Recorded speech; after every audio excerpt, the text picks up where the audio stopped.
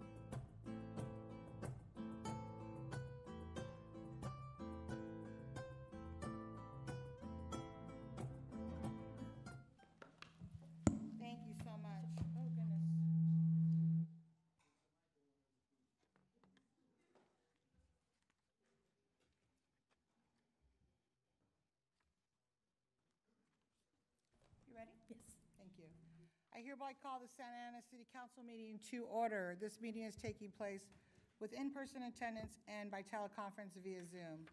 The public may access the meeting via the Santa Ana YouTube channel or the city's website. Please bear with us as the technology may disrupt the flow of the meeting. Madam Clerk, please conduct the roll call. Councilmember Becerra? Here. Councilmember Hernandez? Present. If we could pause one moment while we address the audio issues, please.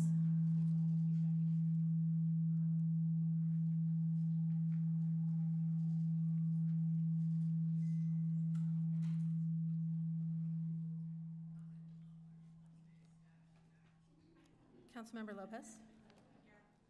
Councilmember Peñalosa? Present. Councilmember Fan? Here. Mayor Pro Tem Vasquez? Present. Mayor Mesqua? Present. A few announcements before we proceed to the Pledge of Allegiance. Madam Clerk, we can't hear you very well. Thank you. A few announcements before we proceed to the Pledge of Allegiance. This is a meeting to conduct the business of the city. There's an opportunity to call for a recess or break, or even to clear the meeting room if a meeting becomes too disruptive to properly conduct business. Warnings will be provided prior to any action being taken. We appreciate your cooperation. For everyone's safety, per the fire marshal, please do not stand or place objects in the aisles, in front of the dais, along the back wall of the council chamber, or in front of entrances and exits. During city council presentations, guests of individuals being recognized are invited to come to the front to take photos. For members of the public who are on Zoom or teleconference, in order to request to speak during public comments, you must dial *9 from your phone or click the button labeled Raise Hand from Zoom Now in order to be in the speaker queue once we begin public comments. Thank you. Thank you very much. At this time, let's proceed with the Pledge of Allegiance. Let me see. Lori, can you come up, please, and lead us in the Pledge of Allegiance?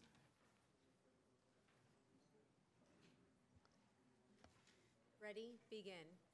I pledge allegiance to the flag of the United States of America and to the republic for which it stands, one nation, under God, indivisible, with liberty and justice for all.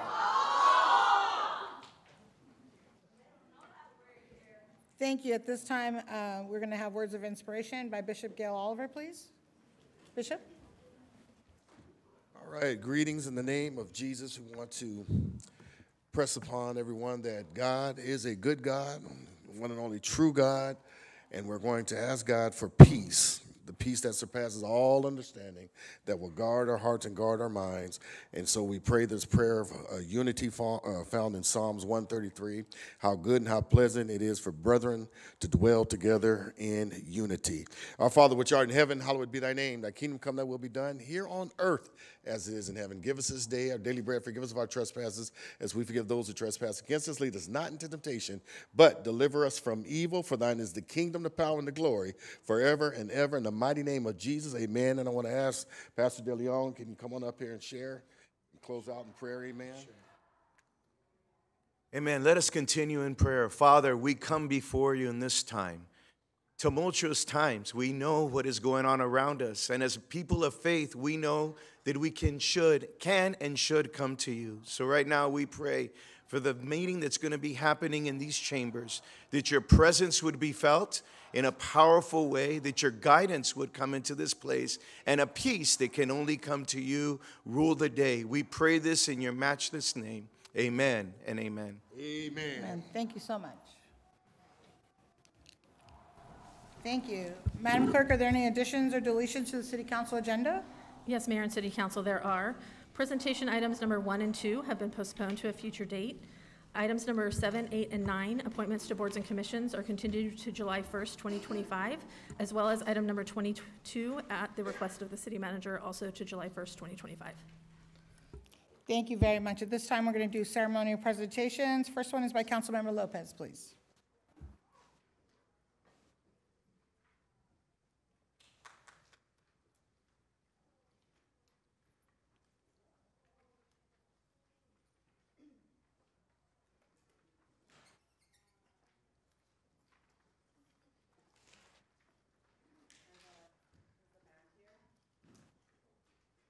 Oh, hi, coming up.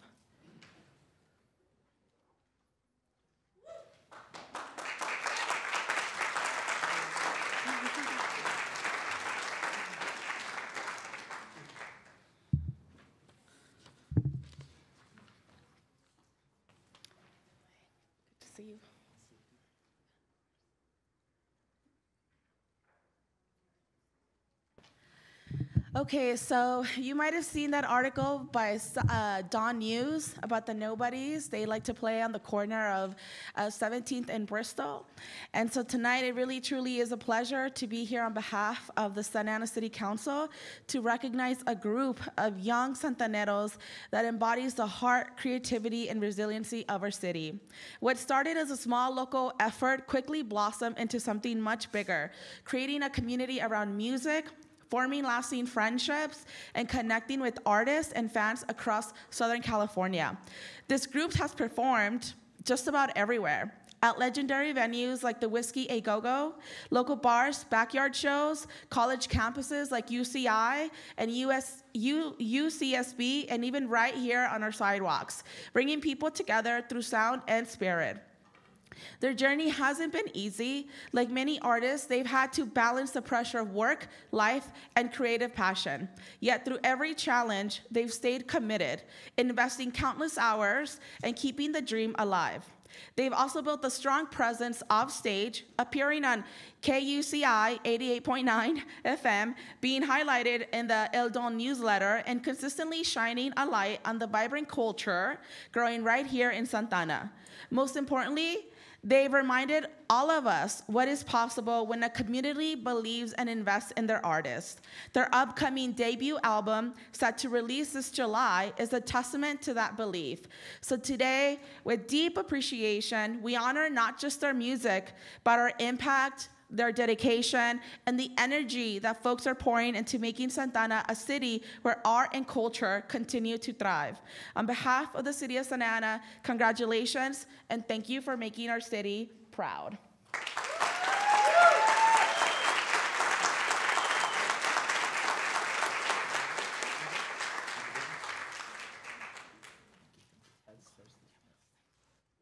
Hello, Santa Ana. I prepared a little speech for today.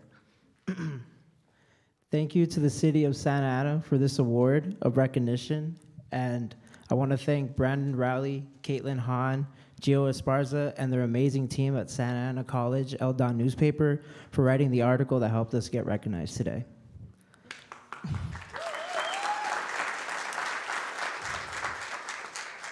Our music and art is something we enjoy creating and playing for our community and all around. We wouldn't be where we are now without the people of Santa Ana. I'm talking about my friends, my familia, and everyone who supported me along this whole way. The reason why we enjoy performing is to see everyone come together, have fun, dance, and forget any negativity in the world that's happening around us. This past week has been hard to stay silent and forget what's been going on in our own home city when we've seen our own community members being kidnapped from our own streets, from their own jobs, and even from the comfort of their own homes by ICE. All these protests this past week have been very empowering and emotional, seeing my people come and peacefully protest to prove and express that we will not stay on the down low, as our own mayor informs us to do so. We will keep fighting for our city, and we will not stop till we are seen, till we have been heard, until the correct action is taken to protect our people. Stop the hate, spread your love. Thank you very much.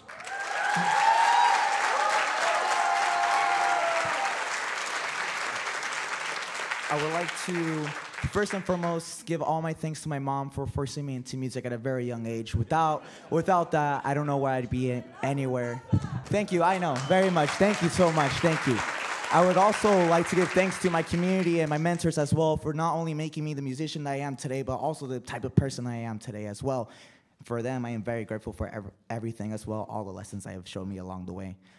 Another thing as well, it's been an amazing journey seeing how we started from such a minuscule band, barely able to play simple songs like Angel Baby or other songs from The Strokes. It is such an accomplishment to see the difference between where we were first starting out to where we are today. And I think that is where it really does count, whether barely playing backyard shows at Santa Ana and then going out to Santa Barbara, San Diego, and all over SoCal. I do believe that is also another great thing. But one thing that I will say, and that I will not turn a blind eye to, it's everything that is happening around our communities and around our golden nation as well. That being said, I do not agree with what the federal government is doing with our communities and our streets and our people as well. And it is just a very horrid thing to even be afraid to just go and do such a simple task as in going to a grocery store to get groceries. I do believe that should end as soon as possible. With that being said, thank you so much, and stay safe, and have a good rest of your night. Thank you.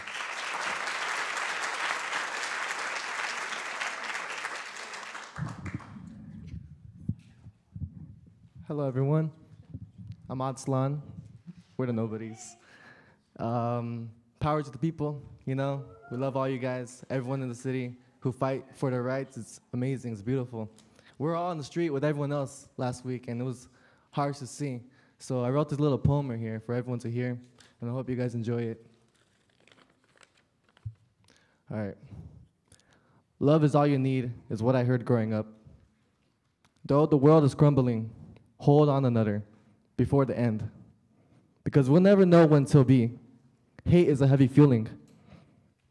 Don't be the fool and regret the last seconds, wishing now we said hello to the person we once broke.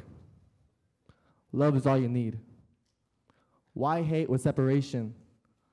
Souls are already suffering through day by day. Sometimes it's the closest people who envy most. But even then, you just need someone to tell them, love is all you need. Then you grow up.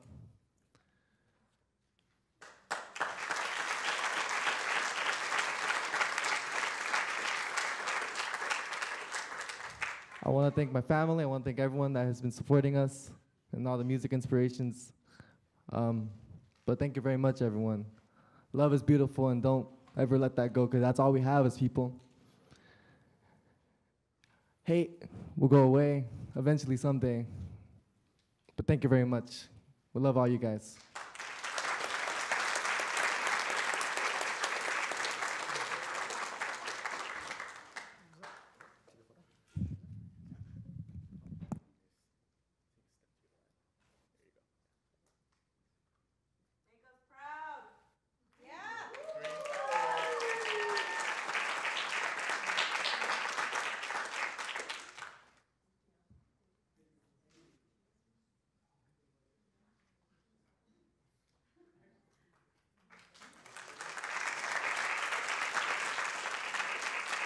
Thank you. Next presentation, Councilmember Fan.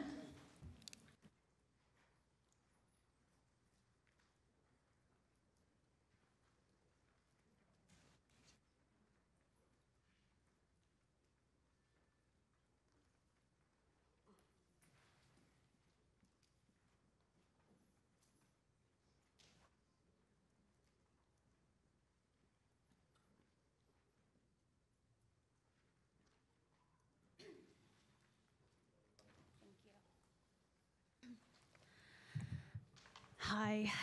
Whew. It's okay, now I'm getting emotional. As you all know, or many of you may know, my name is Thai Viet Phan, and I represent Ward 1. Every year since I've been elected, either as an individual or along with this council, I've issued, or I've requested an item on the agenda to issue a proclamation recognizing June as Immigrant Heritage Month. Okay, I was not expecting to. It's a privilege to stand here in front of all of you and everyone watching at home as a first-generation refugee. I was born 3 weeks after my parents landed in Thailand and stayed in Thailand, went to the Philippines, and came to Santa Ana when I was about 1.5. My sister was born about 6 months later. We made Santa Ana our home. And when my family left Vietnam, that was it. There was no going back. My mom left everyone she knew so that her baby could have a chance in a country where she can get an education and a job and a life that was worth living. And so, it's deeply personal to me. all the things we've seen this past week and what this administration has done in its first term and its second term. When they started the child separation at the border, I asked myself, that could have been me. I was that baby. They could have separated me from my mom. And when I look at the cruel ICE raids that have been happening in Orange County, in Santa Ana, and across this country, that's my family, that's my neighbor, and that's my community. And so, for Immigrant Heritage Month, I see so much conversation out there about how immigrants contribute to the economy, how we pay taxes, how we work hard and we invent things, and we're teachers and police officers, we're our police chief and our assistant city manager and council members. But you know what? That doesn't matter, because our value is not in what we contribute monetarily. Our value as human beings is not what we produce. Our value as human beings is not what we create or invent. Our value as human beings is inherent in our existence in this world and as a part of this community.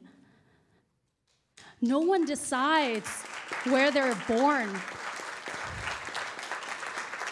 No one decides to be born in a country so war-torn that you can't walk down the street. No one decides to be born in a country where you can't drink the water, where you can't feel safe walking out of your front door. And no one chooses to be born in a country where they take everything from you and force you to leave everything you know, hoping that the place that you go to that didn't want you is better than where you're from.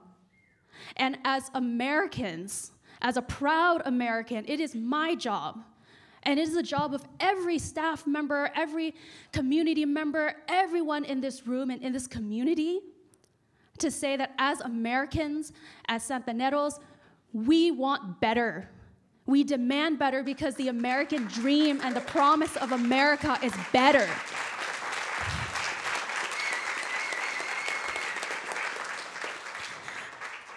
I remember, I'm long-winded today.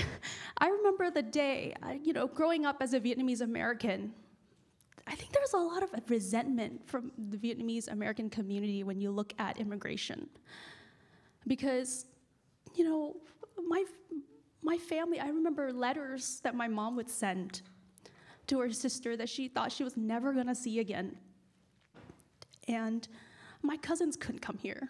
They couldn't, quote, just cross a border. There's a Pacific Ocean.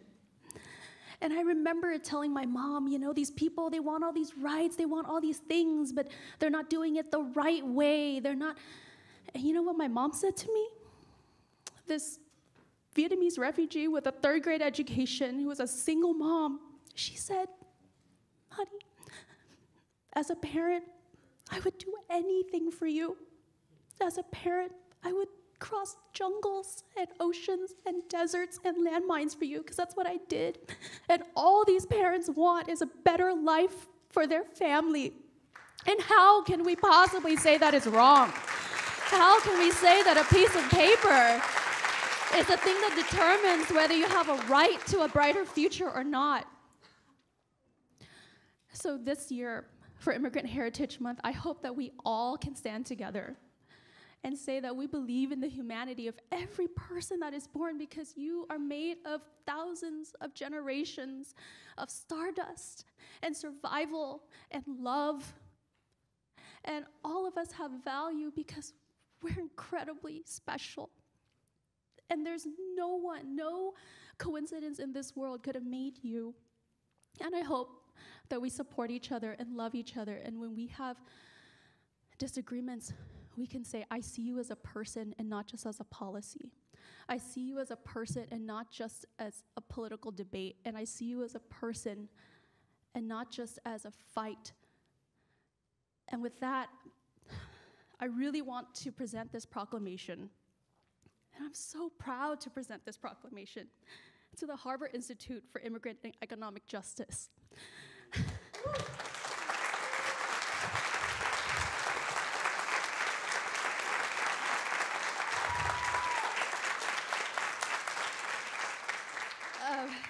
I should really read my notes. They were founded in 2020, which was a really great time to found anything, right? Not much going on then. And you know, since day one, they've been working so hard, and I would have to say they've been hard asses, sorry, on me, because they do so much of the research to back up immigration policy and what local governments and what policymakers can do to support our immigrant community. And not just immigration. When we talk about economic policies, that affects everyone. Whether or not it's going to directly affect you, it's going to improve your community and make sure that your neighbors and your family members are doing okay. And I think for me personally, both Carlos and we've had spirited debates, lots of discussions, if you will. And every time I ask them a challenging question and really try to put on my lawyer hat, they always come back with an answer, with citations, with conversations. And so much of that has really pushed me into supporting policy ideas that maybe I was too afraid to, or wasn't sure about, or ambivalent about. But what I know is that the Harbor Institute, with Carlos and and everyone involved, is always interested in dialogue, honest dialogue about what we can do to make our community better.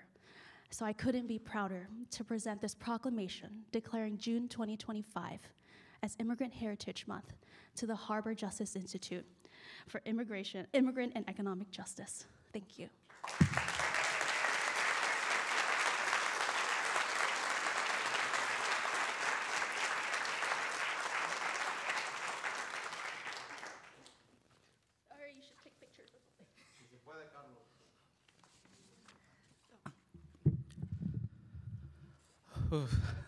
How can I follow that?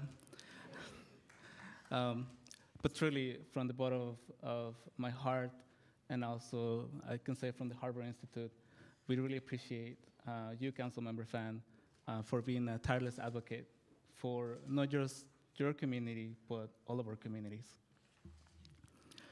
I have a speech because I can't speak as well as Councilmember Fan.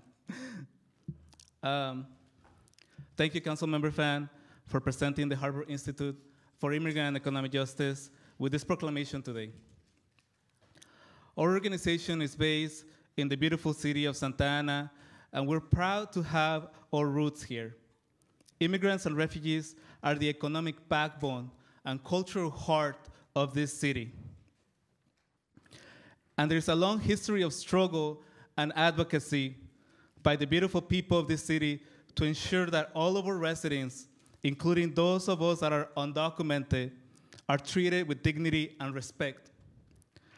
We're glad to be here and thankful for this recognition, because that is at the core of what we do, building power alongside our immigrant and refugee communities to ensure we all have human, civic, and political rights, regardless of immigration status.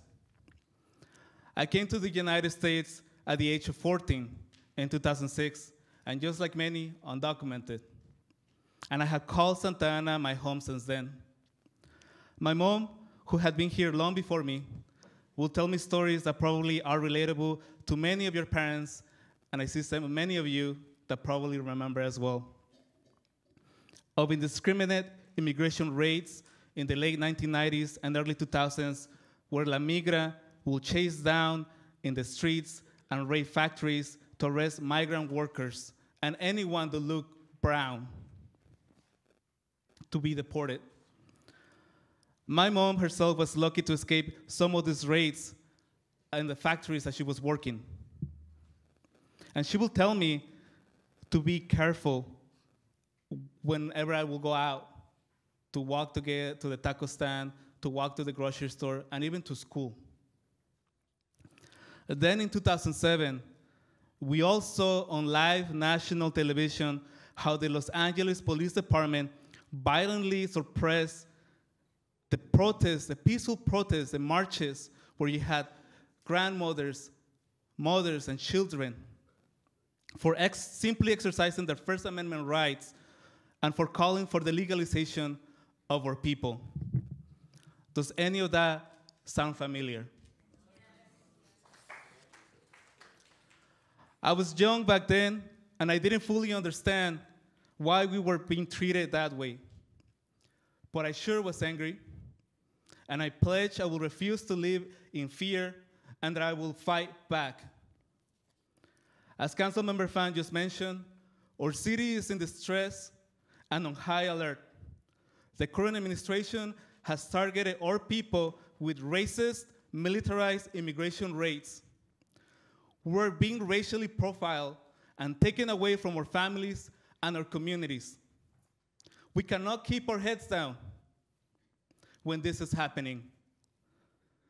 That is why I'm proud, and it fills me with hope to see the thousands of residents and young people out in the streets with their heads held high, sending a clear message that we will not be intimidated and we will fight back.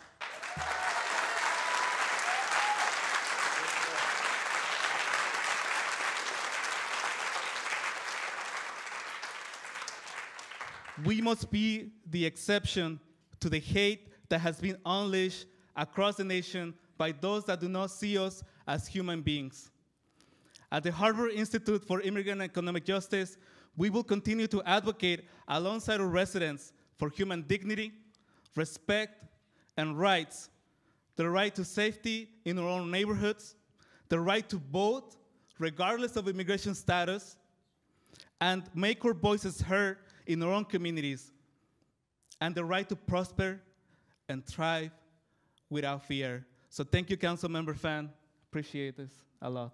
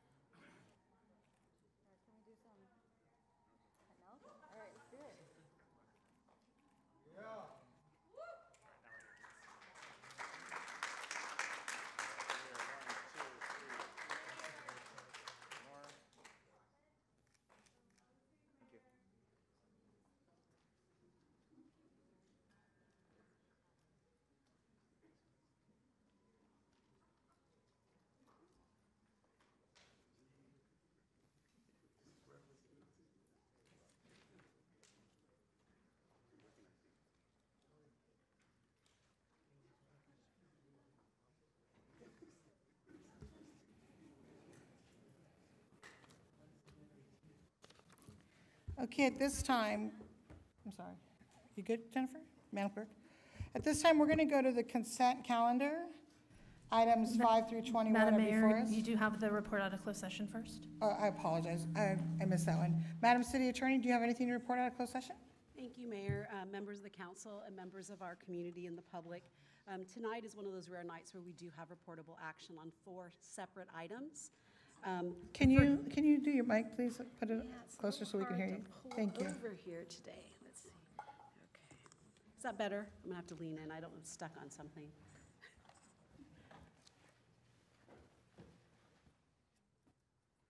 No, that's it. That's it. Okay. Well, I'm just There going you to go. speak That's loud. perfect. I'm That's going good. to speak loudly. So, Mayor, members of the council, and members of our community, we have 4 closed session reports to make this evening. I'm going to start with those at the top under our conference with legal counsel and existing litigation. For item A, The City Council settled a case by a vote of 6-1, with Councilmember Hernandez voting no, in the amount of $150,000. And item B, in the Wendy Barajas case, the City Council voted 6-1, with Councilmember Hernandez voting no, to settle that case for $115,000. With respect to item 3, which is the liability claim, the City Council voted unanimously to settle that matter for $56,500.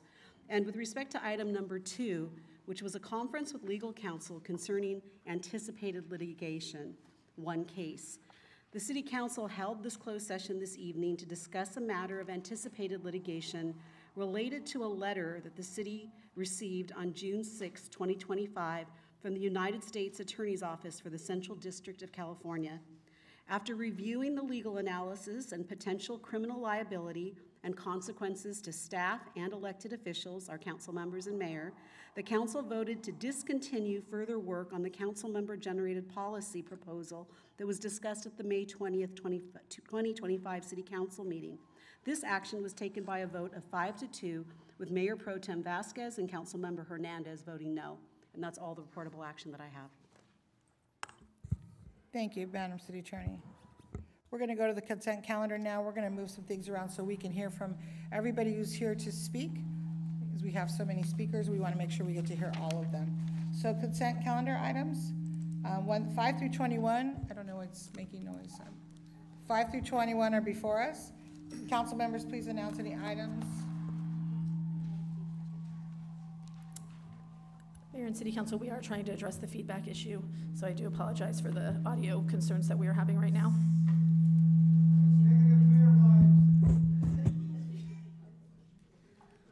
If everyone could ensure when you're not speaking that your mics are turned off, please, that would also assist us.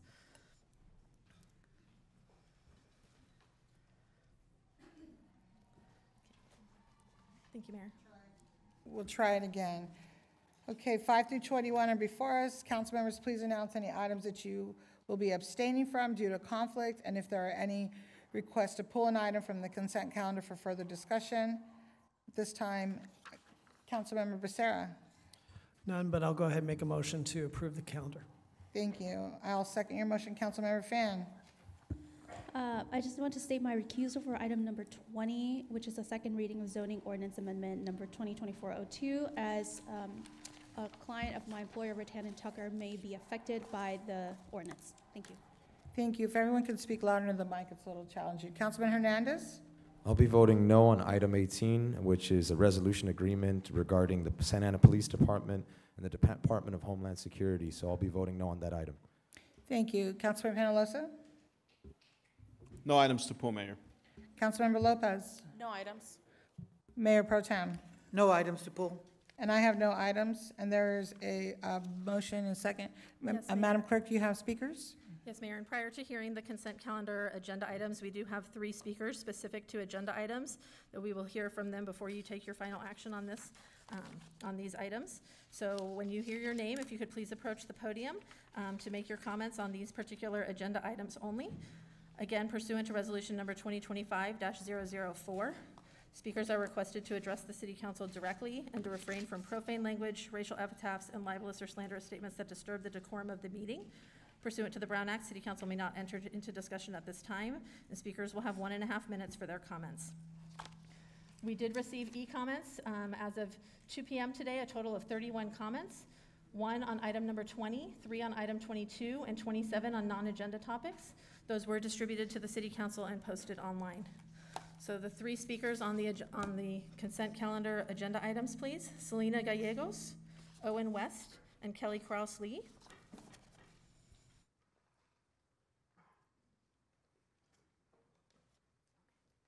And then mine was for agenda and non-agenda. So you get 1 opportunity at the microphone. You'd have to make all your comments at this time. Okay, sounds good. Well, good evening. My name is Selena Gallegos. I'm a born and raised resident here in Santa Ana. And first being on item number 10. There you go. Sure. Thank you. Item number 10 is the destruction of obsolete city records, specifically for the Attorney's Office and Police Department. I did notice that you guys are going to be destructing the in-custody death records, in-custody injury, use of force, and the officer-involved shootings, internal affairs. I wanted to know if those will be made public prior to being destroyed. And second is regarding all of what's been happening currently, and some of the members of the council as well as the mayor handling our Santa Ana communities that we grew up in being gutted and ripped apart with no empathy or compassion. There hasn't been much comment, specifically you, Phil Becerra, you are Ward 4 council member, and I have been looking day after day to see if you would comment about it. The only thing I found was from June 9th, when you told a resident, you are giving me somebody who failed to reading comprehension vibes when asked, okay? So that is not professional. I did read the whole thread, and you are able to go back and read it. I did screenshot it in case you want to delete those. Your community is hurting, your ward is hurting, and we deserve somebody who's gonna represent us. We don't need someone who's only gonna show up for photo ops at the cornhole tournaments, okay? We need you. As well as the mayor, we need you to be there. And I will give you this one thing, you at least went back and tried to redeem yourself some way, somehow. It was very disingenuous, and you just had bowed the whole time. And to that, I encourage all of you to walk the community and see how empty and lonely our parks are feeling, our grocery stores, how scared our kids in our district are, and you let us know if that is something that is okay. I invite you to stand with us shoulder to shoulder, being smart and giving your Chicano fist pump.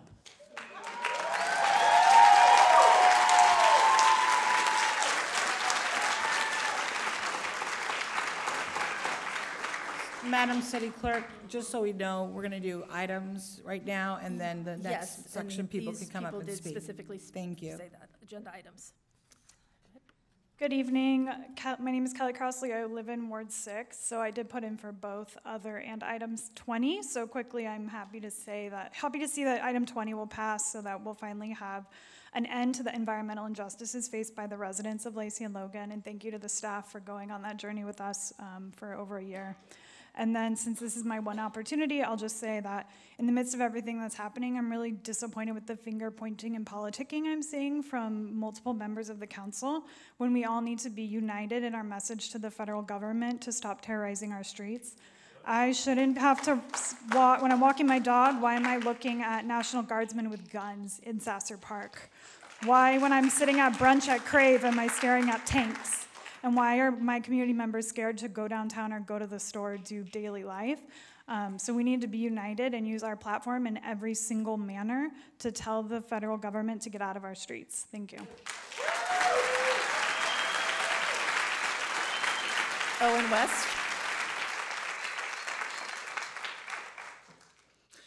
My name is Owen. I live here in Santa Ana, and I came here to say this clearly. You can't cancel meetings while your city is under siege. Item 24 is a summer break for council meetings. People are being ripped from their homes, and you're planning summer break. Deportations are increasing, and you're voting on vacation.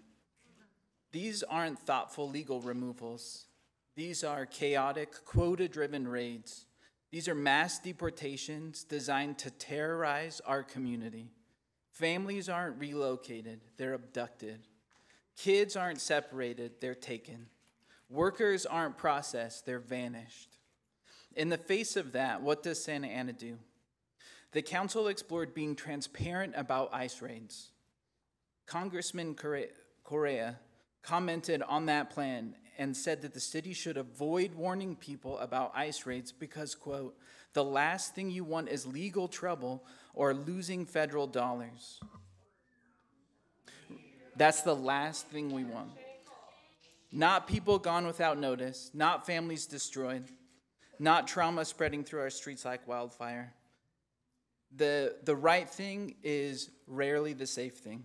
And being a sanctuary city doesn't mean branding. It means resistance. Thank you.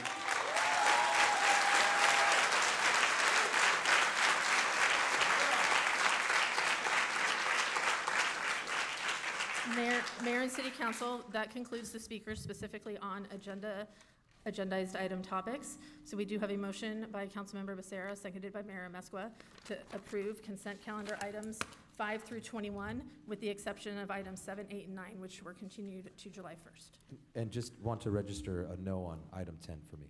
Item 10 and 20? Yes, correct. Or, I'm sorry, 10 and 18. Let's prepare to vote.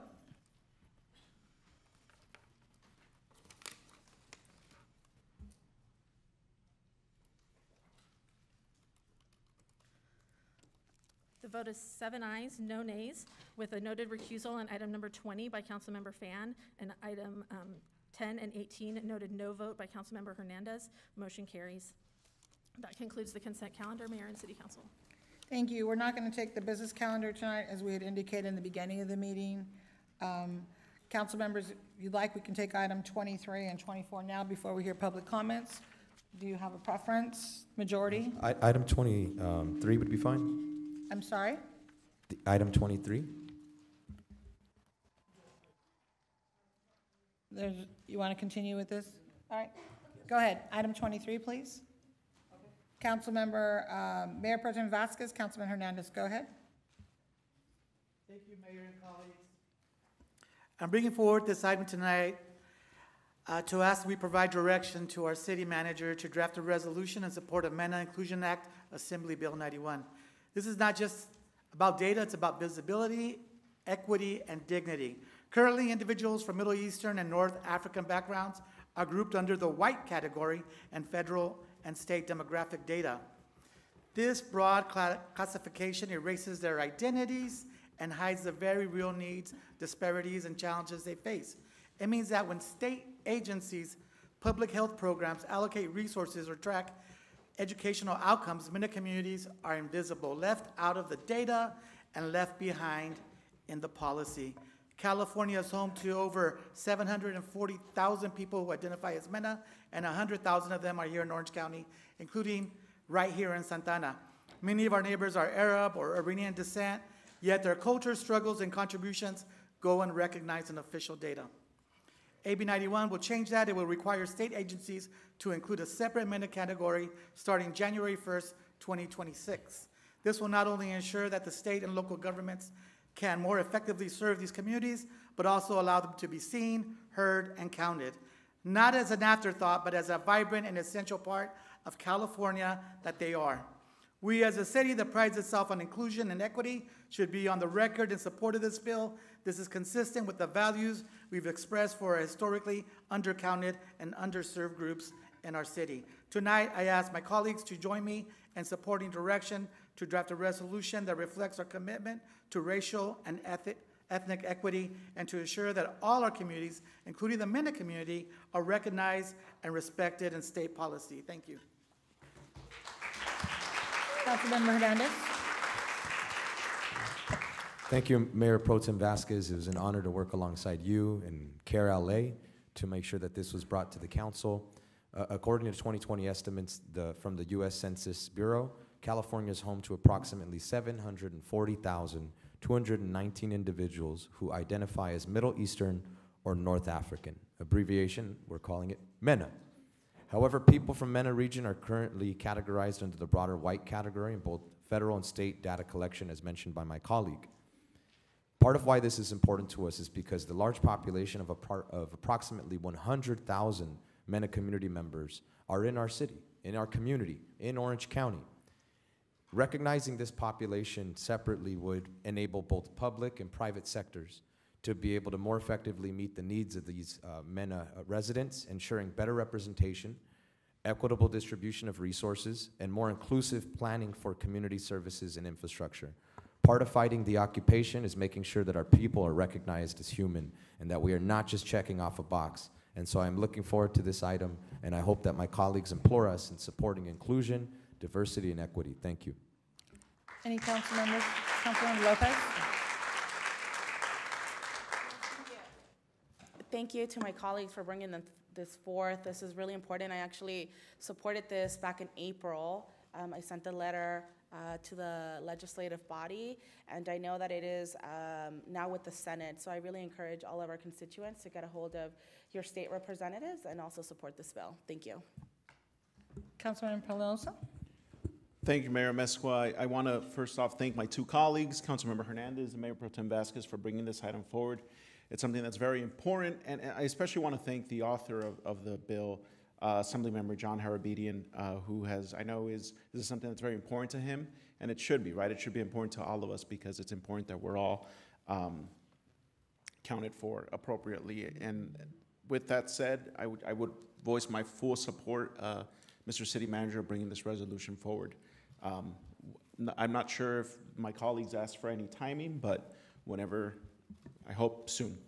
If we could, yes, I concur with Councilmember Peñalosa. If we can bring this back in a timely manner, given that it was already approved at the Assembly, I think that these efforts are aligned with the state. Thank you. Councilmember Fan? Thank you, Mayor. I would definitely be in support of this, and yeah, I guess I don't think the City Council needs to get the letter again, right? We just direct staff to prepare the letter, send it off. Okay, thank you.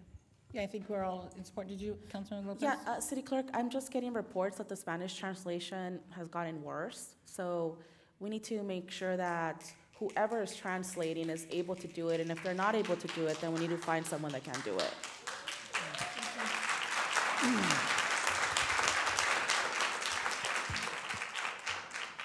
Councilmember Becerra, please.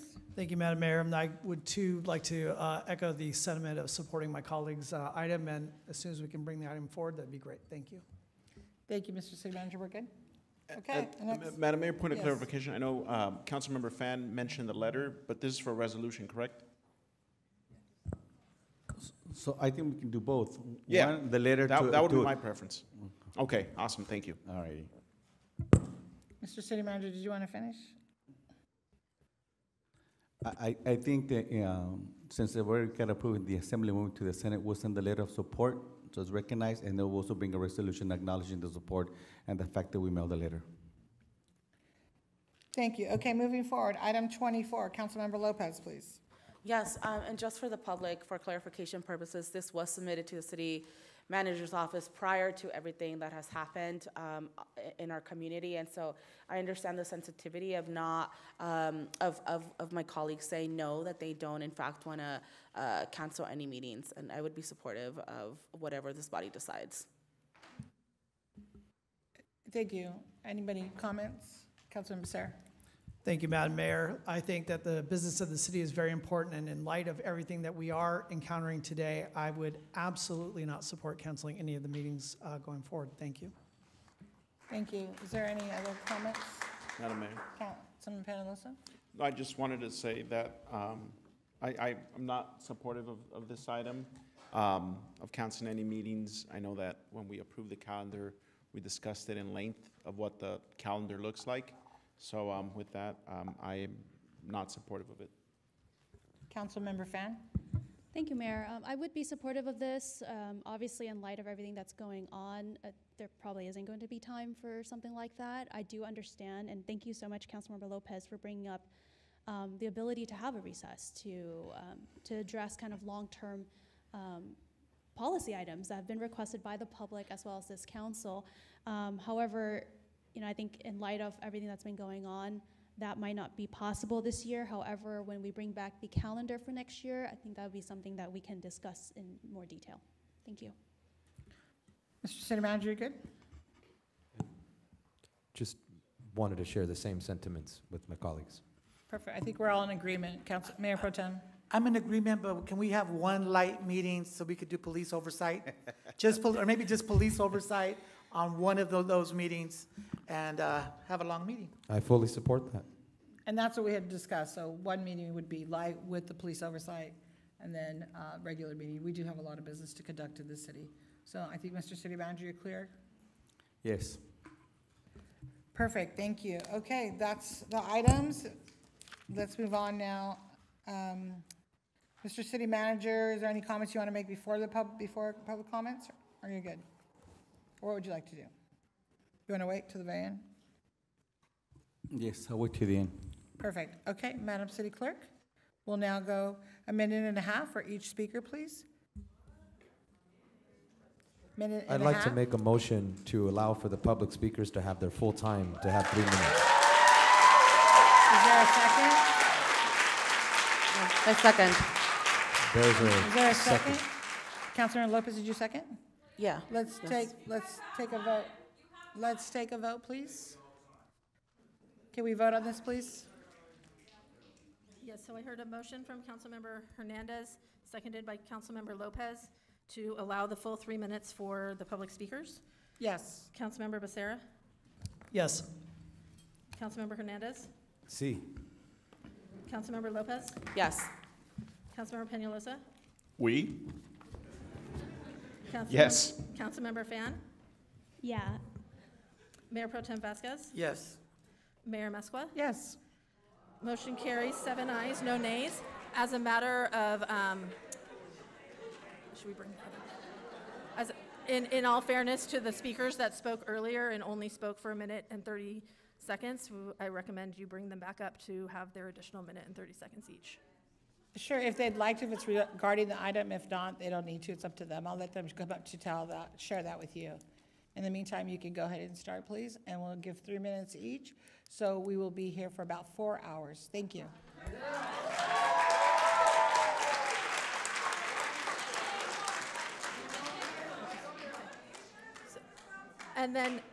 And then just also for Mayor, Council, and the public's awareness, we do have members of the public that have submitted cards who are outside due to the capacity issues of the chamber. So when we hit that time frame, there may be slight delays in them coming through and making their comments. So please bear with us. If the first 3 speakers, if they wish to have their additional time, Selena Gallegos, Kelly Krause-Lee, and Owen West.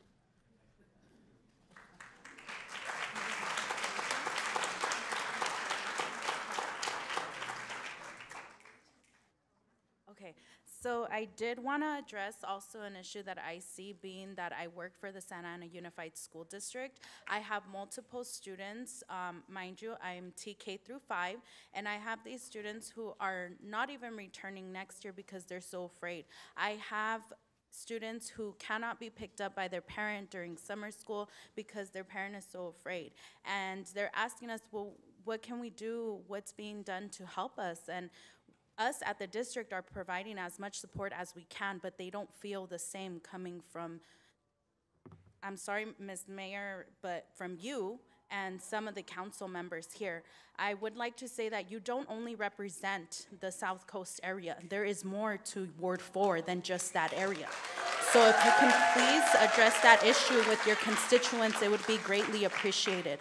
Just today, I had witnessed a teacher walk a student out from Chavez to their car because there was alerts that ICE was around. There was never any notification from the city letting local neighborhoods know. It was the school themselves. The principal came out, the teacher came out, walked that student. Now, I don't know if it was their parent or if it was them themselves that is possibly DACA or was undocumented, but that is a very fearful sight to see, and the fact that there is no support coming from you says everything we need to know when this recall comes.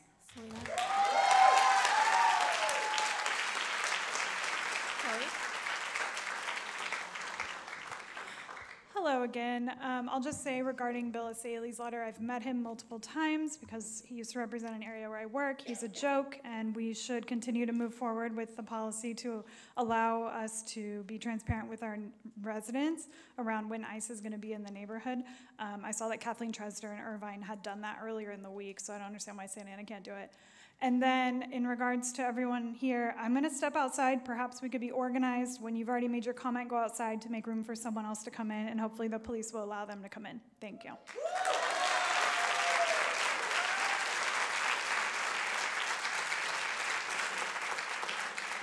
Next 3 speakers, Juliana Mushayev, Rin, and Bumaro Vicente. Juliana? Rin, Bumaro Vicente.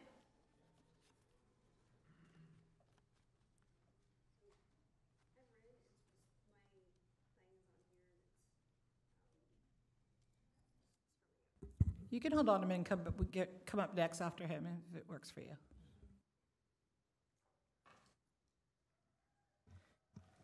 Hello, Mayor and Council. My name is Bulmaro Vicente, but everyone calls me Boomer. I'm the Political and Policy Director of Chispa and a resident of the city. And today, I'm feeling angry, I'm feeling heartbroken, and I'm feeling disgusted. Santana promised a sanctuary, but what we're living in right now, this isn't sanctuary. Sanctuary isn't Iceman circling our neighborhoods. Sanctuary isn't the National Guards invading our streets. Sanctuary sure as hell is in families being ripped apart while the mayor stays silent and complicit. At this time, I want to give a shout out to Councilmember Hernandez, Jesse Lopez, and Benjamin Vasquez for being out there on the front lines with protesters.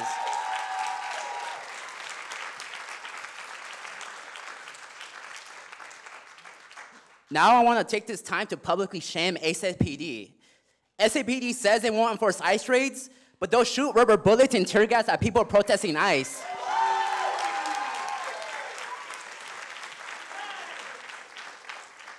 SAPD says they won't enforce ICE raids, but they'll escort ICE fans to and from the courthouse like nothing. That's not neutrality, that's collaboration. And let's not forget, SAPD still hasn't been held accountable for murdering Nora Rodriguez.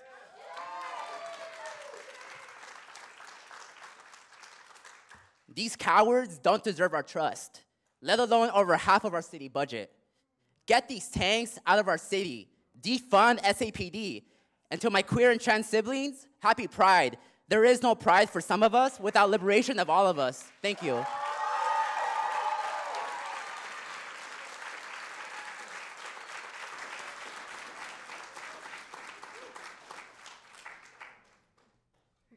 Rin, followed by Juliana, and then Jana and Jay Taj. Hello, Mayor and Council. Can you speak into the mic, please? Thank you. Hello, Mayor and Council. My name is Rin, and I'm speaking today on behalf of Pride at the Pier. It is no secret that the last few weeks have seen unprecedented upheaval for the community you are sworn to serve. Between ICE raids and community solidarity against them. Ordinarily, I would speak only as a member of the LGBTQ+ community, but this is by far bigger than that scope. Today, I speak as a person of marginalized identity who has friends, colleagues, and loved ones who are now facing the potential threat of deportation simply because they don't have the right skin color. You see the people in the audience behind me. You hear the chants outside on the streets. The literal millions who turned out Saturday to stand up against tyranny and oppression. Why has there been no pushback against federal agents kidnapping your tax-paying constituents on your watch? The vast majority of people detained have no criminal record and yet are being subjected to horrific conditions. Protesters exercising their constitutional rights are being shot with rubber bullets and tear gas, and you sit here and do nothing. An attack on any of us is an attack on all of us. Queer people exist in every demographic, and we will fight for our immigrant siblings. Thank you for your time.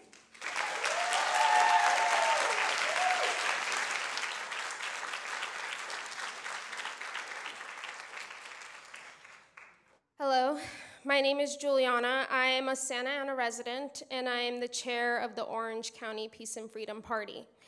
I was at the peaceful protests in Santa Ana, which started last Monday in response to the illegal ICE detentions and raids in our community. I got tear gassed, along with many others, and some being shot with rubber bullets, being sent to the hospital. Where were you, Mayor Mesqua, during this historical turning point in our country?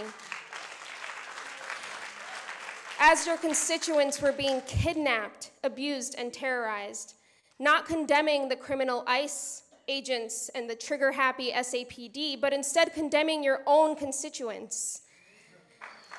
We are disappointed, but we are far from surprised. You say you need to represent all your constituents, but you represent the police, the business owners, the developers, and the landlords. When we asked you to support a ceasefire resolution in response to the genocide in Gaza because most of your constituents supported it, you refused.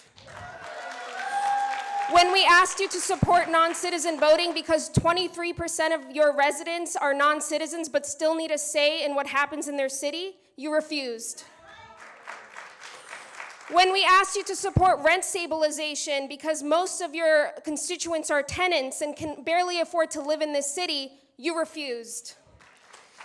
You were never on the side of the people, the working class, and the immigrants, or the most vulnerable. Somewhere in your political career, you have lost your humanity.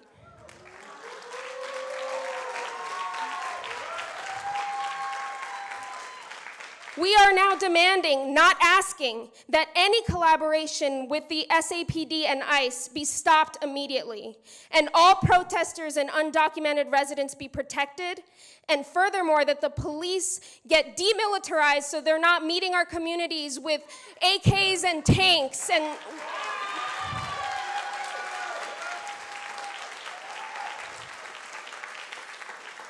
if you're unwilling to meet these basic demands, then you should resign because you're unfit to represent us. Thank you.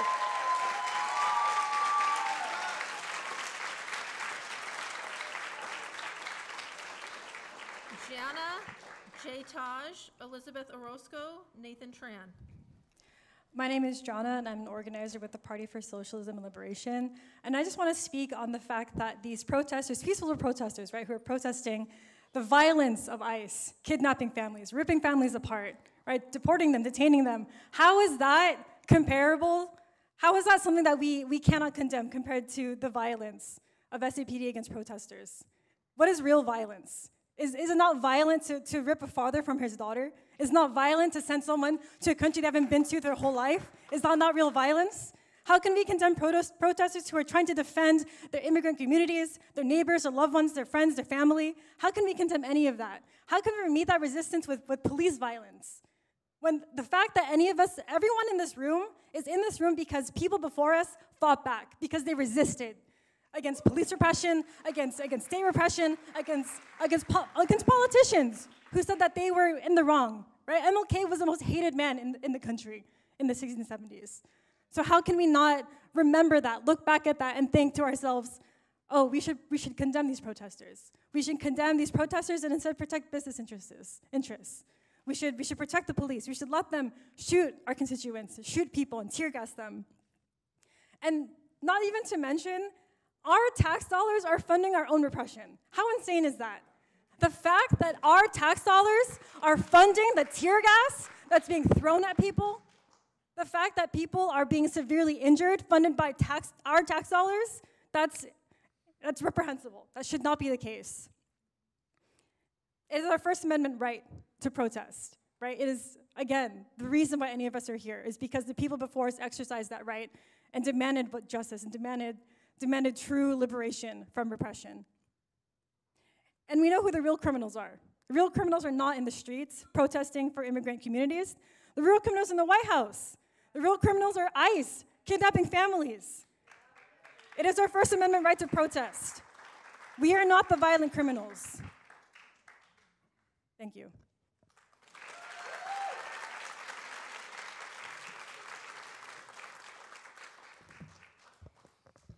Wake up, Mayor. We just getting started. Good evening. Specifically to Mayor Pro Tem, Jesse Lopez, Jonathan Ryan Hernandez. My name is Jay Taj. I'm a proud third-generation Santanero. My family migrated here decades ago from the Jim Crow South and from the Western Pacific to give future generations, including myself, a better shot at life. Because of their sacrifice, I've been fortunate enough to go out and do a couple cool things with my life. And for that, and for being a member of this community, I stood in this very room just 2 weeks ago to receive an honor that I truly held close to my heart. A recognition from the very institution that's sworn to uphold the integrity of the city and its people. But in the short time since that, the pride that I was feeling has been overtaken by something else. And that's this feeling of responsibility. There's a conflict in my heart over what this recognition is supposed to represent now. You see, I don't need to recount the atrocities that are committed by ICE and the things that have happened in this city for the last 12 days. What I do need to do is address the response or lack thereof from this city's leadership, specifically you, Mayor. You see, you were elected by the very people that you have now labeled as reckless and destructive. Your recent public statements made to justify your absence, defend your indifference, or what I call opposition. These things aren't just disappointing to hear, they're hurtful. You see, it shows a clear disconnect between you and the lived experiences of the people that you're supposed to serve in a city that you call a sanctuary. You've dismissed the idea that standing with your people is some sort of pointless Chicano fist pump. You see, to me, that says everything about your capacity to recognize the moment and the people that your community are suffering in. See, while I deeply remain grateful to the council members, Ty Viet-Fan, Jonathan Ryan Hernandez, Jesse Lopez, and Mayor Pro Tem for this recognition, and not only recognizing me, but showing what it means to recognize what compassion and leadership in its physical form looks like. You see, I can't hold this recognition with your signature on it. So I came here to return this to the city of Santa Ana.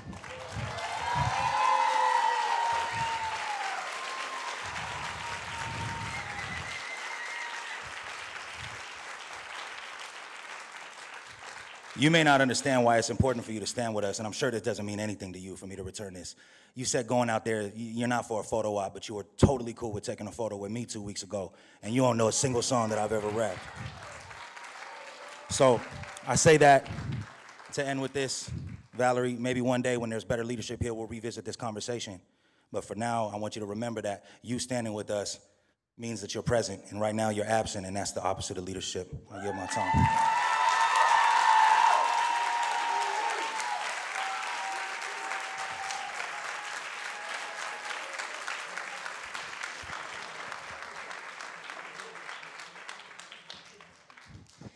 Hi, everybody. My name is Elizabeth, and first of all, I want to say that the brutality that we saw from Santa Ana PD has become normalized, and this is what happens every single day in our city to our citizens. I'm here to hold Valerie Amezcua accountable. You knew ICE was in our city, and you did nothing to alert your citizens or defend them. You allowed ICE into our city and allowed SAPD to militarize and brutalize our citizens, even at protests. I'm born and raised in Santa Ana, and I'm only here because of luck. My family, my parents immigrated here in hopes of giving me a better life. Because of their sacrifices, I'm here today, and I'm a social worker and giving back to the same communities that you are actively tearing apart, and I'm a part of as well. It's disheartening to see our community and our families being torn apart right before our eyes while those in power sit and watch in compliance. I remember being at Carl Harvey and reading about Anne Frank and wondering how entire families could be forced to stay hidden in their homes, terrified of being taken. And here we are again. Entire households in Santa Ana are afraid to step out. The raids happening in Santa Ana are nothing short of racial profiling. The acts are not isolated and they're not random. They're part of a large pattern of neglect and betrayal from those in power. Santa Ana was targeted, and those in power let it happen. Santa Ana has long been considered a sanctuary city, with a population nearly 80% Latino. And we must make one thing clear: ICE is not welcome here. We will not stand by while our community is terrorized. Mayor Amezcua, your community will remember this moment, the moment you chose to stand with the oppressive systems rather than the people who trusted you. You chose compliance over resistance and fear over courage. Standing with ICE is turning your back on your very own city and its citizens. You say going out to protest does nothing, right? But what would you suggest to a community that has been torn apart and terrorized by state-facilitated kidnappings? Santaneros will not accept fascism, racial profiling, or violence in our city. To my Santaneros that have lost a family member in this past week, I'm sorry that your city failed you. We're not afraid to speak, we're not afraid to fight for our neighbors, and will not be silenced. We demand justice and due process for everybody, and no human is illegal.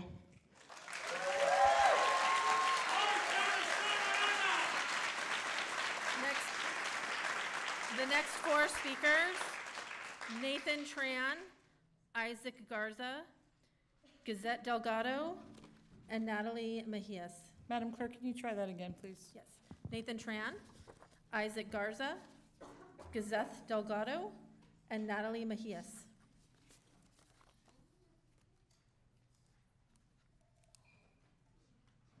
Go ahead. Good evening. My name is Nathan Tran. I'm an activist here in Orange County and an educator.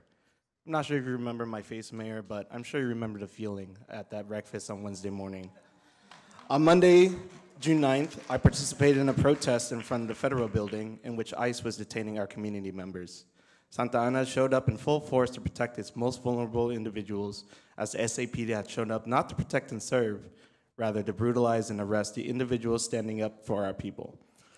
I returned to Sasser Park after demonstrating with the community for at least 5 hours. I observed the community unrest as SAPD pushed slowly the crowd east on Santa Ana Boulevard towards Ross Street. I was peacefully observing from about 20 to 30 feet away from the police line. I then began to turn around as I see SAPD escalate the situation. Halfway through turning around to leave the area, I'm hit in the jaw by a 40mm rubber bullet. I was left with a deep wound under my chin where tendons connecting my jaw muscles were visible. Community members assisted in cleaning the wound and applying pressure as I was escorted out of the area and received medical treatment, first from Kaiser Urgent Care in Garden Grove, who would then direct me to UCI Medical Center Emergency Department for the severity of the injury. So my question is, why is the SAPD, with your go-ahead, Mayor Mezcua, brutalizing the community as federal agents rip apart families in OC? Why do you allow ICE to operate as you receive courtesy calls? Is Santa Ana not a sanctuary city? Mayor, you're beholden to protect everyone in the city, especially its most vulnerable. If you cannot hold yourself and your officers accountable, you do not represent the community. Santa Ana deserves a leader who will stand up for the community and all working class across Orange County. Santa Ana deserves a leader who will stand up to the current administration and stop ICE and all the other federal goons ripping apart our community.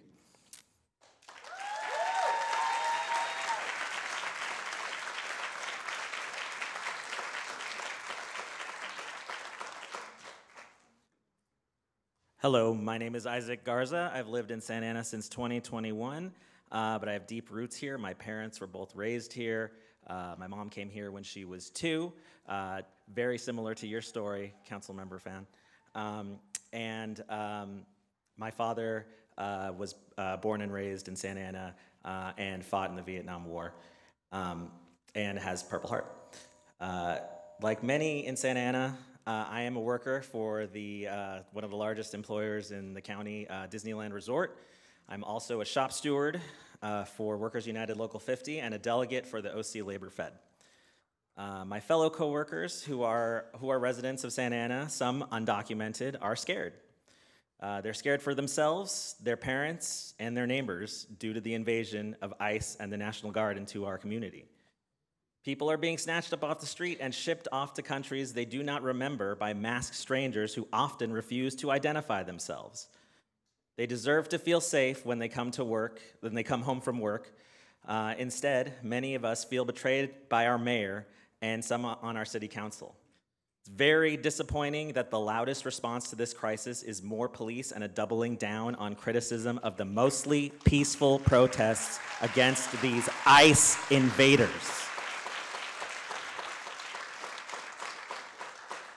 If more can't be done by our city officials to protect us, the people will organize to depose you for leaders that can.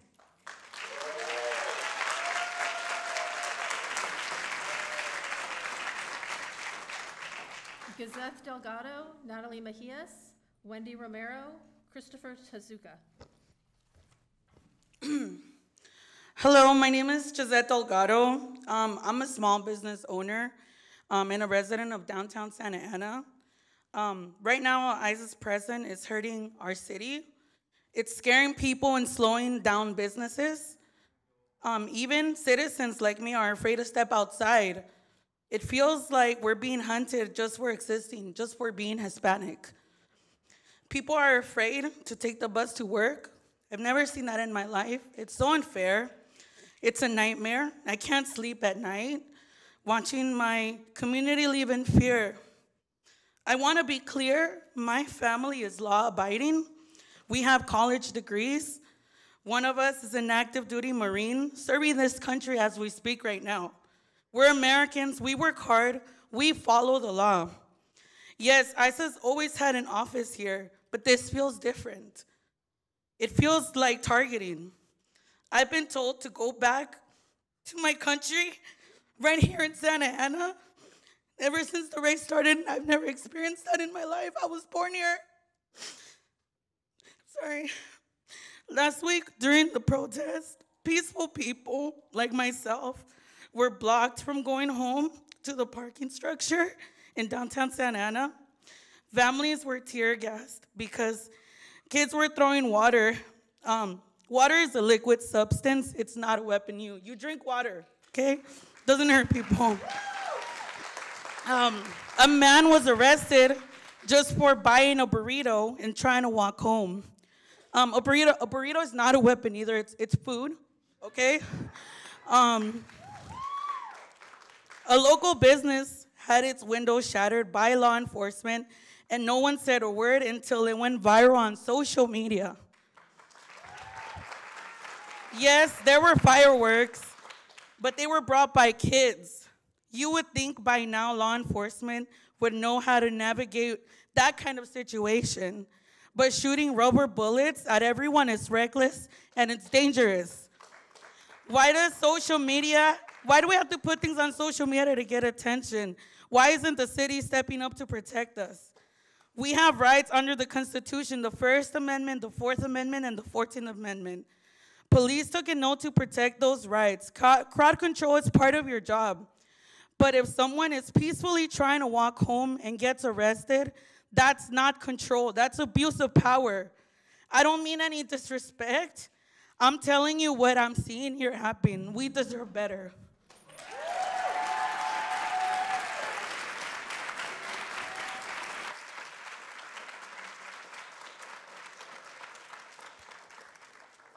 Good afternoon, council members. I'm a resident of Santa Ana, and I'm here to demand ICE out of Orange County and Santa Ana, and for you to defend what is supposed to be our sanctuary city.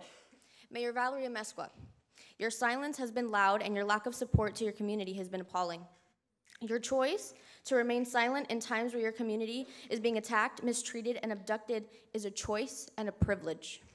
It has clearly marked your place on the side of the oppressor as opposed to the oppressed. I remind you that protesting is not unlawful. It is my First Amendment right.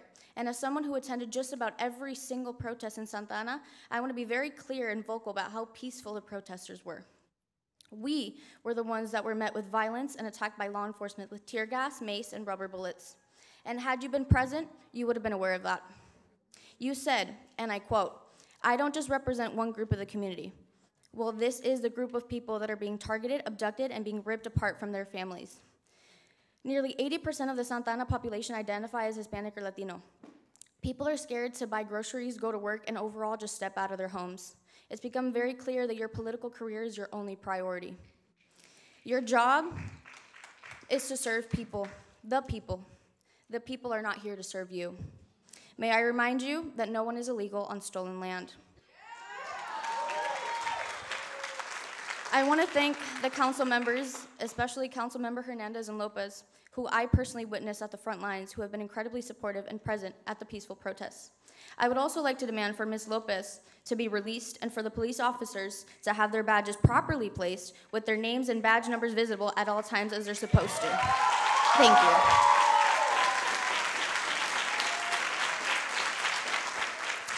you. My name is Wendy Romero, and I stand in front of you as a proud Mexican American, born and raised in the heart of Santa Ana. This city raised me. Its culture, its people, its streets, they're a part of my soul. But today, the Santa Ana that I know and love feels like it's slipping away. Our homes are starting to feel like ghost towns, not because of emptiness, but because of fear. Because our people are being watched, silenced, and pushed into the shadows. My heart is heavy. I'm angry. I'm heartbroken. And above all, I'm tired. Tired of being treated like we don't belong.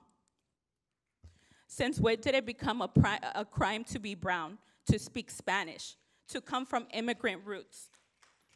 Why are our families being targeted in the neighborhoods we built with our own hands. Mayor Valerie, why are you allowing this to happen on your watch? We are not criminals. We are not threats. We are the heart of this city. We are small business owners, the working parents, the students, the teachers, the people. We are the ones who open up shop before the sun rises and close down after it sets. We are the ones who keep this city alive. We are the ones being watched by National Guards like enemies in our own homes. Why are our children growing up afraid of the uniforms that are supposed to protect them? Santa Ana PD. Santa Ana PD, do your jobs. Serve, protect, not terrorize. I carry both flags, Mexican and American, with pride. The Mexican flag is my bloodline. It's where my strength, my resilience, and my work ethic come from. My parents came here with nothing but dreams and determination. They've earned their legal status through amnesty. They taught me that anything is possible, working hard.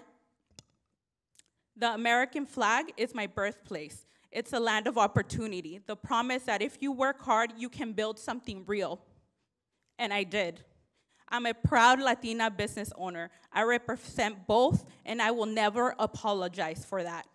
Carrying both flags is not about division, it's about unity. It's about embracing all of who we are. I'm not either or, I'm both. I'm Mexican, I am American, and I am Santa Ana. Thank you.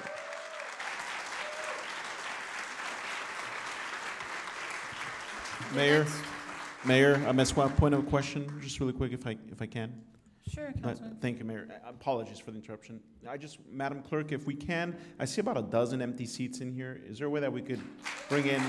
I know there's people waiting outside.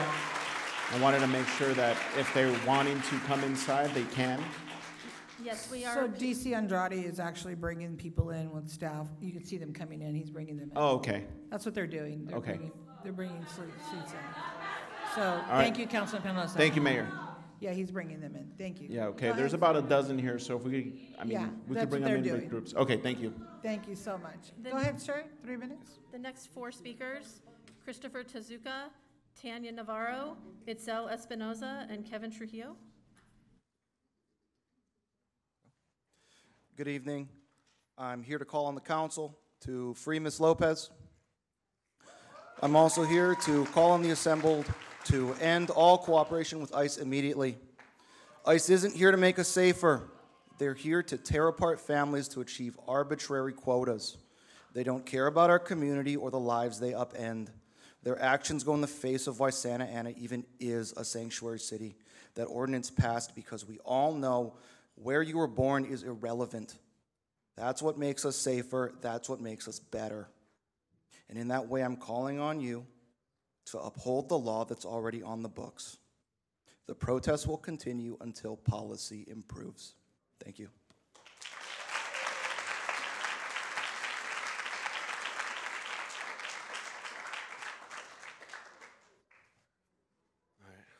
Hello, my name is Kevin Trujillo. I was raised in Santa Ana. All of my public education came from Santa Ana, and I went on to graduate from California State University, Long Beach. I'm extremely proud of where I came from, and I think all the teachers that helped me along the way gave me more pride of where I came from, and my community raised me. They raised me to have values, to have morals, and to stand up when I see something wrong happening. And apparently, like, our leadership in this city can't do that. It's an extreme shame to the people that I look up to, that I would want to be next to one day, can't do the bare minimum and defend our marginalized communities. I'm ashamed right now. Like, I want to have pride as an American, and then when people behave this way, it makes it disappointing. You said we need to keep it on the down low if you're smart. That's not what we need to do with authoritarian figures.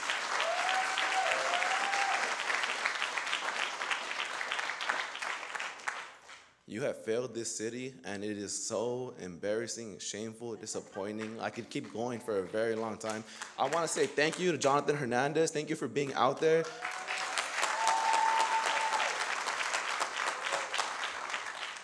And to the other council members that were out there representing us, taking care of us, and keeping the protest peaceful, thank you so much. It does feel better when there's organization. And to all the organizations that we've been hearing from today, I want everyone to listen to what they're called and try to join them if you can. This is how we get a movement started. We need to make a voting block where we can start changing the people in these positions. If they fail us, we need to replace them.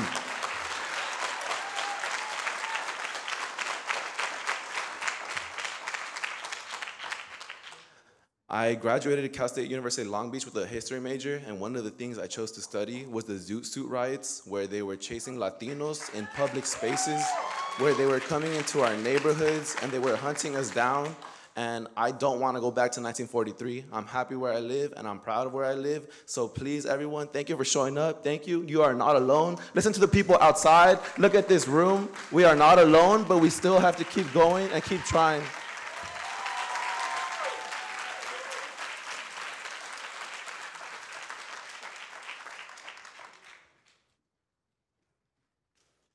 Hello, City Council. My name is Tanya Navarro, a lifelong resident and community organizer here in Santa Ana.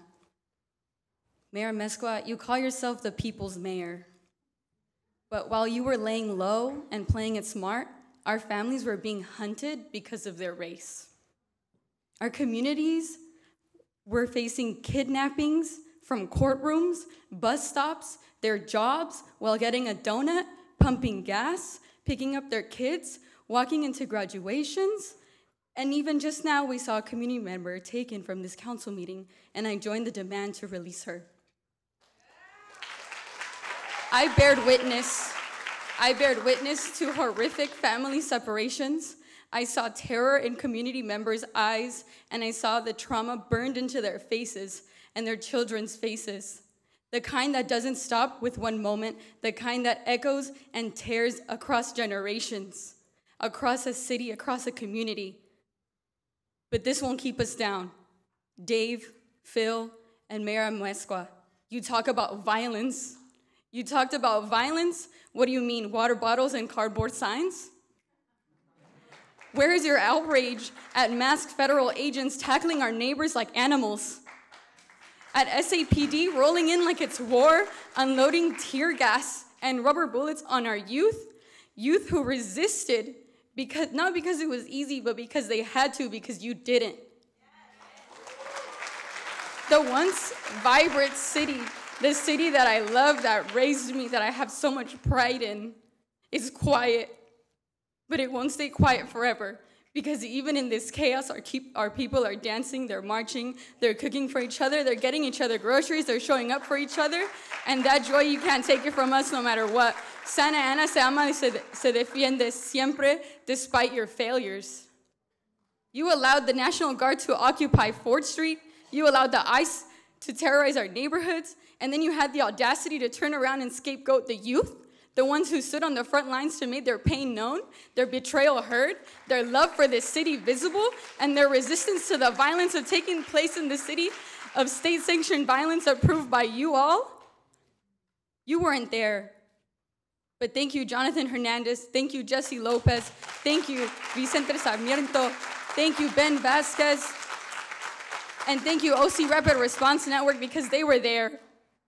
Mayor, you mocked us and you said you wouldn't put your Chicano fist up. Well, it doesn't look like you've done anything at all, actually. Nobody's illegal on stolen land. You want the protest to stop? It's simple. Get ICE out of OC. Remove the National Guard from downtown Santa Ana. End SAPD's abuses. Demand a moratorium on less lethals, flashbangs, and tear gas now. Free all of our people. We won't forget this and we won't stay quiet.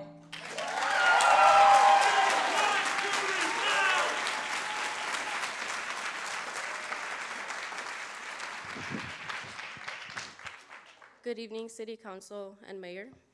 My name is Itzel Espinosa, and I am a dedicated employee for the City of Santa Ana. Over the past week of protests, the visible support from multiple city officials has been invaluable, providing a crucial leadership presence that regrettably has been absent from the mayor's office.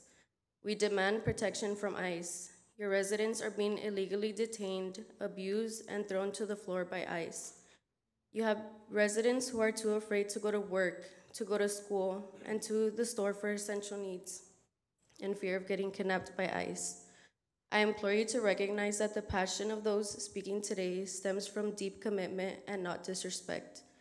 As leaders, it is imperative to approach constructive criticism with an open mind and receptive heart, using it as an opportunity for reflection and growth.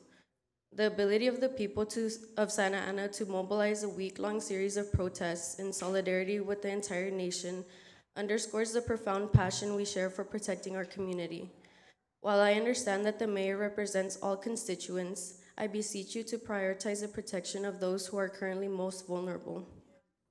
Your statement that you are not afraid but smart while refraining from pounding your chest stands in stark contrast to the fear experienced by our community, which has been vigorously advocating for justice.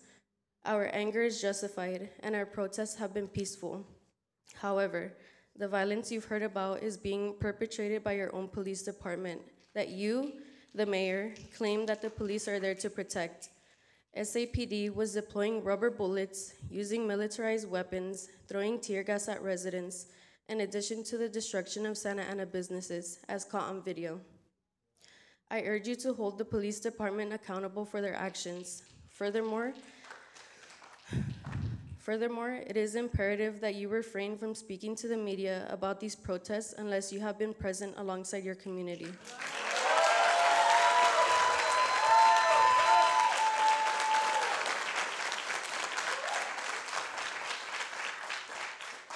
We urgently seek protection from ICE as it upholds our status as a sanctuary city.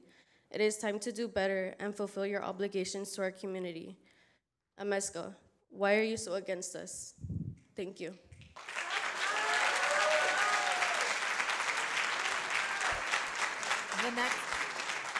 The next four speakers, Azenet Villalobos, Jose Hernandez, Maria Estrada, and Jewel C.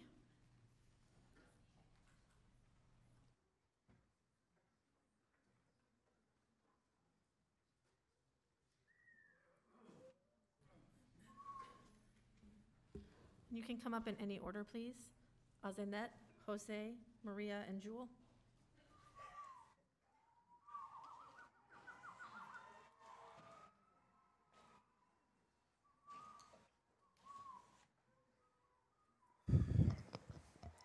Good evening, Council. My name is Jose Hernandez, and I'm a longtime activist in Orange County, Santa Ana, and a current resident here of this beautiful city. I want to be clear that my comments are mine and mine alone today. So, first of all, I want to demand that the woman that was detained at the beginning of this meeting, Taina, daughter of Nativo Lopez, be immediately released and no charges pressed, since all she was doing was advocating for the right for people to sit in this meeting. It's been a long time coming for me to come into these chambers and lift up my voice. I used to do this for many years, but this recent actions in our city has compelled me to lift up my voice. And I've just been really heartened by all the young people that have been coming to these meetings and lifting up their voices and are doing so still today. But those that know that we've been fighting for this community for a long time, for immigrant rights, for voter rights, for housing justice, for rent control, and against police brutality and in favor of police accountability. Because as many of us know, this is not a new issue. This department time and time again has fallen devastatingly short of the duty to serve and protect. That is why we need to demand that our police oversight committee be allowed to do their job, because as has been shown, the issues of police brutality and the killing of residents like Noé Rodriguez is still an issue, and we cannot allow this to happen. I want to say that I was appalled when I saw the social media post from our mayor, the city, falsely stating that her council colleagues and the county supervisor that represents our city were condoning violence. Really? In a moment when our community was being terrorized by ICE raids and local electeds, we're standing with our governor and demanding the end of ICE raids and the removal of tanks and military from our street. Our mayor chose to attack the press conference participants and falsely claim that there was pure violence and destruction in our city and businesses. Well, from the looks of the video that just came out, the only person that were destroying businesses, like the boutique, was the law enforcement that shot a rubber bullet and busted that window. They need to be paid for that. I was there the first day the protest broke out, as were a lot of council colleagues, including Councilmember Fan. We can attest that that's not what happened. we saw that the community was furious, and it was because the ICE was engaging in Gestapo-like tactics and legally kidnapping our jornaleros, our parents, and random community members. It's racial profiling, it is unconstitutional, and it is morally reprehensible. I'm running out of time, but I gotta say is the SAPD's response was expected, because that's what police departments across this country have been doing, and that's why many people protested during the Black Lives Matter protests, including this city. So, I know folks are mad that didn't get a council majority, and, that the recall failed against our councilwoman, Jessie Lopez, but aquí estamos y no nos vamos, and the bully has been exposed.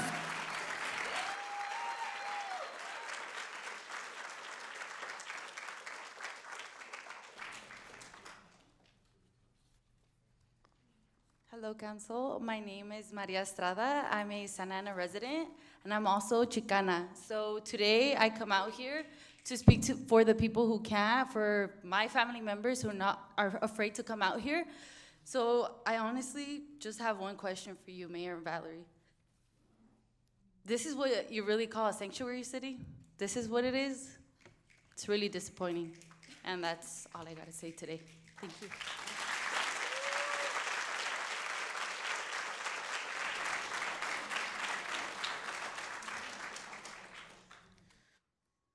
Okay, good afternoon. My name is Jewel. I'm here today to make a public comment as a lifelong resident of Santa Ana, as a member of the Mexican community, as someone who works closely with students in Santa Ana, and I've come here to make a comment today to our mayor. My life as a Mexican American matters. The lives of my Mexican American students matter. My family's lives matter. The lives of our immigrant community members' lives matter. My grandmother did not come here in a garbage can on the back of a truck just for her grandchild to still be fighting for people who look like her 50 years later. I marched down the streets that I drive down every day while having guns aimed at me, tear gas thrown at me, having to watch everyone around me brutalized for simply peacefully exercising their First Amendment right. The First Amendment right that their mayor refuses to defend. Not only does she refuse to defend the First Amendment rights of Santaneros, she refuses to condemn the police department that incited violence towards these innocent people at these peaceful protests.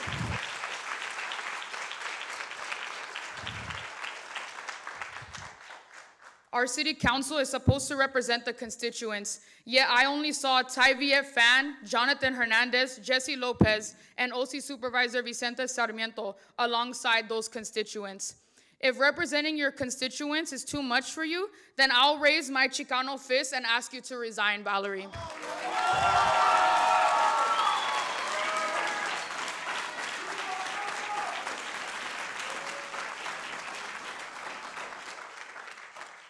Good evening, everybody. My name is Maria Estrada. Wow, what are the chances of another Maria Estrada in Santa Ana, right? I've been a resident of Santa Ana since I was 11 years old when I first crossed the border. I am one of 6 children. I attended Washington Elementary, MacArthur, Saddleback. I went to OCC. I got a bachelor's degree at UCLA, a master's degree at San Diego State, and am a proud faculty member for my community serving students in Santa Ana. I share with you my credentials because I know how important credentials or titles are to some of you, and may be tempted to tune me out unless I have some kind of title. And even then, in spite of that, I know some of you may still choose to tune me out. But I'm here as an immigrant. I'm here as a human being. I'm here today to express my sincere disappointment in some of the council members and the mayor. I elected you specifically for the best interest of our community, not only for special interest groups. I particularly had placed a lot of faith in you, Valerie. I had placed faith in you because you are a woman, and I thought you would know better and do better. But boy, have I been disappointed. I'm sure if it was the police department that was in trouble and needed you, you wouldn't waste any time or energy or show your support physically, mentally, or otherwise. But you decided to play it safe and not attract attention. We are a sanctuary city, for God's sakes. The attention is already on us. So what is it going to take for you to show up for the most vulnerable? Or is it that our immigrants are merely not the right kind of interest group? we are a sanctuary city, which means you should know we thrive because of our immigrant community, which you have clearly turned your back on with your inaction during these historic times of need. I'm not only disappointed, but I'm very angry, and will be sure that my disappointment is not only expressed directly to you tonight, but will be reflected alongside many community members at the ballot box. So those of you who have stood back and just watched from the sidelines and consider yourself Latino leaders, you should be ashamed. And you are here, and we are here to remind you that you work for us, and we deserve better.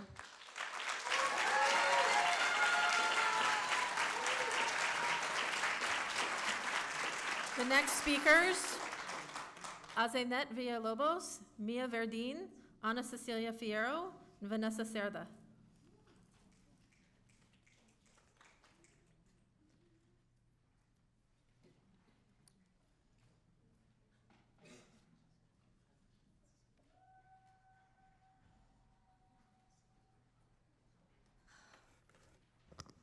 Good evening, Mayor and City Council. My name is Mia Verdin, and I'm a Ward 3 resident. I'm here to speak alongside my community in my utter disappointment with some of my elected local leadership at the City Council, specifically with the rhetoric being spewed by Mayor Mescua and Council members Peñalosa and Becerra. As I'm sure you're aware, your constituents are being ripped off the streets and having their constitutional rights violated. So when Santaneros, rightfully angry at the fact that their neighbors, loved ones, and their families are being ripped off the streets and kidnapped by federal agents, express their First Amendment right. I'm sorry. And are rightfully angry at the fact that their neighbors, loved ones, and families are being kidnapped, rightfully angry that their cities, under an active military occupation, use their First Amendment right to express this anger, they're shot and tear gassed by their own police department, simply for refusing to be complacent in state-sanctioned violence. And the only thing you can express your distaste for is a couple fireworks at a protest? Are you serious? Even though the protests have been largely peaceful, of course, until SAPD pulled up in riot gear, the only thing you can find yourself to be upset about is over a couple unruly protesters? More angry at that than the fact that your own constituents are being ripped off the streets? This is not normal, and we refuse to let this be normalized. In every sense of the word, that's shameful. But here's the thing. I say I'm disappointed in the rhetoric from specifically Mayor Mescua, council members Peñalosa and Becerra, but I know it doesn't end with you. Mayor Mescua, you say that you don't just represent one part of the community, but we all know you're just representing whoever puts the most in your pockets. I see you, SAPOA, and I see you, California Apartments Association. We know that even long after these local officials are off the council, they will continue to prop up candidates that use talking points suspiciously similar to what you all are saying. And we hear from you three. You can tell how smart you are, all you want, but we the people can see past your rhetoric and call out the strings that pull you and that determine every word that comes out of your mouth, or in Mayor Mescua's case, the lack thereof. So with that, I want to remind you that Santaneros, we're not going to wait until you're termed out to see you out of the council chambers. Santana will remember your complacency when we needed you the most, when we needed bold leadership the most. We will remember when you refused to say something as simple as, "Ice out of Santana, my community doesn't deserve this." I was first 16 years old when I first stood in this very spot and said what I was about to say. I'm 20 years old now, and let me remind you, we voted you in, and we will certainly vote you out.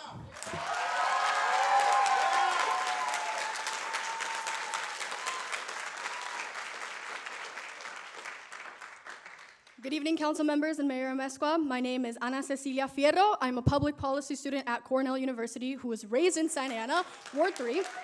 I went to school in Santa Ana, and my passion for policy started with the product of the passion in this city. I want to start my comment off with advice as a concerned resident. As I've organized from afar and watched city council meetings, I have noticed the eye rolls, snarky comments, and instant disdain for anyone who criticizes your viewpoints or actions, or at this point, lack of actions for Becerra, Peñalosa, and Mescua. You've expressed your desire for the community to come together, and I'm completely with you there, but you're not putting in the work to hear Santa Ana out. There is a reason that it is packed out there right now. There is a reason that there are people calling for your recall. There is a reason that when you are interviewed by major media outlets, you receive the backlash that you receive. Because as a mayor, you are supposed to represent your constituency. Right now, your constituency is asking for your transparency on what you were doing when immigrant families were being torn from their homes and off our streets. Your constituency is asking you to humble yourself, to stop rolling your eyes and taking our criticism like personal attacks. You are not the victim. You are a perpetrator.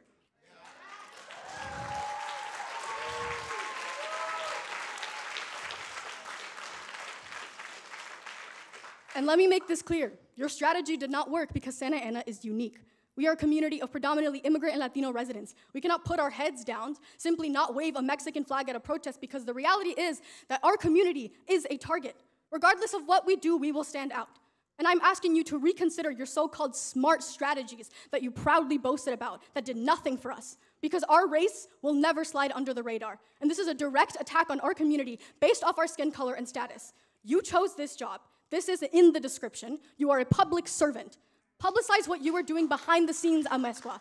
Let's see call logs, tangible solutions for immigrant families, and let's see you condemn the violent actions of SAPD. And finally, humble yourself.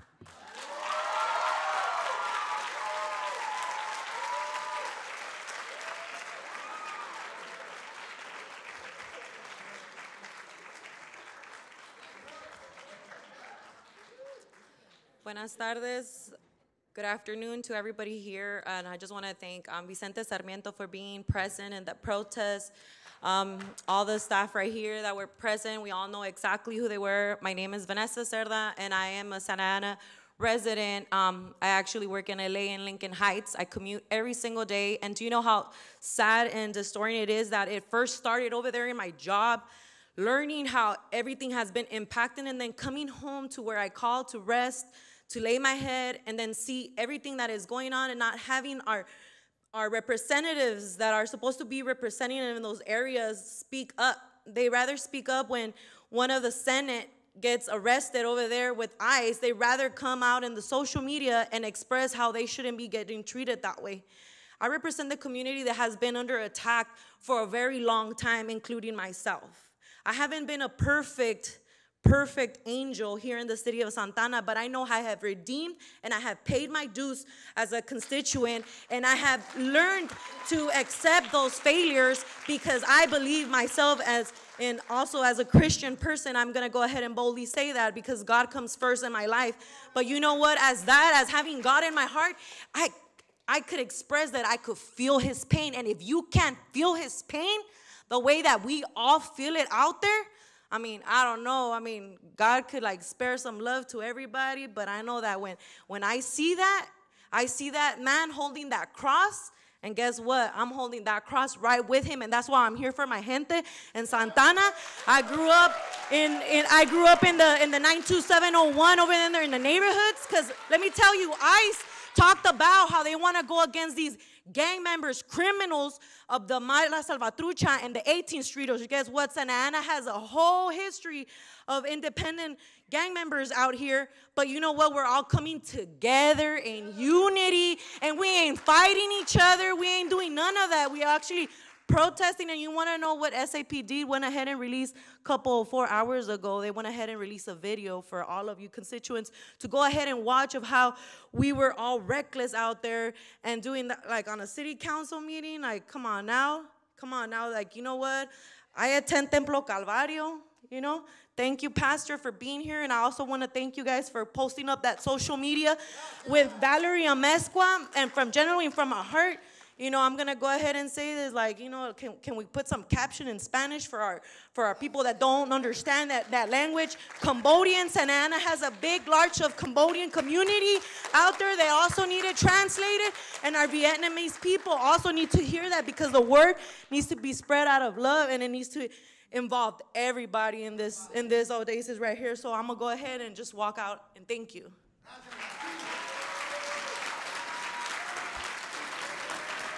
The next four speakers: Jennifer Perez, Carla Ramirez, Alex Cervantes, and Setlali Espinoza.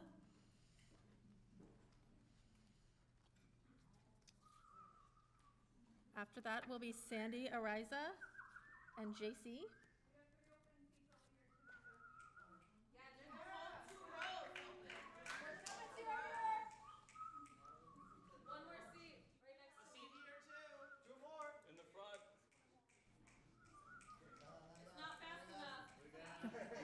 Go ahead. Can you go ahead with your comments, please? Thank you. Thank you.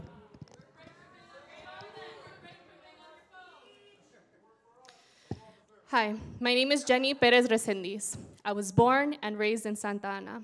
I am the daughter of two amazing humans who came to this city from Mexico in search of a better life. Growing up, I had the most incredible, hardworking, loving parents who raised my sister and me. I could go on for weeks talking about the beautiful life they gave us. They did everything right. Yet in 2011, my dad, a man with no criminal record, was deported in this very city, and my life was turned upside down. My sister and I still went on to do everything right. We were both valedictorians of an SAUSD high school and captains of the varsity soccer team. We both went to top colleges on full rides. We both went on to establish incredible careers. We even bought a home together at the ages of 25 and 27, all while supporting our parents who now live in Mexico. I don't say this because I believe that doing things right is what makes people deserving of basic dignity, but because you, Valeria, like to stand on stages with your righteousness, acting like doing things right will keep our communities and families safe. What is right to you? My family is proof that doing things right gets you nothing. Rather than standing up for the immigrant families who are the fabric of this city, you are criminalizing the people who do. You are participating and upholding a system that destroys people. Time does not heal all wounds. I can still picture my dad's lifeless looking face when 14-year-old me saw him come out of a shelter in Tijuana after experiencing deportation. I can still hear my mom's cries as she wept to sleep during the 8 years she was separated from the love of her life. I can still feel the pain that I felt at every important life event that my parents weren't able to attend. I can still hear my dad tell me that he struggles not to take his life, and I can still remember the night I tried taking my own life. You are compliant in causing irreparable damage and helping to inflict indescribable trauma on people at a mass scale. Valerie, I've heard your condescending comments and can't help but feel embarrassed for you. If you were truly the people's mayor, you wouldn't be criminalizing the people of this city and supporting a police department that causes chaos, hurts our people, and damages our businesses. Oh, and how funny that you say you don't like photo ops, yet I was there when Keep Running Santa Ana was taking our pre-race run club picture, and you came hurrying over screaming, "Can I join your picture?" even though you failed to support the club. So it's not about photo ops. So if it's not about photo ops, how about you advocate for the removal of the National Guard, the return of our detained community members, and the end of kidnapping so we can continue to run and experience the joy we deserve to feel in the city.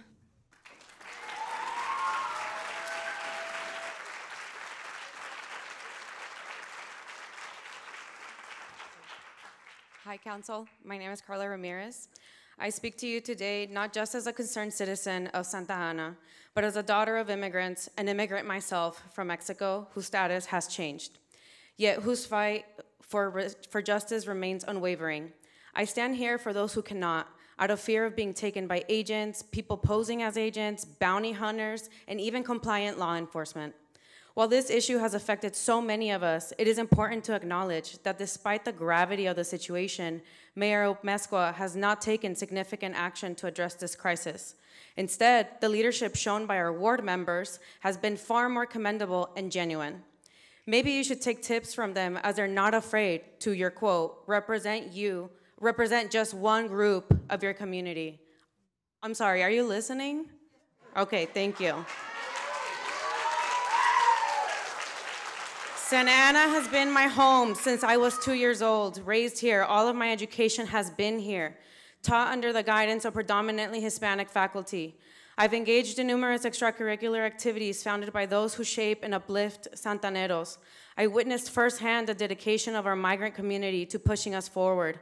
Now as an adult, I'm part of the Keep Running Santa Ana local club, engage in our community, in our local business, with our local business owners, and support in however I can. This paints a beautiful picture of the recent reality up until last week. But now those who were uplifted and did the uplifting are being hunted down and attacked in the city that has been their home by the very same people that swear oaths to protect us. People in our community are traumatized. Their lives have been disproportionately distorted because they fear leaving their homes for groceries, taking their children to summer school, or even going to the doctor, to name a few. Do you think it's okay for people to fear their loved one or themselves would be disappeared because they looked the part in the wrong place at the wrong time? Do you think it's normal to be walking my dogs amongst soldiers that aren't doing anything but be a propped up decoration of military power? Do you like that SAPD is assaulting your constituents for using their First Amendment right when they're peacefully demonstrating their understandable anger? Ms. Amezcua, while you've met with those religious leaders and created videos for your social media where frankly you looked obligated and uncomfortable, just know the city sees beyond these cheap optics. Your PR team might be working overtime, but what Santa Ana truly needs now is for you to step back and let those who have shown real leadership from the start take it from here. Thank you.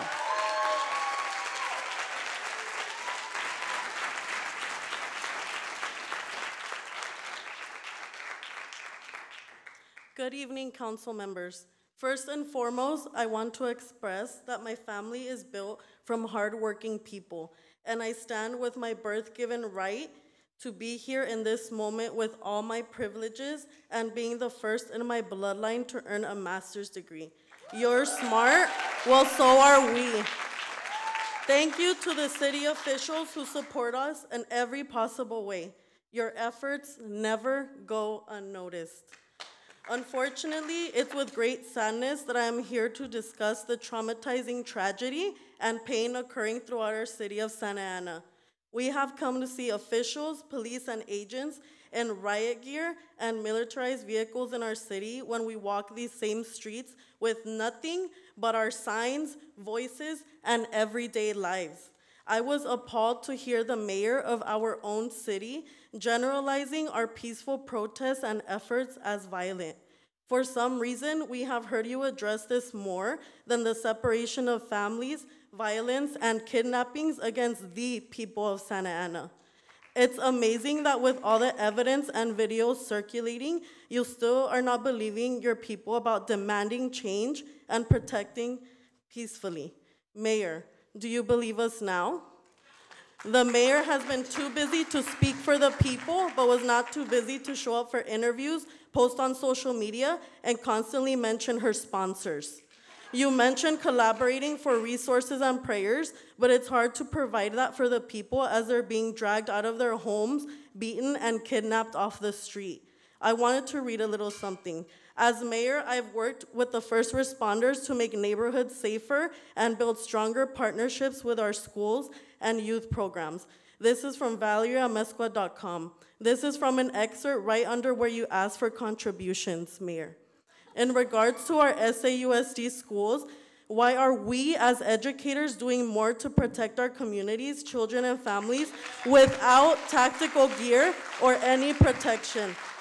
For the majority of those against us in our own city, behind your titles and badges, a lot of you look just like us. Your children look like us. Your families look like us. No matter how much you try not to address the ICE raids at large, you are just as much a target as we are. Protesting is not a crime, and neither should the color of our skin. We demand ICE out of OC. Thank you for your time. Thank you guys for your time.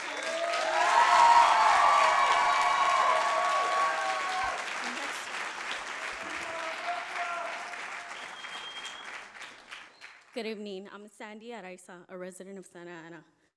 On December 5th, 2023, the council meeting addressed the genocide Israel is committing against Palestine. During that meeting, Mayor Amezcua responded with, "My job as a mayor is to make sure that we are fiscally sound as a city. We're addressing city issues and addressing our residents and constituents." She continued with, "I am concerned with issues that are local. This is local. In the past week, and that not only does the mayor care about international issues, she also doesn't care that her residents are being targeted by ICE. We are here to remind you that we have human and civil rights that are being violated. And yes, you represent more than one group in this community, but when rights are being violated, you cannot hide. We want an end to the kidnapping of U.S. immigrants and citizens, and we want the return of all U.S. immigrants deported without due process. I'd like to end by acknowledging that historical protests have helped pave the way for you to be up there today.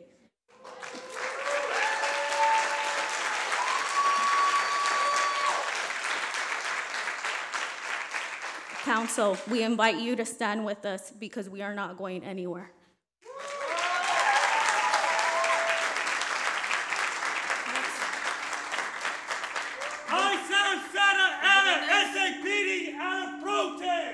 The next speakers, Alex Cervantes, JC, Gil Sanchez, and Rain Mendoza.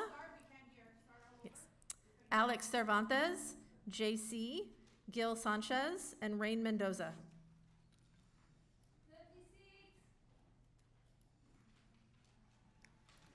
Any of these four are present, please come forward. Alex, JC, Gil, and Rain. Please approach the podium. Greetings, Council. Greetings, Mayor. 1492. I don't know if you know what that means. Over 500 years ago, Columbus landed in the Americas. What happened there? Displacement, erasure of religion, children being disappeared, women being disappeared. Can you see the parallels? Nothing's changed other than what you wear, other than what we wear. Nothing has changed. They've just guised it differently. Maybe the speech has gone a little more eloquent, but nothing has changed. There are people being arrested and detained right now, Mayor. And I imagine what it's like for you to hear the people that you serve bring their receipts of what you said. I can't imagine what that feels like. Because what you're hearing a lot of people who are let down by you, a lot of people who are angry. And underneath that anger, you see, I'm a therapist and I'm an educator. So I educate people on exactly what's going on in their body, exactly how does the history that our people, our indigenous people, have gone through and how that impacts us today. And what you see is anger, sure, but beneath that anger is sadness, disappointment, grief, frustration, irritation. That's what you're seeing. So, and it's understandable for you to meet that anger with anger, because I imagine you're feeling different things underneath that anger as well. There's a lot of things that people are asking of you that you can make vocal, that you can stand up for us, stand with us. Next time there's a protest, next time there's a rally, come out. People will be confused, right? People may not meet you with the most welcome. That's okay, because that's where trust begins, Mayor. What happened was you made all these promises, and people are, like I said, bringing those receipts, and you broke that trust. For people that voted for you, you broke that trust. That's just what it is. And now it's up to you to build that trust again. Be on our side. Stand with us. Don't stand with the people with guns. Like I said, nothing's changed. Before, when it was indigenous people against the colonizers, what do we have? We didn't have gunpowder. We didn't have bombs. Who carries the gunpowder to this day? Who? The National Guard. Denounce them. And there's things that we want to hear from you is that you give us ICE notifications. We demand that you are transparent about your communications. We demand so much more. We demand a report on how much bullets, pepper bullets, were fired by the SAPD against peaceful protesters. That's what we demand. 1492. 1492.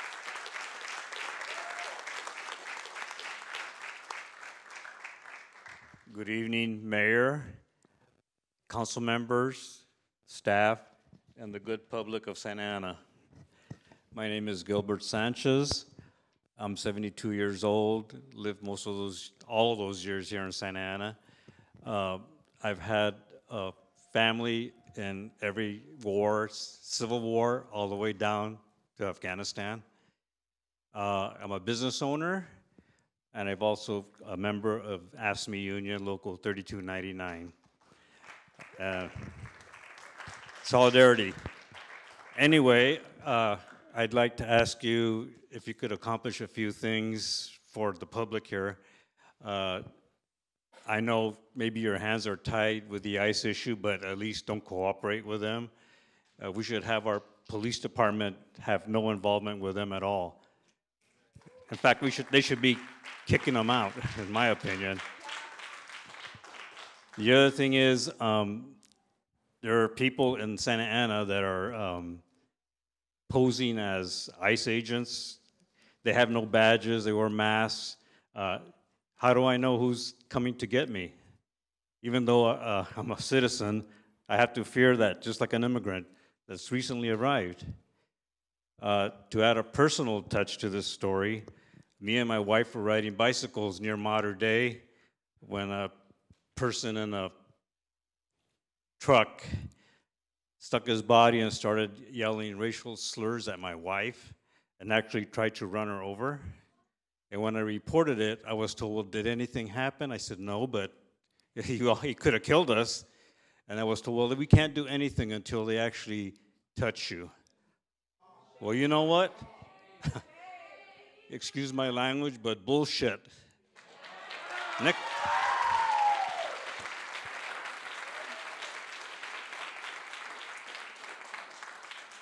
Next time that happens, I'm going to be prepared.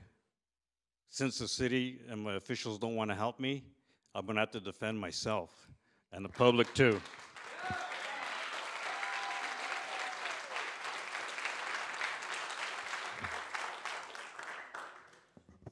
Anyway, I'd like for everybody here to stand up for civil rights and our First Amendment rights. And I'd like to be able to protest without having to be shot with tear gas or rubber bullets. I think we've all here earned that right to protest. Thank you very much.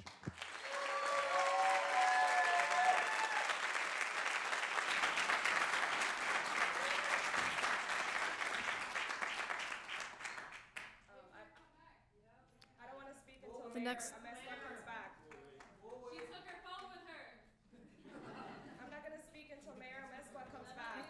We'll call the next speakers. Mr. Mayor, point of order, Mr. Mayor Pro Tem, can I suggest a 5-minute recess so that we could all stretch? Anybody? That's a cool 5-minute recess. Yeah? There's no recess during a time where our people being beaten and we're in crisis.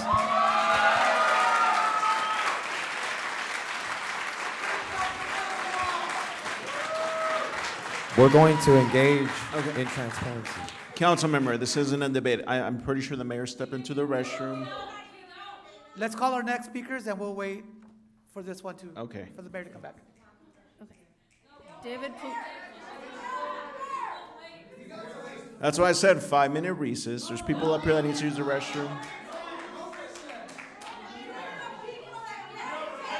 We'll sit here, we'll wait for the mayor. Thank you.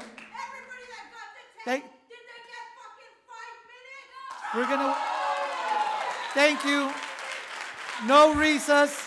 We'll wait for the mayor. That's fine. I was trying to help everybody here, but okay.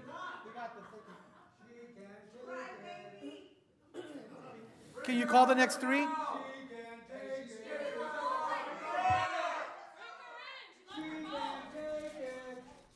just for efficiency's sake, the next four speakers will be Rain Mendoza, David Pulido, Christopher Diaz, and Fernando Deveros. I'm not the one holding up the meeting.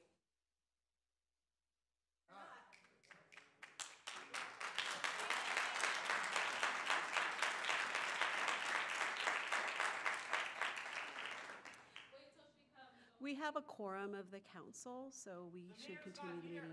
We don't need the mayor to be in session as a city council.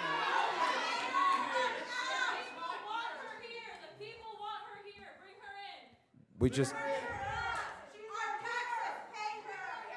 The mayor will be here shortly. so, just for clarification, under our city's charter, we have a mayor pro tem. The meeting is allowed to continue. We understand the public would like the mayor here, but if anyone would like to continue to speak, if anyone would not like to talk until the mayor's here, you have that right to do so.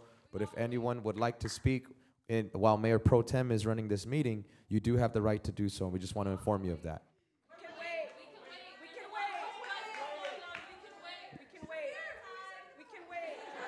You guys have a right to do so. We just ask that you all have very important things you want to share. We just ask that you guys patiently wait to be able to speak, but we respect your guys' First Amendment right.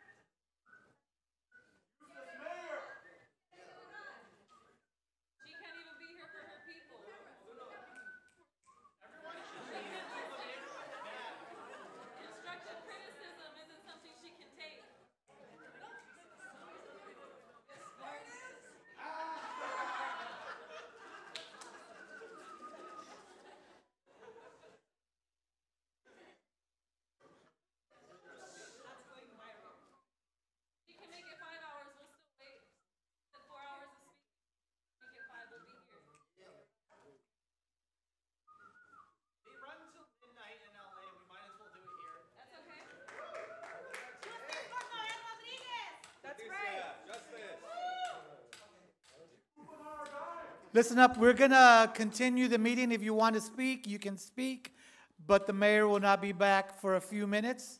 So I ask you to line up and speak. She can't hear you.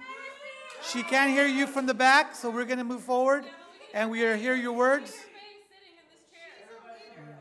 We need to move forward. We have 100 speakers, and we want to hear everybody. I don't mind being here till midnight and past 1. But we need to move with our speakers because we have over 130 speakers. You said just a few minutes. I can wait a few minutes. That's fine. You said just It's indefinite. We don't know. I can wait a few minutes. Everybody. I know we want the mayor to hear our words, but remember, there are people watching at home as well who are hearing what we have to say. And so we want to have as many people speak. We have over 120 people speaking. Awesome. That's what we heard.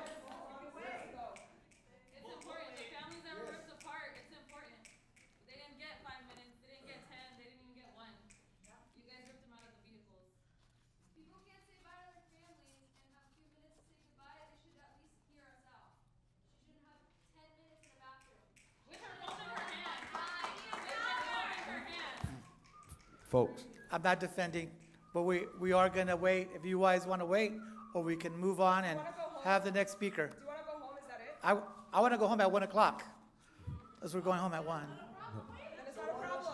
There's no problem here. We're here to support your First Amendment right. We don't want anyone infringing on that right.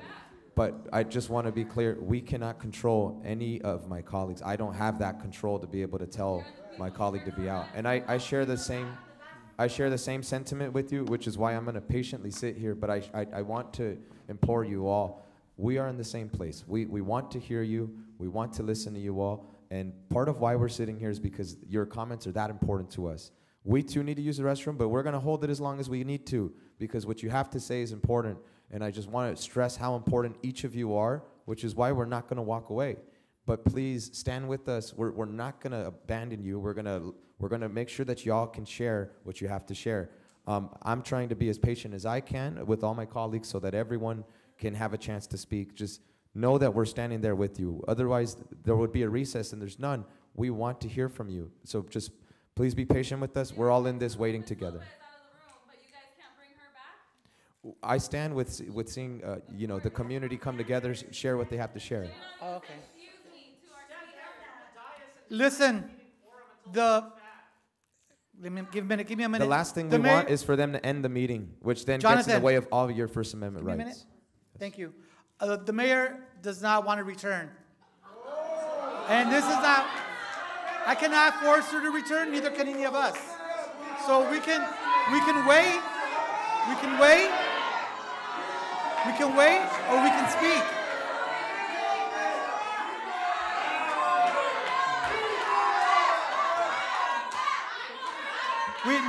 Listen, thank you everybody. We hear your voice and we know you want to be heard. If we can have quorum, everyone, we all want to hear what you have to say. Thank you. Just to be clear, Mayor Pro Tem, I'm allowed to use the bathroom just like everybody else up here. So don't say I don't want to come back, but thank you. So go ahead, you got 3 minutes. Go ahead. Thank you.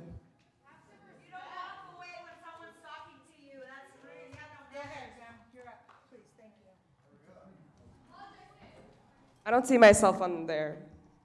Okay, thank you.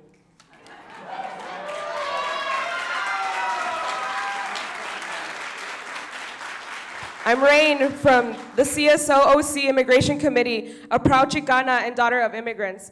Let me start by saying that members in my family, like many families in Santa Ana, spent Father's Day inside for fear of going outside and being rounded up like animals by ICE. Since February of this year, ICE has been active in Santa Ana, kidnapping people at the immigration court and conducting brutal raids all around our city. Mayor Amezcua has been completely silent about this and only addressed it publicly to say that she does not support unlawful assembly. Mayor Amezcua, did you forget you represent all of Santa Ana and not just SAPD? Santa Ana, a city made up of hundreds of thousands of immigrants, are under racist oppression and attacked by ICE and the National Guard with the aid of SAPD. Santa Ana is supposed to be a sanctuary city, yet there are tanks and masked federal agents running rampant all throughout our city, and you all have failed to act. We have seen leadership from people all across the country, including just regular people and politicians. Just today, Brad Lander, a candidate for mayor in New York, was arrested for trying to protect someone from ICE arrest. All you have done is shame your own constituents for trying to show that same level of bravery. On top of that, you've made it as hard as possible to come to this meeting by blocking streets and entrances. That's cowardice.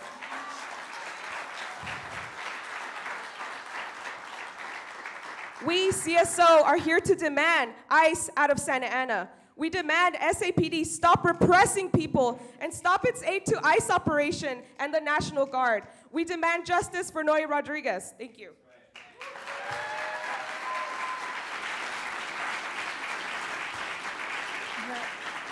The next 4 speakers are David Pulido, Christopher Diaz, Fernando Deveros, and Brianna Olalo.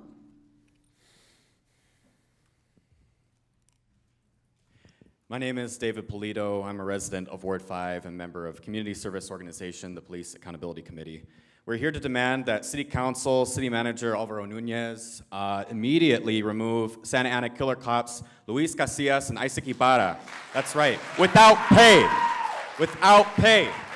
We demand that the City Manager and the Police Oversight Commission use their power to investigate this police killing. Noe's family demands that both officers be imprisoned so they do not harm or kill anyone again. Noe was killed. Noe was killed by officers Luis Casillas and Isaac Ibarra on December 1st, 2024. He was suffering a mental health crisis and holding a toy gun in downtown Santa Ana. But officers Luis Casillas, he did not try to assess the situation. He did not try to de-escalate the situation. Within 30 seconds of seeing Noe, he drew his handgun and fired every single bullet at Noe, killing him. He fired 18 bullets. Isaac fired 11 bullets, 3 of them as he fell to the ground. Shame! Callers and dispatch officers identified Noe as Hispanic. Officer Isaac Ibarra identified Noe's race as Hispanic. According to the census, the majority of the population of Santa Ana is Hispanic, and the most commonly spoken language other than English is Spanish. Yet those officers did not give commands in Spanish. They gave 3 commands only in English. And then they fired 29 bullets at an unarmed man in Santana. Shame. The police killing of Noe Rodriguez is part of a years-long pattern of police killings of Chicanos and Latinos in this city. On April 1st, just to name a few, I can't list them all, but officers killed Luis Amezcua at La Quinta Inn. He was unarmed. They tortured him on the terrace there. Later that year, they killed 73-year-old Salvadoran immigrant Miguel Chavez in a CVS parking lot where they chased him and mauled him to death with a police dog. Shame. In 2021, you may know, Santa Ana police allowed Anaheim police to chase and gun down unarmed 34-year-old Brandon Lopez, who was shot over 22 times. Shame. But I am not surprised that Mayor Valerio Mezcua and council members Phil Becerra and David Peñalosa ignore police violence against their constituents, against Chicanos. It is not in their financial interest to care. In 2022 alone, they received over almost $400,000 in campaign support from the Police Officers Association. And meanwhile, they ran challenger candidates like Mario Alvarado and Jeffrey Katz to challenge progressive candidates right here in this chamber. This is not acceptable. We will not let cops run this city. This is why we're dedicated to building community control of the police, so we can rein them in when they kill us, so we can rein them in when they oppress us, and they allow ICE agents to run freely in our city. We demand community control and justice for Noe Rodriguez.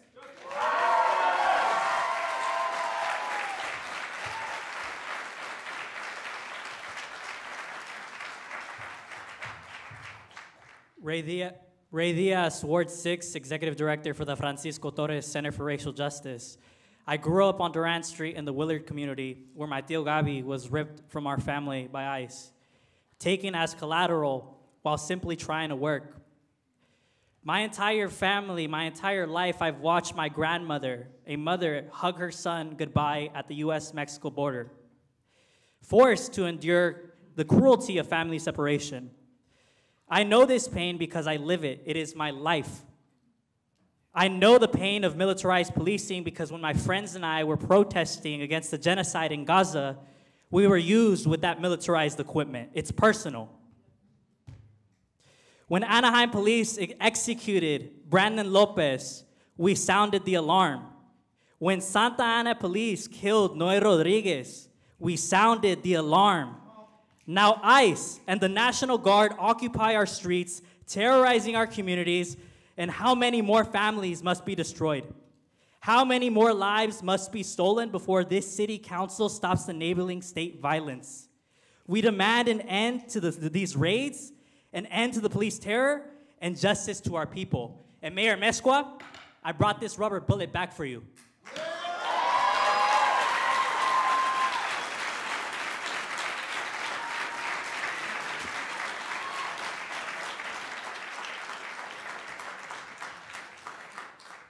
Good evening, Council. Quiero dar un mensaje a nuestras familias que están asustadas, que tienen miedo del riesgo que estamos enfrentando en nuestra ciudad. Que quiero que noten que más de 100 personas llegaron hoy para hablar, para representarlos, para luchar para ustedes. No están solos. Cuando nuestra alcaldesa dice que todos se tienen que callar, que nos tenemos que esconder, que la gente va a salir para luchar para ustedes. I want everybody here, I'm not here to speak to the council, y'all have heard me plenty of times. I want everybody who's present here today to recognize the power that you have when you show up and speak this way. When you know their names, when you know their faces, when you know that election time is coming around. And don't let this be the last time that you show up. That's what they're counting on. They're counting on the fact that y'all show up, you get very excited, you get very energized, you mobilize, you chant, you march, and then you go home. Make sure that they see your faces again too.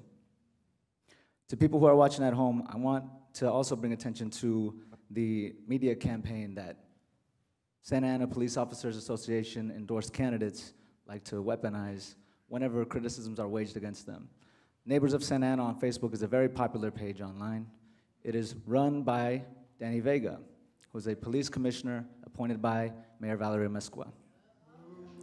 When criticisms were waged against her after the city had to pay out a $600,000 settlement against our former city manager, and people shared that news, Danny Vega was quick to remove this post and block people who were sharing it. There's a page on Instagram right now that is gaining some traction and seems to be solely dedicated to doing publicity for our police department and for Mayor Mezcua. It's called Mi Santana and PT Force. Be wary of these campaigns, be wary of the narratives that are being spun in these spaces. To the preachers and the pastors that are quick to move to the side of Mayor Valeria Mezcua as she ignores our vulnerable community members, be careful who you stand by. Jesus would not have stood quiet.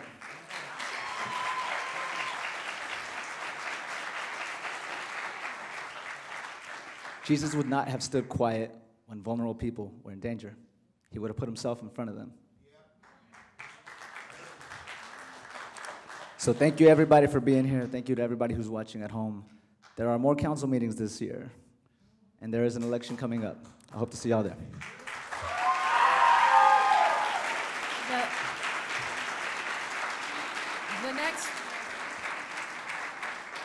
The next four speakers are Brianna Aluyo, Aaron Garcia, Carla Valencia, and Joe S. Brianna, Aaron, Carla, and Joe. Hello, everybody. Mayor Mezcua, you have failed, not only yourself, but us. You stayed silent while our people are targeted. You've been absent while we lived in fear, and we're done pretending your silence is anything but a betrayal. Too many of our neighbors are praying for safety when they should simply be living in peace. While they hide, while they cry, while they wonder if their family will make it home. We, the community, have stepped up. We've walked each other to work. We've made emergency plans. We've raised money. We've opened our doors. We've called lawyers and built support systems. We have done what this city's leadership refused to do. Protect its people. And you, Mayor Mezcua, you have done nothing. You have watched our pain from your position of power and stayed quiet, knowing we are essential to the community. You didn't speak when ICE took workers from the jobs. You didn't speak when families were torn apart. You didn't speak when we begged for protection. And when we exercised our First Amendment right to protest, when we stood up in the defense of our community, the National Guard was brought in. You tried to silence us. You told us to go home. You treated our field like it was noise. That wasn't leadership, that was cowardice.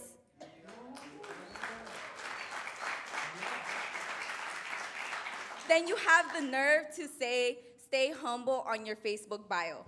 Please, babes, let me be clear. That is not humility, that is hypocrisy. You care more about curated captions than your own community, more about your image than integrity, but no social media post can fix what you've done. No hair appointment can cover the roots of the leader who's out of touch with their own. Because the truth is, I'm looking straight at you, babes. We can do this all day.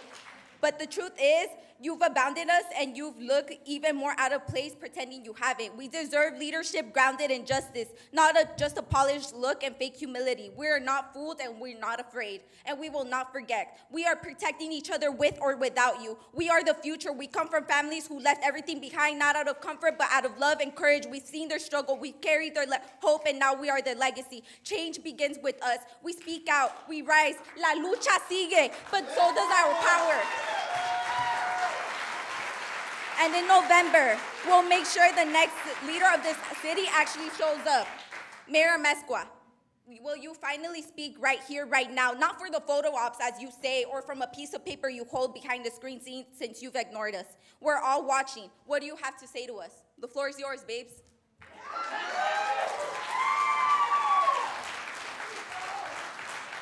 And exactly, she's not gonna say anything. And my name's Fatima Calderon, by the way.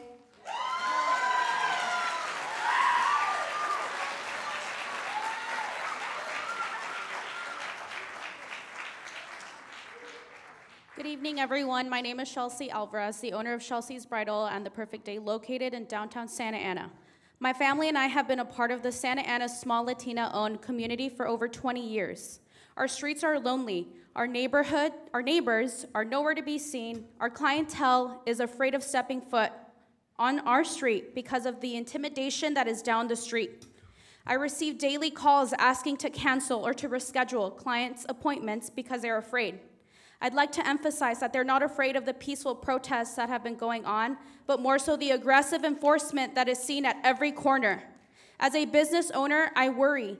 There are bills that need to get paid like rent, electricity, utilities, and employees. Our small businesses depend on our immigrant people. As a long-standing member of the community, I worry about the violence that is being committed against our people and the terror that is being instilled in us all. Please, Mayor Amezcua, I ask that you listen with intent and please come up with a solution to protect our city and our people. Chelsea's Bridal stands proudly with our community members that are out fighting for our rights.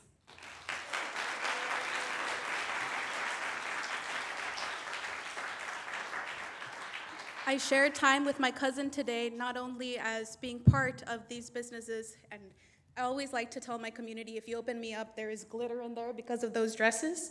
So I also want to stand as a professor at Cal State Universities and as professor in a local community college, because what I heard from you today, Mayor, and in previous instances, is that protests accomplish nothing, right? What you asked our community is, what did this accomplish? This is what it fucking accomplished. There has been no point in history where we did not have to fight for our civil rights with tooth and nail. There has been no point in our history where we didn't have to stand up here and demand that our council members represent us, and we will continue with that history. We'll continue to stand up despite not having your support. I do want to clarify, thank you so much, Jonathan Hernandez, Jesse Lopez, the individuals who are out there in solidarity with us. Our struggles are connected from here, Palestine, Sudan, and all these different spaces. We are fighting for our rights, with or without you. We will continue in these spaces of resistance because these spaces of resistance have brought us joy. These spaces of resistance has brought us health care. These spaces of resistance has brought us community. That is more than any piece of paper, any type of legislation will ever bring us. These spaces of resistance are important to our community, and we will continue to build these spaces of resistance with or without you.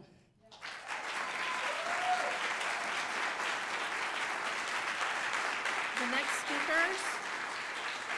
next speakers are Brianna Oluyo, Aaron Garcia, Carla Valencia, and Joe S. Hello, my name is Brianna Olayo, and I'm a proud lifelong resident of Santa Ana from Ward 3. First, I want to thank everyone who is here today, those watching from home, que están mirando en casa, and the City Council for your time.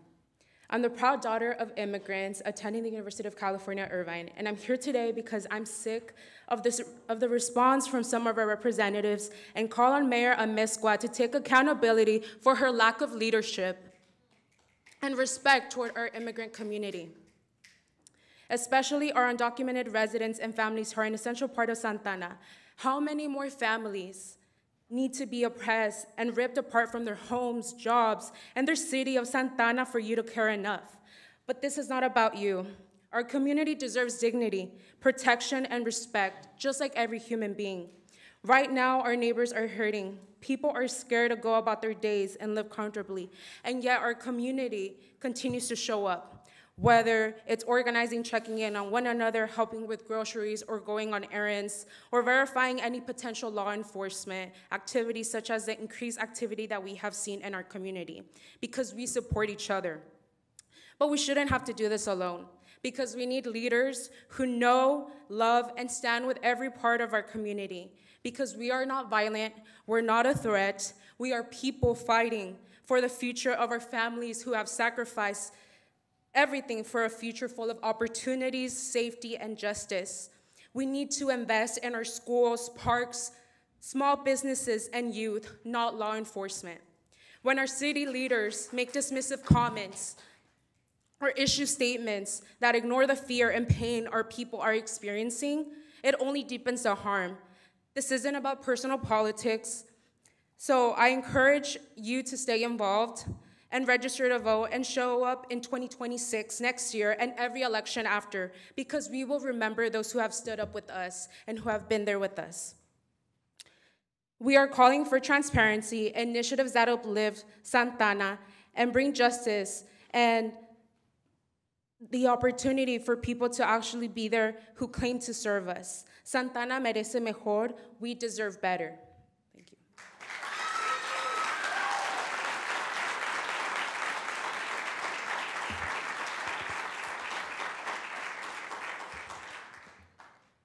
I'd like to ask Valerie to stop rolling your eyes and get off your phone and pay attention to those with the public comment.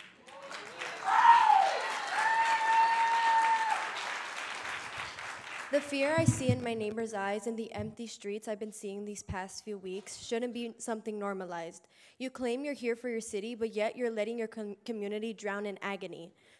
While you're doing nothing for us in times of disparity, our communities are coming together and peacefully protesting to keep families together. If you see wrong with that, you are not with the people.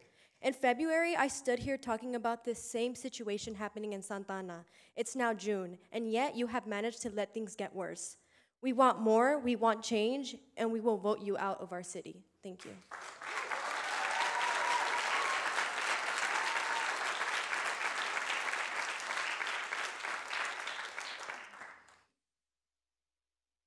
Hello, my name is Joe Saladino, and I'm a resident of Santa Ana, Ward 5. I'm here to express my outrage and deep concern over the recent raids and militarization that is happening here in our city. What's currently transpiring in Santa Ana is horrifying. To a degree, we expected this from a presidential administration who has made it their mission to target, vilify, and erase the most vulnerable among us, including Black, brown, and immigrant communities. What is truly horrifying is the lack of protection and accountability by the officials elected to represent us here in Santa Ana, more specifically you, Mayor Mezcua. How can you call yourself a mayor of the people if the people you were elected to serve are being violently taken with no due process? If men and women in mass wearing tactical gear you can freely buy online refuse to identify themselves and go off and kidnap fathers, mothers, brothers, and sisters.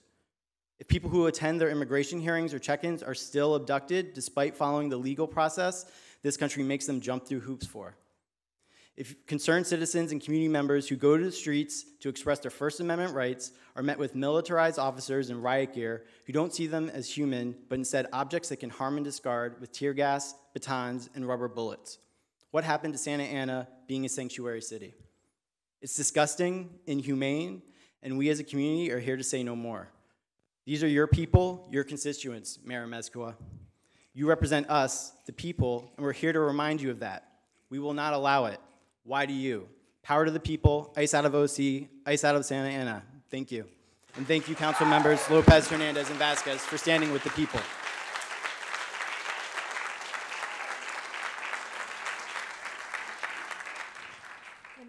The next speakers are Aaron Garcia, Matt Kay, Gilbert, and Lorangel Bustos. Good evening, council. I want to start by thanking Councilmember Hernandez, Councilmember Lopez, Councilmember Vasquez, and Vicente Sarmiento for being out there in the streets with the people. My name is Aaron Garcia, and I live in Ward 2. I am the founder and leader of Keep Running Santa Ana, a free community-run club for the people. I'm standing here today in front of you for those members of my community who cannot be here. We have been a safe space for the community for the last 4.5 years with meetings 3 times a week. In the last 8 days, I want you to know that you have taken that safe space from so many of our city's residents. We are each other's familia, each other's support system, and each other's voices. Due to the fear you've allowed in our community, people fear coming out of their homes with the National Guard roaming our streets. We will not normalize this. Mayor, your delay in response and lack of actions is shameful. I'm here today to tell you what we already know. You cannot be the mayor of Santa Ana if you don't stand in solidarity with the people.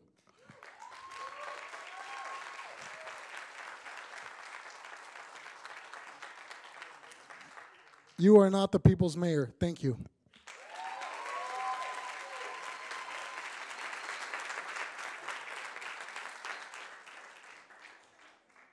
Hi there. My name is Michael Eller. I'm new to Santa Ana. Only lived here about a year so far, but from what I've seen these past couple weeks, these past couple months, it is truly atrocious from this administration.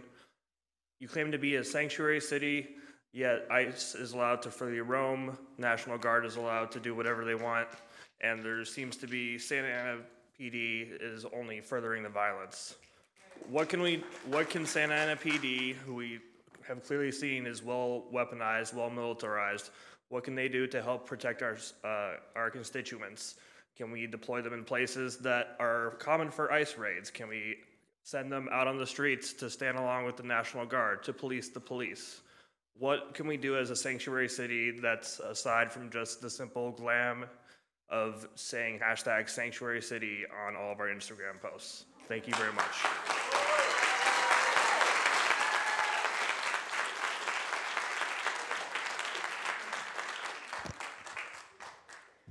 Hi, everyone. My name is Laura Angel Bustos, and I come here not to speak only to you here in the council, but to everyone who's in here, everyone who's tuning in online, and everyone who's outside. We can hear you, and we appreciate your support. So I come here with a plea for us to think here critically as to who wants us fighting out here on these streets. Who is the one who's arming the military and coming to terrorize our streets? Like many of you, I've been out protesting, standing up for those being kidnapped. As I was out there, I took a good look at those standing opposite of us and realized that they look a lot like us. Remove the uniform, the guns, and the badge, and they could be the ones being tackled and abducted right on these same streets. So why are they there? Why does Mayor Amezcua refuse to straight up denounce ICE's presence and order Santa Ana Police Department to stand with our community and not shoot them with rubber bullets and tear gas, but to protect them? Well, I'll tell you what I think. I think they were bribed. They were bribed by an invisible yet ever-present force, such as the billionaires and the oligarchs. Mayor Amezcua refuses to denounce the militarization of her city. Why? Well, let's take a look at who donates to her campaign and who stands alongside her. Even more so, why is ICE here? They too were bribed. If you look at the federal agents, they look a lot like us, but they were proposed with benefits and a $40,000 sign-on bonus for new ICE agents. They were bribed. Why is the National Guard here?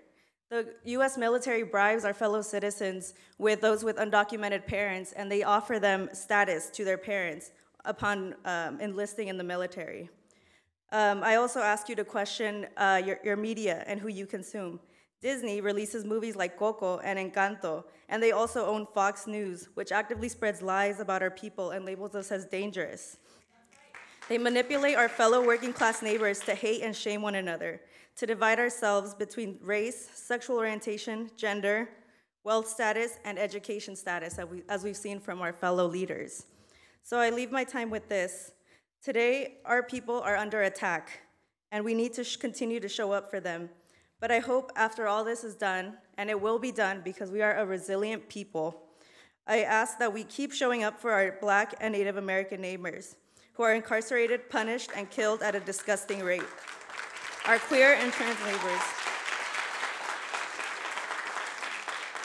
Our queer and trans neighbors who are constantly labeled as pedophiles when the real ones are the billionaires vacationing on Epstein Island, our president included. So I ask you all, if you will not be our local leader, if you don't see the need to raise your fist, to please step down so somebody else can. Thank you.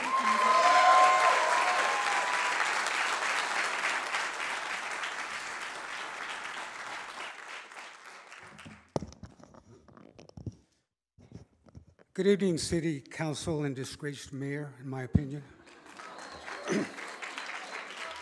I want to give mad props to, almost forgot his name, Mr. Vasquez, Ms. Lopez, and Councilman Jonathan Hernandez.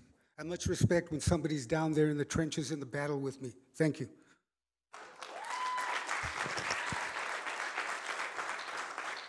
I was not hit by one of these. A DHS agent shot a small pepper round. Twice I got hit in the back and the knee. I don't need any witnesses. Councilman was there. I did not survive enough to get hit with one of these. I'd like to see what one of these feels like. I got hit with, like I said, by a DHS agent. I was walking up to the federal building, and there they were. Just like Valerie Amezcua trying to mad dog me and look at me. It's like I'm being intimidated. I've been beat down by the Santa Ana Police Department since the early 80s. I was always looked at as a gang member. I was one of those persons that if few Mexicans hang around a park, it was Windsor Park in the 70s, and we were considered a gang. We were checked.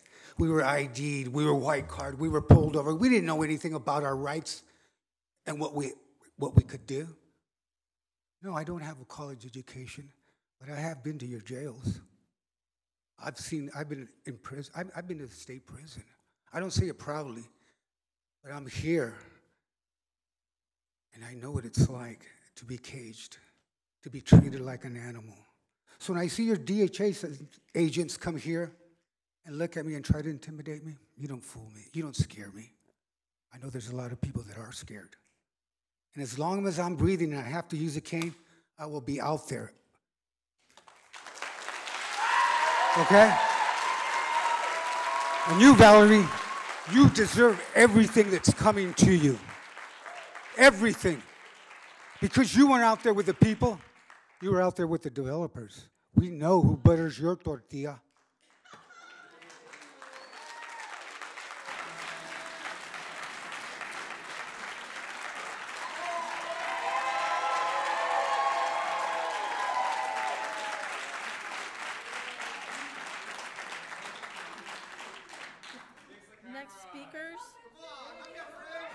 The next speakers, Matt K. Gilbert, Ubaida Qureshi, and Caroline Romero.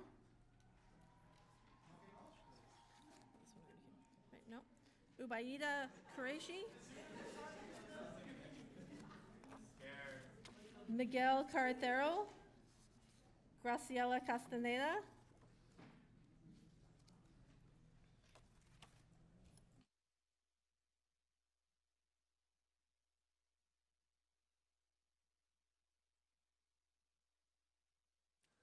Hello, Council. My name is Miguel Carretero, and I'm currently pursuing 2 degrees in UCLA in Mechanical Engineering and Mathematics. I am a born and raised Santanero and plan to be until I am laid to rest. Last week, I was prepared for days of sleepless nights and stress from my final exams. What I was not prepared for was for these feelings to occur because of my hometown being turned upside down due to the invasion of the DHS and the National Guard in my community. When I came back, the first thing that I saw was quietness and empty streets, something that I do not associate with the lively and cultural city that I live in. This, alongside the military tanks just down the street, are not a sign of a healthy community. Santa Ana is hurting right now, and this council is a bystander. The response, or lack of response, by half of the council was disheartening, but not surprising. Time and time again, the relationship to the police has been put above the safety and health of our people. But that ends now. It saddens me that this mayor, who I refuse to call my mayor, is more concerned about a couple of broken windows, full thanks to SAPD rubber bullets, by the way, than the dozens of our community members who have been arrested and kidnapped through predatory methods in our sanctuary city. When my mother told me the story of her deportation from this country years ago, she told me what the worst part was the feeling of dehumanization that she felt from the chains on her hands and feet. Today, that feeling of dehumanization is felt by thousands of residents here who don't feel like humans, but rather to ghosts. Ghosts to Valeria Amezcua, since they are part of the small demographic of people that she does not represent and she will not stand up for. And so, Amezcua, I ask you this. If these people are such a small demographic, then why is this the largest city council meeting that you have had in years?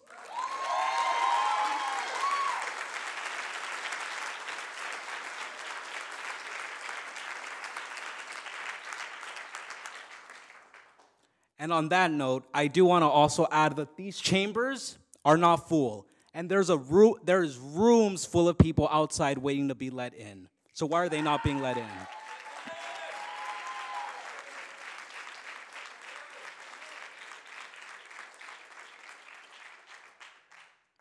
And so I want to remind everyone who is sitting in front of me to look up to me right now, because your actions will be remembered next election. not just for this council, but for assembly positions and anything else that you may run for. Thank you.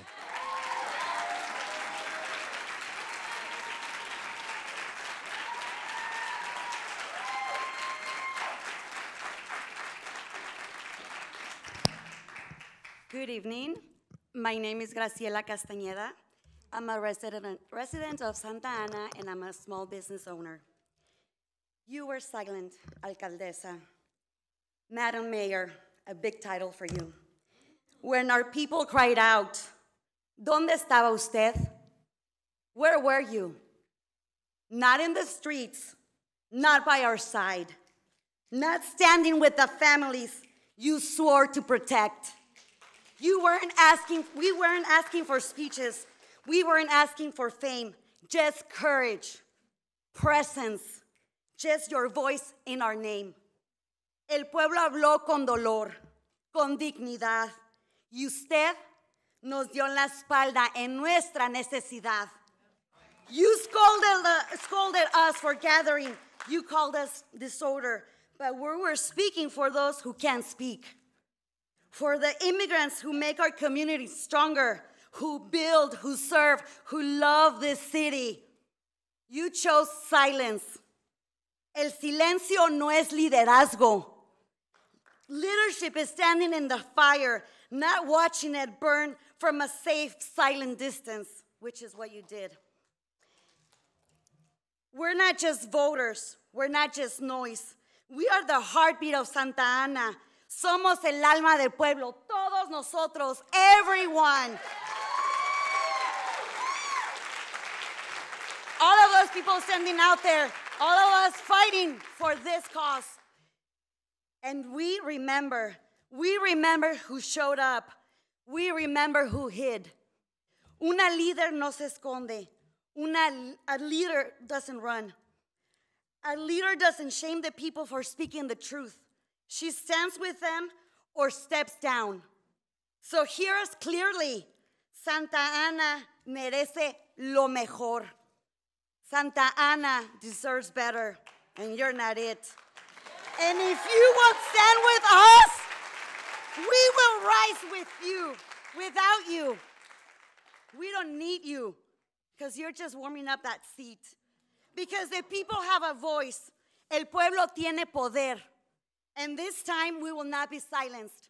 Now I ask you, as you're covering your face, pretending that you're listening, how can you sleep at night when your city is falling apart and families are being torn apart?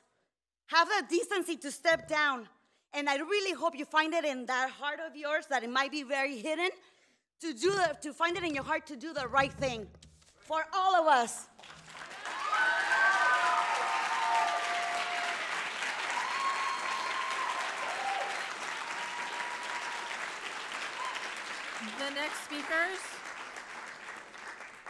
The next speakers, Ubaida Qureshi, Caroline Romero, Aliyah N., Maria Jose Jimenez, Chelsea Alvarez, Bianca Stopani,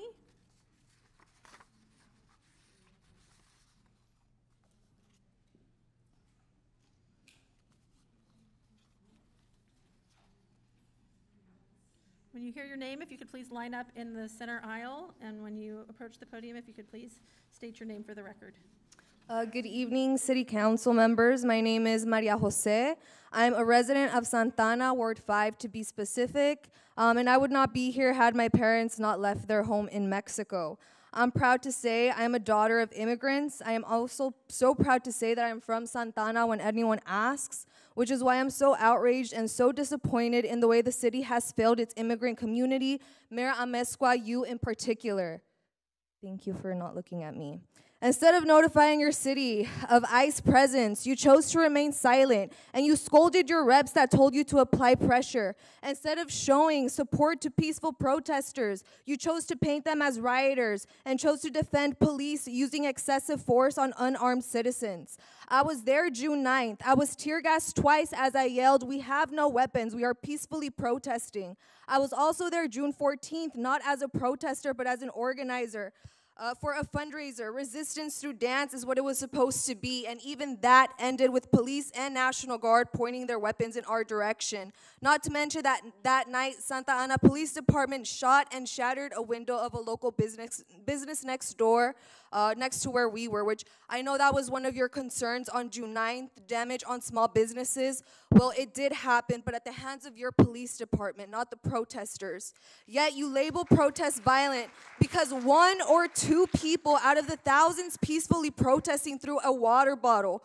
You would think that with $160 million that the police has in their budget, they would be taught how to de-escalate a situation that involves a plastic recycled water bottle. A few weeks ago, during another city council meeting, you, Mayor, stated that you did not want to draw attention to Santa Ana in risk of funding being taken away, saying that we needed money for housing and to help our police department. Our police department takes up most of the budget in the city, 38%. If you were so concerned about the housing and the unhoused, why not reallocate some of the $160 million that was just proposed for the police department to some other programs? I asked for the city to be transparent with the citizens and release all communications that they have had regarding these ICE raids since May. Valerie Amezcua is not the people's mayor. Valerie Amezcua puts profit over people. Valerie Amezcua does not care about the immigrant community. Valerie Amezcua is not for Santa Ana, and I support all efforts in getting her recalled. Thank you.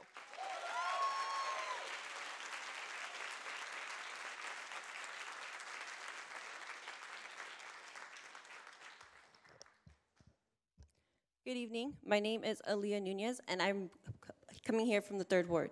I'm standing here today because of a brave woman, my grandmother. She chose to flee to a country that promised freedom, a country that sold a dream of safety, opportunity, and dignity. She risked everything for her future generations, including me, to have a better life. This gave me and my sisters the opportunity to achieve multiple degrees and certifications to create the life that she envisioned for us. But I ask you now, what kind of freedom is this, where ICE hunts families and our own mayor, you, Valerie Amezcua, chooses to criminalize the people who stand up to protect us instead of standing up for immigrant communities like a real leader should? Excuse me, I'm talking to you. I will wait my 2 minutes until you look at me. Thank you. I appreciate that. All right. So, last week, SAPD showed up not to keep the peace, but to intimidate. They came in riot gear, gas masks, rubber bullets were thrown at us, pepper balls, and tear gas, a chemical weapon banned in warfare, and yet used against its own people that they're supposed to protect. This is not safety or public safety. This is repression. And they continue to show up like this even today, just 4 hours ago in this very hall. They are not for our people, and they need to be replaced with those that stand by their oath to defend their community, not destroy it while wearing masks and covering their badge numbers. We're not asking for much. We're demanding the bare minimum: dignity, protection, and humanity. It shouldn't matter where someone was born. It shouldn't matter what their paper says. If they're human, they deserve to be safe, period. If the roles were reversed, if it was your grandmother, your family being torn apart or brutalized, would you stay silent? Would you call this freedom? This city has a long memory. We remember the Zoot Suit riots, we remember Japanese internment, we remember the raids and the cages. Over 100 years of our community being treated as threats instead of people. And still, we're out here. We're fighting injustice for justice that's long overdue. We have the right to be here, we have the right to protest, and we have the right to demand better. This city should not be standing against us. It should be standing with us. So if you claim to believe in freedom, prove it. Because we're here asking for it, and we're no longer gonna be waiting for it. Release B. Lopez. Thank you.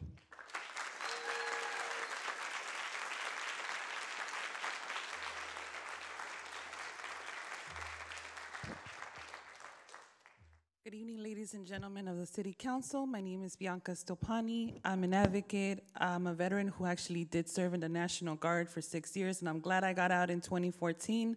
I am a proud Angelina, proud Orange County resident who lived in Santa Ana, and I stand here exhausted from protesting both in LA and Santa Ana, malnourished in solidarity with Santaneros. And I gotta tell you something. I gotta call you out and tell you, shame on you.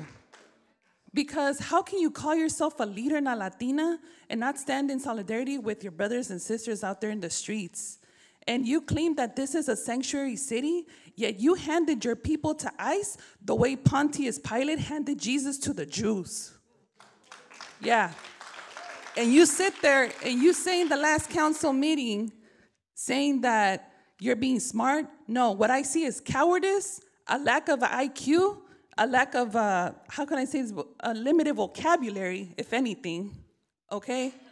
And I would like to ask you to look at yourself in the mirror, ask yourself, why did you choose this position?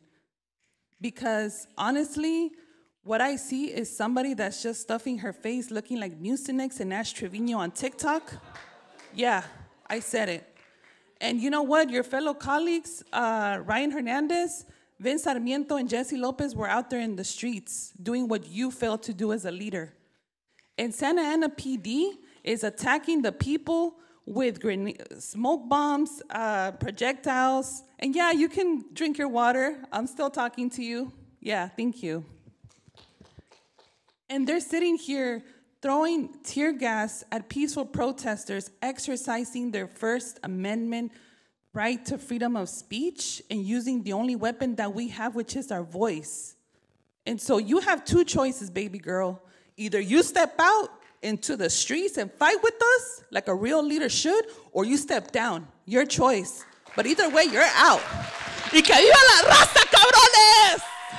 Yeah!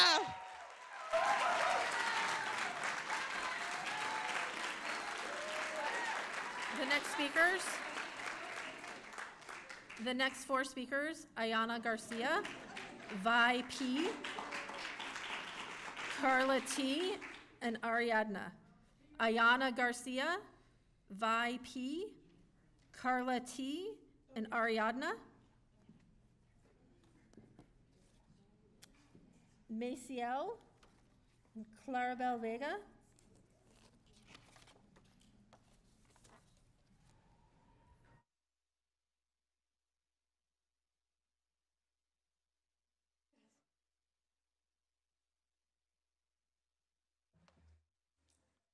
Good evening, everyone. My name is Ariadna Ortega. Thank you so much for your time. I've lived here, born and raised, 23 years in Santa Ana. I recently graduated from CSUMB, and I wanted to celebrate my family with my, because they were there for my education. I wanted to celebrate them. Unfortunately, I came home because I came home and I'm witnessing sorry. Thank you.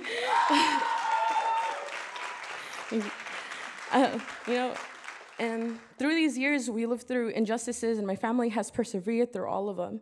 But haven't seen anything like this. The current events occurring in Santa Ana, the mobilization of ICE, and militarizing the Santa Ana police departments.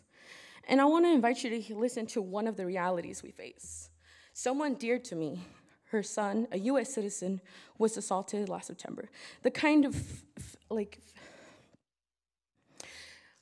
U.S. citizen,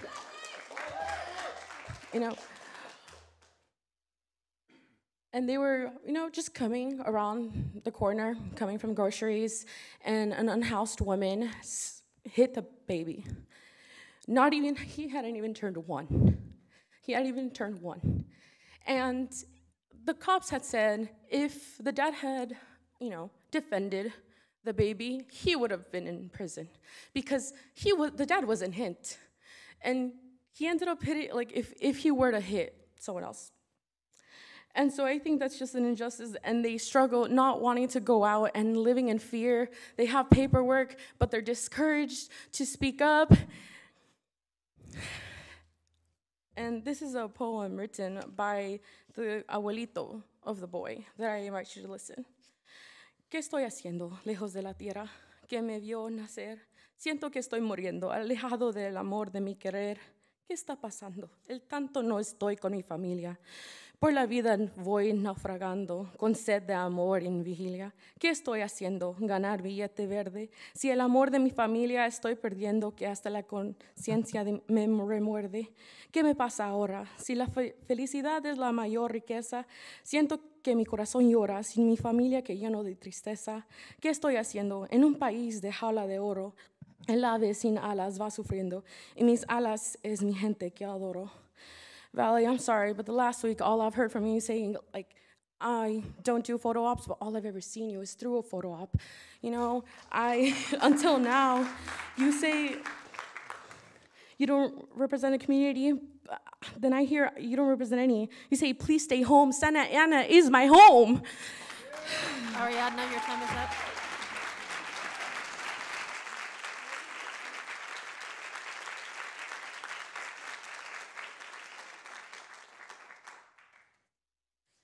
Hello, my name is Maciel Diaz. I grew up in Santa Ana and recently graduated from high school. I will be attending UCR in the fall. I've seen both the beauty and the struggle that defines our lives here and within the community. Santa Ana is built by thousands of hardworking families who give their all every single day to keep the city moving forward. La raza significa nuestra gente, quien son de afuera y son gente que trabaja duro y sirven con orgullo. Son gente quienes están aquí para proveer los alimentos a las familias, nuestra gente latina y otros países que nace a esta nación grande. Con trabajo y esmero contribuyen con sus impuestos para hacer más grandes los Estados Unidos de América. Por tal motivo, hoy tenemos miedo de salir a las calles por el miedo a la inseguridad. Existen muchos corazones desagrados ya que están del país, ya que están dejando de ir de sus trabajos y por lo tanto la economía del país está en desgracia. Invitamos a los concejales y evitar que de Santa Ana a unirse a este grupo de familiar para evitar que construyan redondas migratorias y hacer un frente que fortaleza a nuestras familias y no vivir con miedo. This is not just about immigration or public safety. This is about our education, our opportunities, our lives. The collapse of these services are impacting the ability for us to succeed. It's hurting small businesses, harming the local economy, and tearing apart the support systems that hold our community together. We are calling on the city leadership to take a stand, not with silence, but with action and allyship. Nonprofits and grassroots organizations have stepped up while the city has remained quiet. This is not acceptable. We need bold leadership. What has happened today is what has happened throughout the past week is a part of a long history from the Bracero program, where our people were brought in as cheap labor and then discarded, to Operation Wetback, when over 1 million were racially profiled and deported without rights. Our communities have not been exploited. Our communities have always been exploited, then blamed. Now we're still being targeted just for how we look or from where we're from. We are not disposable, we are not criminals, we are human beings, and we deserve dignity and safety. As a community, we call to action for partnership with grassroots organizations that are already working on the ground to support affected families. Real advocacy that prioritizes people over politics, and a public statement of support from the mayor and the city council affirming safety and rights of all Santa Ana residents. We need leaders who care about our education, our safety, and our future. Those who truly care about this community, will stand with us.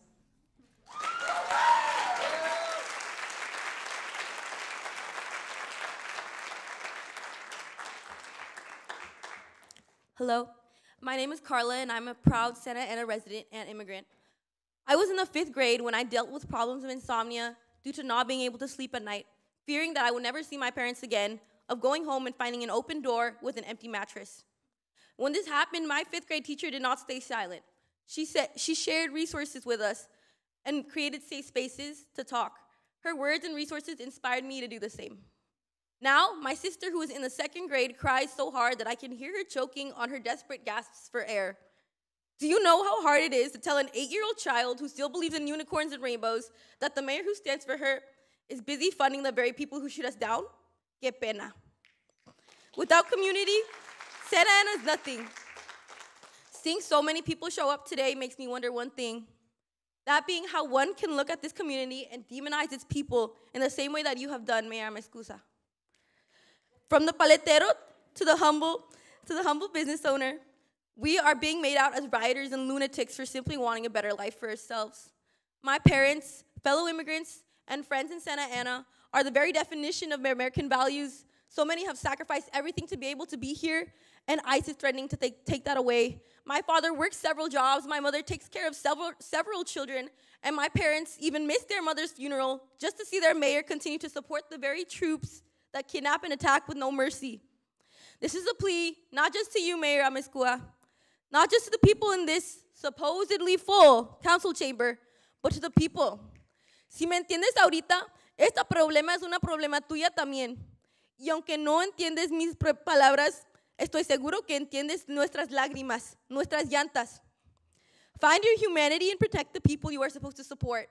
My family, my brothers, my sister know what empathy is, and I hope someone teaches you too. Thank you.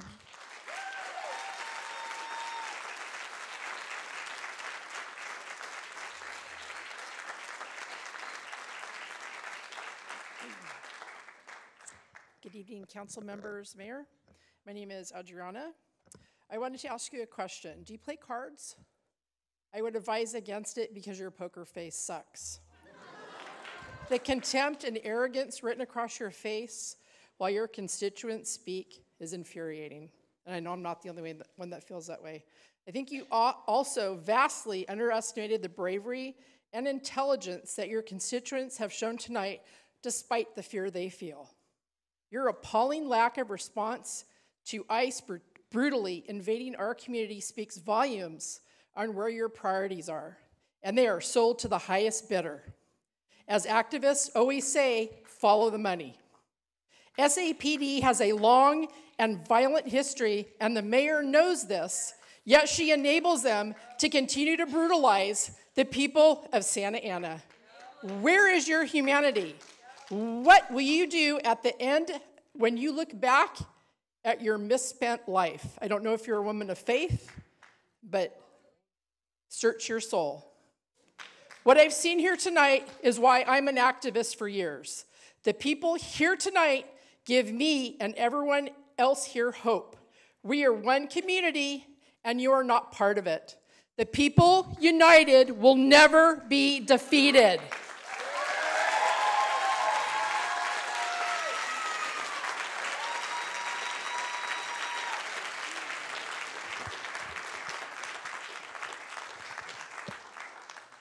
My name is Claribel Vega, and I want to begin with recognizing the passion and commitment that people in here, people up there watching, and especially those that are outside that have still not had the ability to sit in this chamber. I am a resident of Ward 6, and I am part of Keep Running Santana. Thank you, Councilmember Jesse Lopez, for continuously supporting us. Many of our runners are not safe to run. And I myself don't feel safe to run, and that's tragic. But I do want to share one thing. I didn't vote for you the first time, I didn't vote for you the second time, and it sure looks like there won't be a third.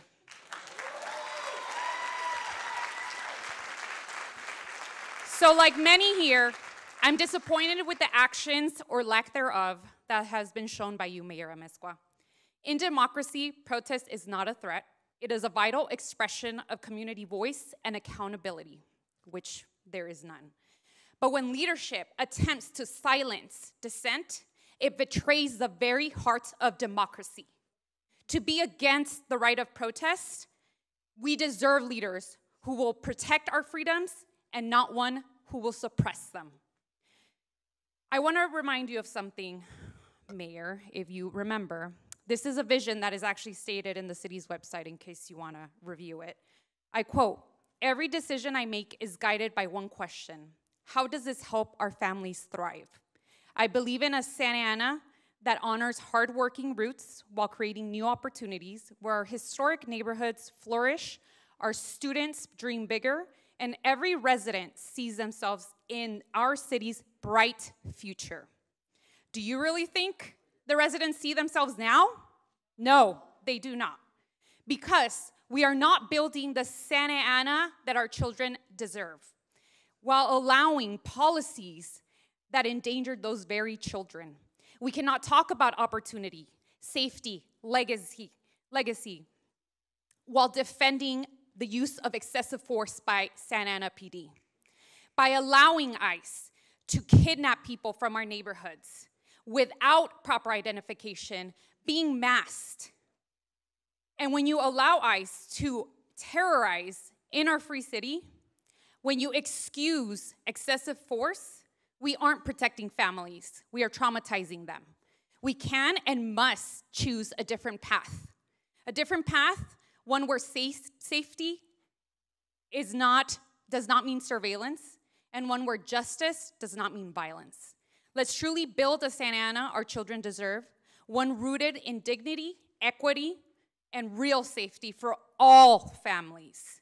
And let me end with this. You did get something right, Mayor Amezcua. Clarabelle, your time is up. The greatest people is the Santa Ana people.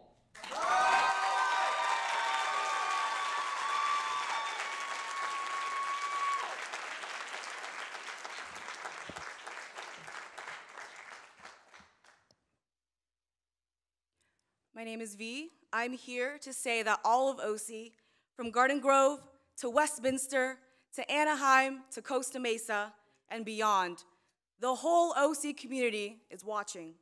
We are paying attention to how this council treats our families, our neighbors, our community members, and our loved ones. You allow ICE to come in and attack the very people who built this city. And you allow SAPD to brutalize those protesting these ICE kidnappings. The media wants to talk about violence at protests. What is more violent than tearing a child from her mother? What is more violent than tackling a man at his place of work? What is more violent than pointing a loaded weapon at unarmed civilians? The ones escalating violence, the ones instigating violence, have been ICE and SAPD. It is our right, that's right, it is our right to protest this violence, and it is our right to stand up for justice. It's become clear that some of you have no intention of listening to us or taking any of us seriously. So I'm here to speak to the workers of Santa Ana, to those of us standing outside these chambers for hours, to the ones who make this city run. It's time we, the people, start calling the shots. It's time we have a say on how our money is spent. Our tax dollars should not be paying for the very bullets you allow cops to lodge in our backs.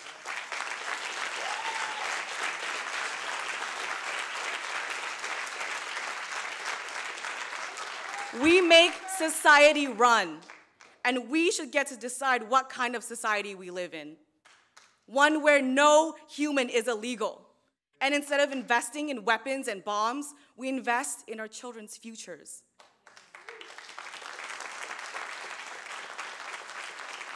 We are many. We are united in our fight, and we know that the people united will never be defeated. ICE out of OC.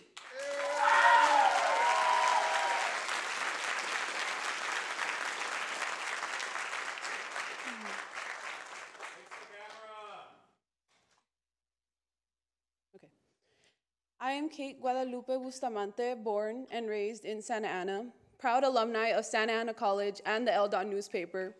I have seen this beautiful, culturally rich city change under leadership just like yours, and for the worse. We are standing outside, many of us after work, after other responsibilities. We are only now being let in. I got here at 7, 2 hours later, when there were plenty of empty seats. Is it the noise you were scared of? To beg a mayor and a council as a whole, because I hear a lot of one names, but there's responsibility all across the board, begging you to do the bare minimum of your job, to protect our rights and speak up, to protect undocumented people who pay your rent through our hard labor. My message is to the people here tonight: do your research and vote for those who protect us genuinely. because we know they exist. And thank you to those who do.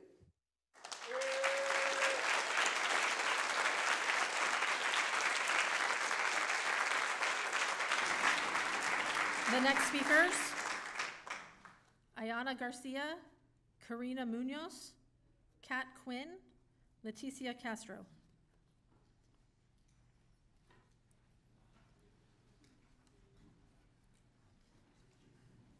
Again, Ayana Garcia, Karina Munoz, Kat Quinn, and Leticia Castro. Please come forward.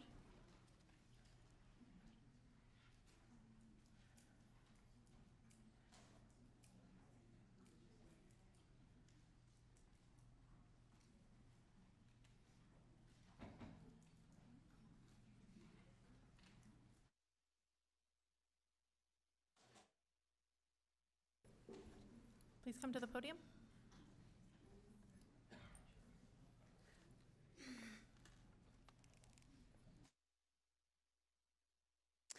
Hello, good evening. My name is Karina Munoz. I'm here to demand justice for Noel Rodriguez. We demand that the City Council and our city manager, Alvaro Nunez, immediately remove Santa Ana police officers Luis Casillas and Isaac Ibarra from the force without pay. The family demands that both officers be investigated and imprisoned so that they do not kill or harm anyone again. Officer Luis Casillas and Isaac Ibarra failed to give Noe the medical attention he deserved. They called for additional police officers and did not give Noe medical attention for many minutes. They only approached Noe after he was on the floor and shot him again with a 40-millimeter launcher. Only then did several officers approach to handcuff him before bringing him medical personnel.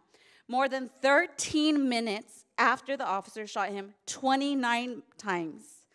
I would also like to say that during the current protest against ICE, SAPD has repeatedly used excessive force. They have escalated peaceful protests with tear gas and extremely dangerous rubber bullets. They have been assisted by federal agents and formed a line of defense in front of federal agents.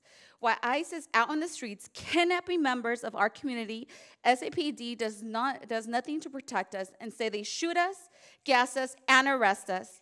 At every protest downtown, an excessive amount of SAPD, other OCPDs like Costa Mesa and other officers from the OC Sheriff Department descend on our streets, doing everything in their power to intimidate us and to minimize our visibility.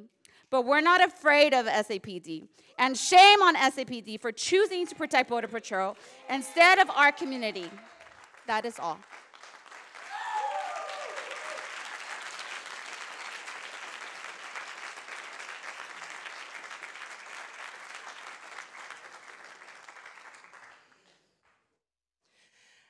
Hi, council members and everyone here that's come to advocate for our community and our wonderful Santa Ana. My name is Leticia Castro. I'm a constituent of Ward 4. I stand before you to address a matter of utmost importance. While I recognize that the complexity of the situation, I must express my disappointment with Mayor Amezcua's response. Her remarks came across as a politically correct gloss over, lacking the depth and honesty our community deserves. It is vital to remember that our city's vision, as stated in the agenda, is to maintain a safe, inclusive, and welcoming environment for all residents.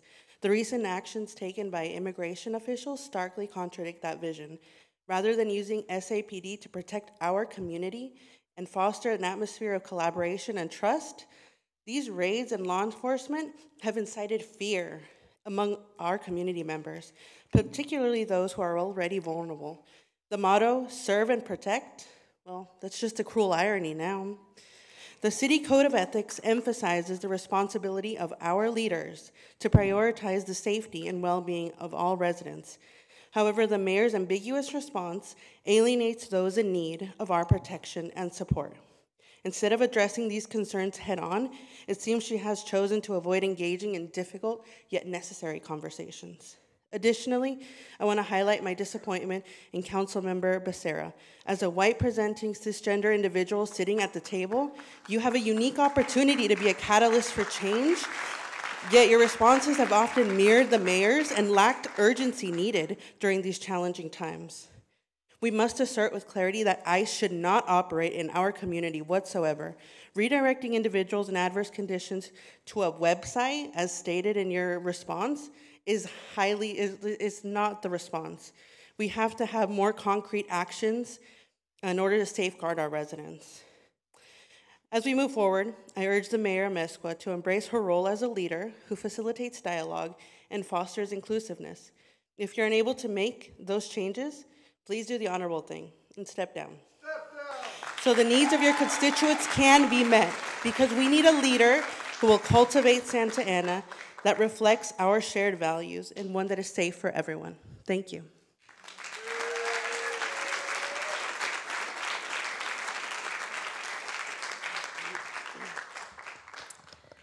My name is Kat Quinn, and I live in Santa Ana, in Ward 3.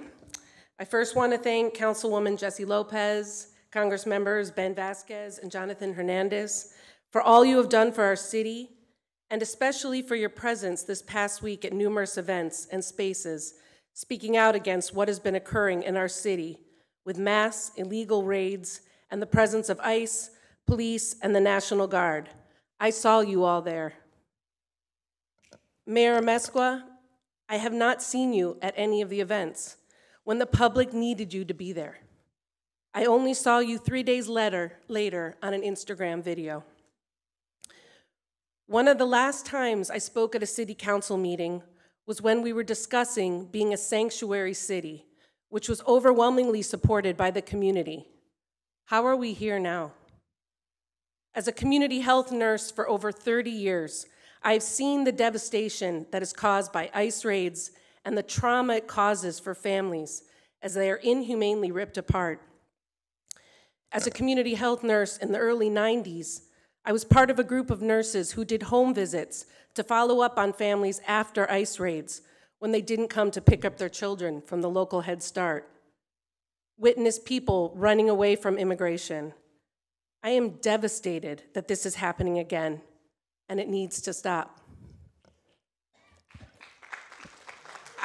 I witnessed this past Monday the militarized force by ICE and Santa Ana police when human beings were being driven into Santa Ana to be detained, while peaceful protesters were pepper-gassed.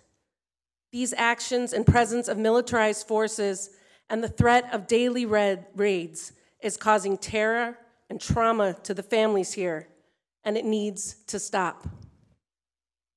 We need ICE out of Orange County and honor being the sanctuary city that we agreed on. Thank you.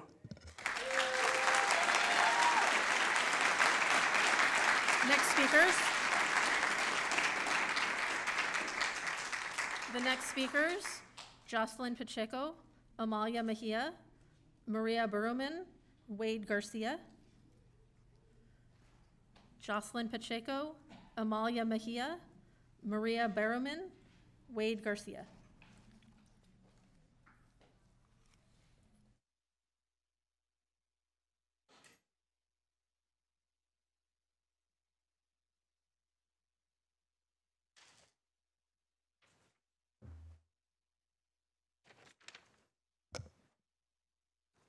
My name is Jocelyn Pacheco. I'm here with CSO-OC Police Accountability Committee.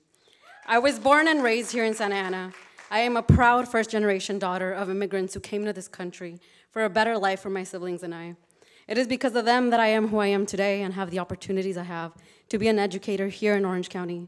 My parents, like the majority of immigrants who come to this country, are the hardest working people I know. Mayor Amezcua, at a recent breakfast with business owners, you praised SAPD for doing a wonderful job protecting businesses during the protests against ICE.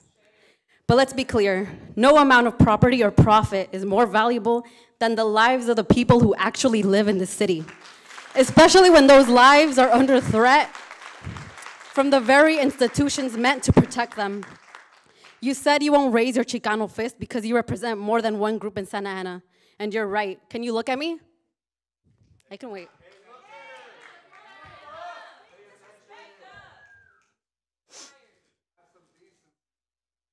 But when the majority of the city is Chicano, isn't it a little twisted to distance yourself from the community that put you in office? That isn't neutrality, it's betrayal.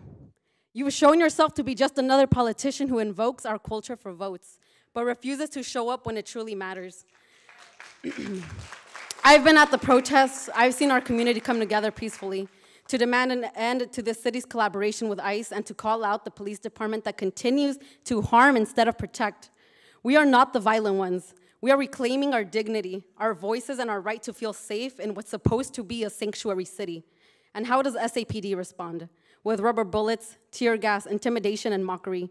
I was personally taunted by an officer who laughed and asked if I was scared of him. That is not public safety, that is psychological warfare. SAPD officers act like they want us afraid, but we're not. You should be.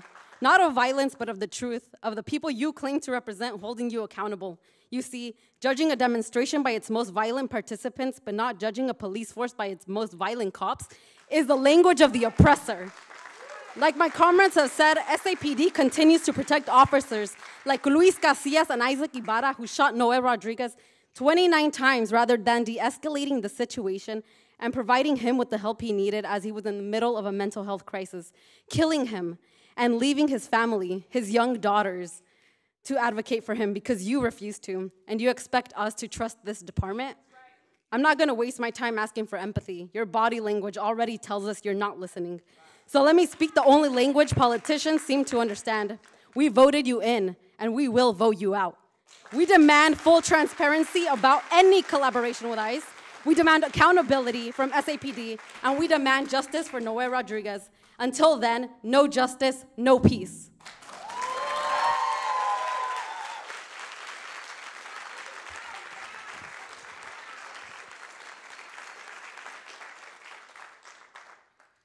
Good evening, Mayor and Council members. My name is Amalia Mejia. I serve on the Santa Ana Police Oversight Commission, and I also am a resident of Ward 4. And although I live in Ward 4, I grew up in Ward 2, and so I know and experience the excessive use of force and surveillance that the Santa Ana PD and probation have caused in my community. And it is because of that that I decided to pursue a career in a PhD in public policy to address these very issues. And I say this not to validate that people who are educated deserve more rights, because I truly do not believe this, but I say this to address you, Amezcua, Phil, and David, when you've called me biased, for someone who has the knowledge as well as the lived experience. So let me clarify and give you some knowledge today. I want to start off thanking Council members Lopez, Fan, Hernandez, and Vasquez, whom are the only ones that I've seen at the demonstrations in Santa Ana. Sure, y'all been in Anaheim, but not in Santa Ana. I'm here tonight to express my deep disappointment in the lack of leadership from Mayor Amezcua, Council members Becerra, and Peñalosa. While I cannot say that I am surprised by your inaction, I continue to be profoundly disappointed by how often you choose to prioritize property over people. When you took your oath, it was to protect people first. Both the California and US Constitution name life before property, but your actions repeatedly suggest otherwise. So I ask you, does throwing a rock at a building justify tear gas and rubber bullets? Does graffiti on a wall, which can be power washed or painted over, which I actually saw the next day being power washed, so not that costly, merit the use of force against our residents?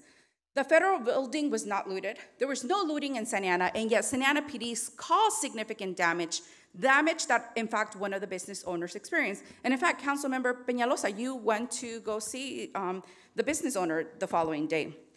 And so what is happening, it's heartbreaking. The fact that legal status doesn't protect anyone in our community, everyone's being violated from their constitutional rights, and just simply existing in brown skin is criminalized at this moment. And yet, time and time again, you use your platform to distort reality, framing people as criminals and fueling fear through your preferred word of manufacture and violence. Shame on you, Amezcua. This is a result of years of your deception and leadership still rooted in hateful rhetoric, not in justice. I'm so happy that I never voted for you. And I hope that people who did do not vote for you again.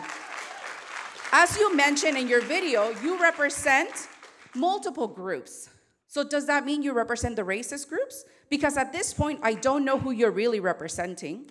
And so my ask is simple. This council needs to hold the Santa Ana Police Department accountable for escalating and using the force on peaceful protests. I also need you all, I spoke with the city manager Amalia, to your ensure time is we up. have our meeting for the police oversight. Thank you.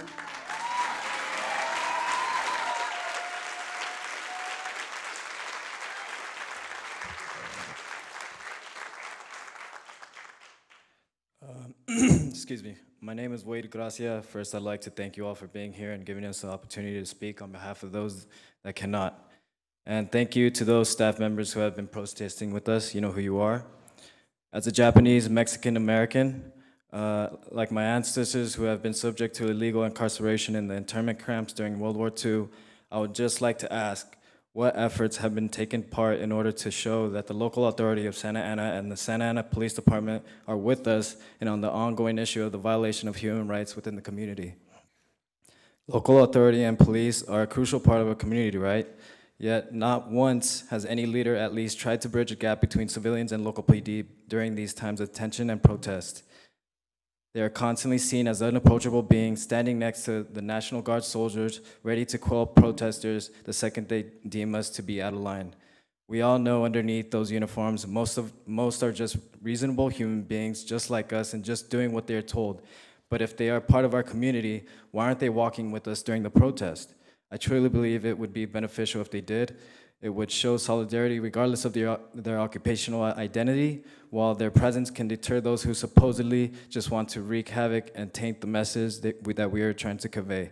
We are here due to federal authorities crossing the line, and the fight should not be with local authority and PD. It is against the billionaire class and the individuals such as Damon Henninger, the CEO of Core Civic, a publicly traded company that owns the ICE detention facilities that cage immigrants at the price of $120,000 per immigrant, paid for by you and I, taxpayers. Immigrants are not for sale. Stop ICE the collaboration. You should be with us. Please show that you're with us. Please give us your support. Thank you.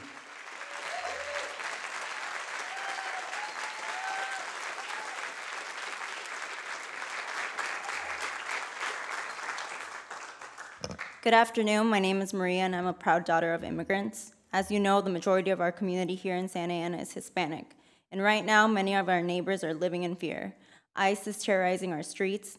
Families are afraid to go to work, to go buy groceries, or even to take their children to the park. People are being taken, ripped apart from their lives and loved ones without warning. This isn't wrong, it's inhumane. Santa Ana has declared itself a sanctuary city, but promised that must mean more than a label. It should carry real protections. It should show up in the form of bold, compassionate leadership. And right now, our community needs that leadership more than ever. We're asking you as public servants to speak out, to defend those who are too afraid to speak for themselves. You were elected to serve all residents, especially the most vulnerable among us. No human is illegal.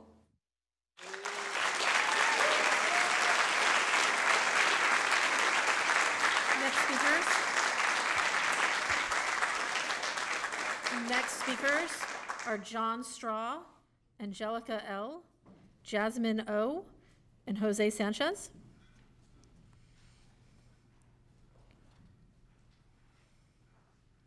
John Straw, Angelica, Jasmine O., Jose Sanchez.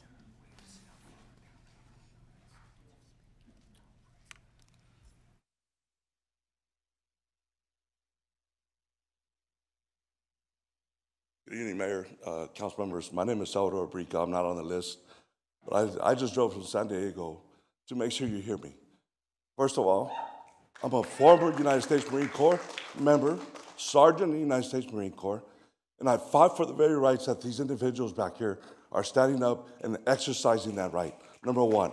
Number two, the hostility received earlier this evening by my girlfriend, by your police department, is not acceptable for one bit. Now she's being charged with assaulting an officer. Come on. It was 7 officers around her to get assaulted. She was the one assaulting? I think you got this picture wrong, right? I was out here in Santa Ana protesting, right along with everyone else out here. Why? 2 reasons. One, because I'll stand by my oath and I'll defend that oath. foreign and domestic. Second, I did not have a hood on. I will never have a hood on. Guess what? Not the way this works. So you either stand up and fight with us and get on the right side of this, or face the consequences and find your ass out. It's that simple.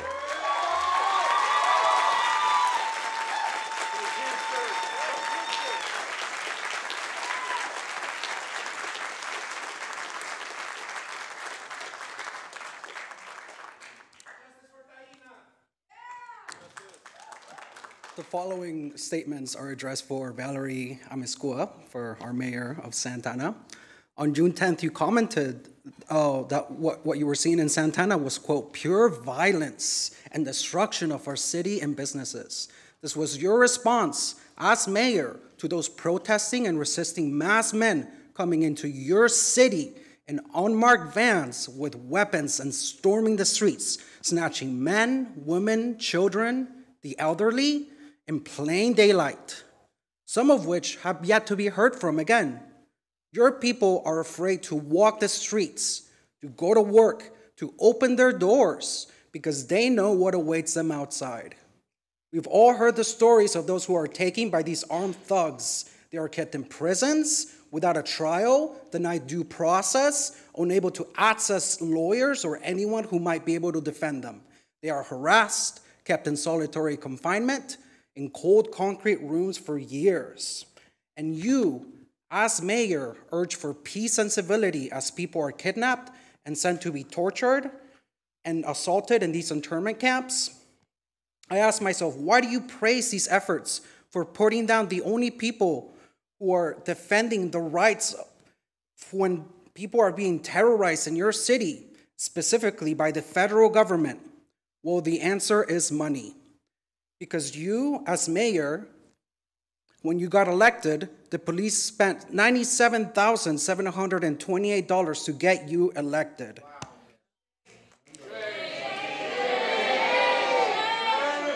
And in exchange for $97,728 that the police spent on you, you are turning in thousands and thousands into misery, assault, torture, confinement, and imprisonment.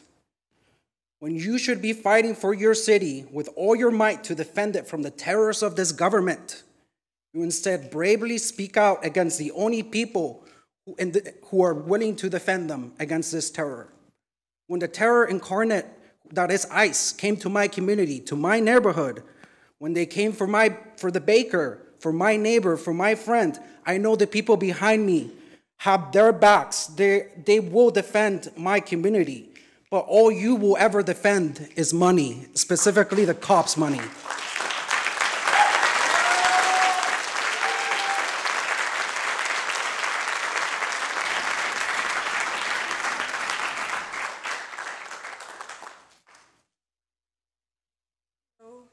Before I start, I just wanted to say I wrote this 3 different times because I was afraid of your prejudgment and biases because of the way I look.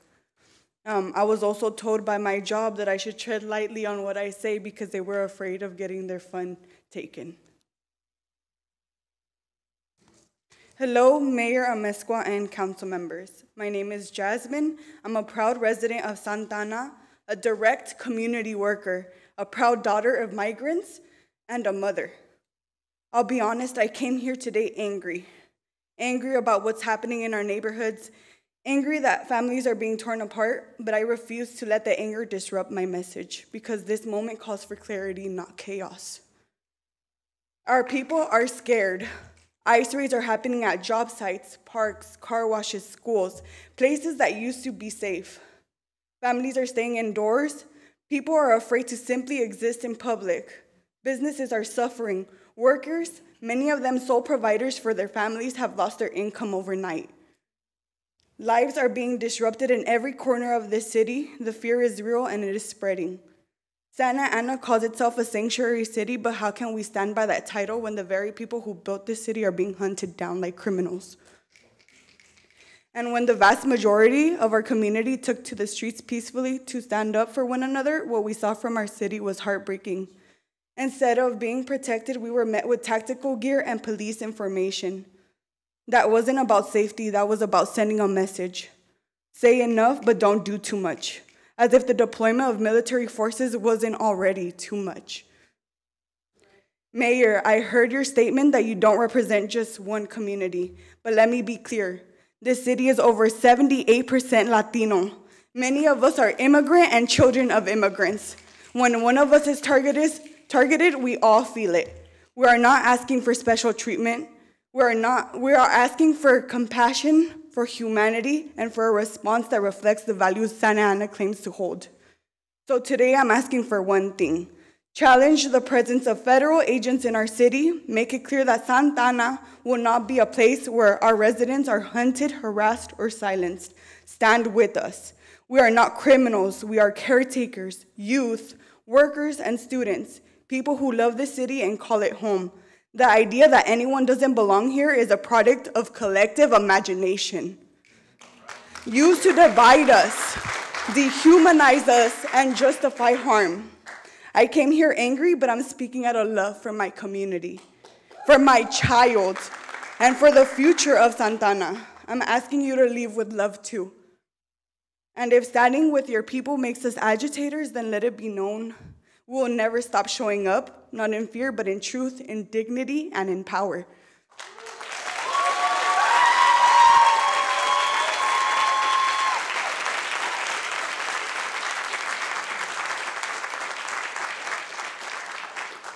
Good evening, council members and Mayor Amezcua. My name is John Straw, and I'm a proud resident of Santa Ana. As so many here before me this evening have movingly shared, our immigrant sisters and brothers are under attack, and your job as elected officials is to support and defend them. With all of the devastation in our city and country at this time, it is rare that we can say we are proud of our elected representatives. However, I am thankful for you who are standing with our community, not for photo ops, but for our people. Council members Hernandez, Vasquez, and my representative Lopez from Ward 3, and former Mayor Sarmiento, I wish I could say current mayor, former member Sarmiento, I commend you and thank you. I have seen you on the streets when we walked this week. For our mayor and other council members, it's not too late.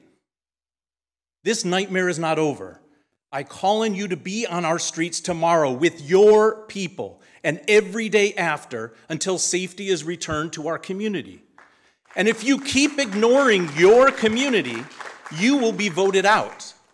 But don't wait to lose your seat on this council. Step up now. The people who have been on our streets over the past week are brave and inspiring. I hope your hearts are open and listening tonight, and tomorrow you act.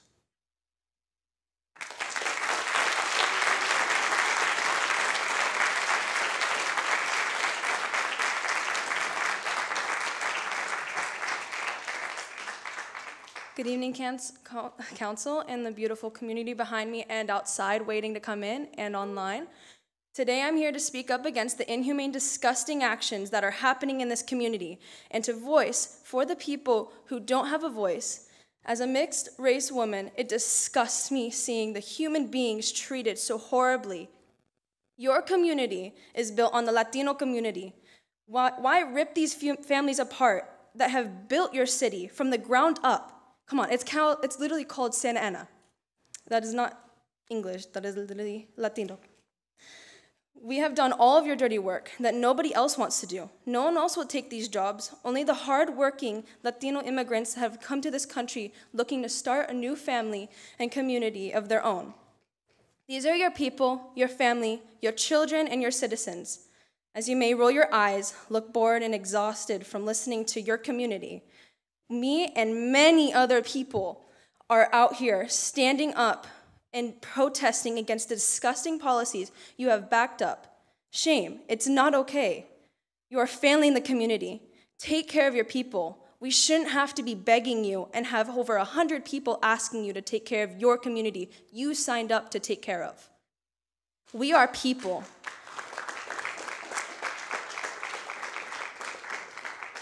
We are all people, we are all souls. Doesn't matter what color hair we are, eyes, or skin color, sexuality, or race, we all are. We are all people. should take care of your community.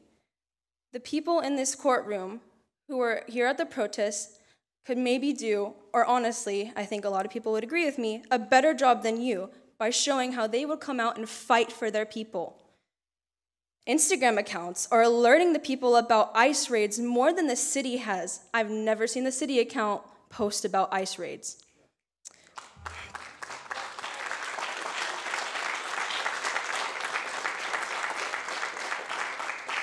Do more. This isn't a sanctuary city.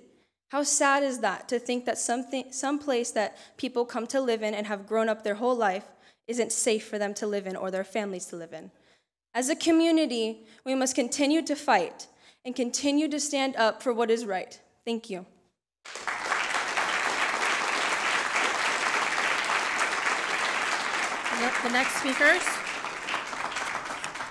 The next speakers, Clara Duran, Jasmine Palmerin, Laura C., Priscilla Sanchez. Clara, Jasmine, Laura, Priscilla.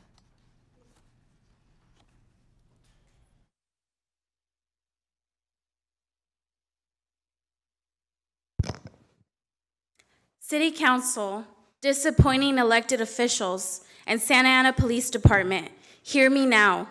My name is Clara Duran Delgado. I am a member of CSOOC and their Police Accountability Committee. I am also a proud born and raised Santanero, raised at the Villa del Sol apartments where ICE raids have taken place. Shame. I'm here to deliver a message that you can no longer ignore. To speak up for my familia, my friends, my community who are living in fear. I demand justice for them, and I demand it now. Santa Ana is a sanctuary city. That is not a suggestion, that is a declaration.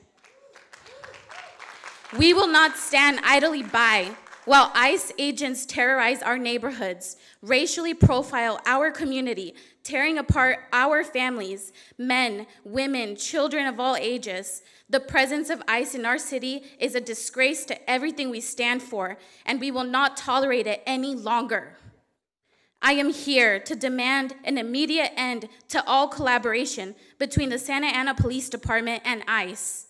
It is your job to defend our sanctuary city status and to protect our rights of every single person within our borders.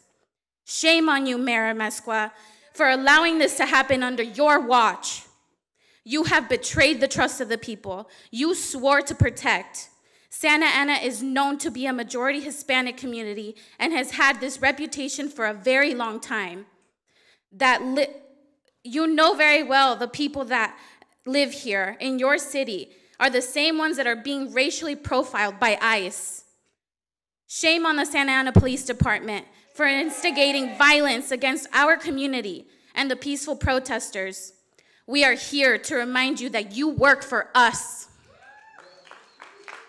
We, the people, demand that you uphold your duty and your oath to protect the community and uphold the Constitution. Your collaboration with these ICE raids are tearing families apart, instilling fear in our community. These actions, detentions without due process, families being separated, and basic human rights disregarded are a violation of our constitutional rights. Get ICE out of Santa Ana, get ICE out of Orange County, and get them out now. We are not your subjects. We are the community you serve. As elected officials, you are accountable to us. As the Santa Ana Police Department, with your bloated $160 million budget, we, the people, pay for you. You must be held responsible for the violence you unleashed on peaceful protesters. Your actions are a disgrace, and we, the people, and history will not forget them. History will cast its gaze upon you and will not be kind to those who stood idly by. The names of those who you incited violence and failed to defend the people, knowing the wrongfulness of your ICE raids and kidnappings, will forever be linked to these human rights violations. Clara, your time is up. One last thing, I'm a hairdresser, and whoever's doing your hair, Mayor, is doing you wrong.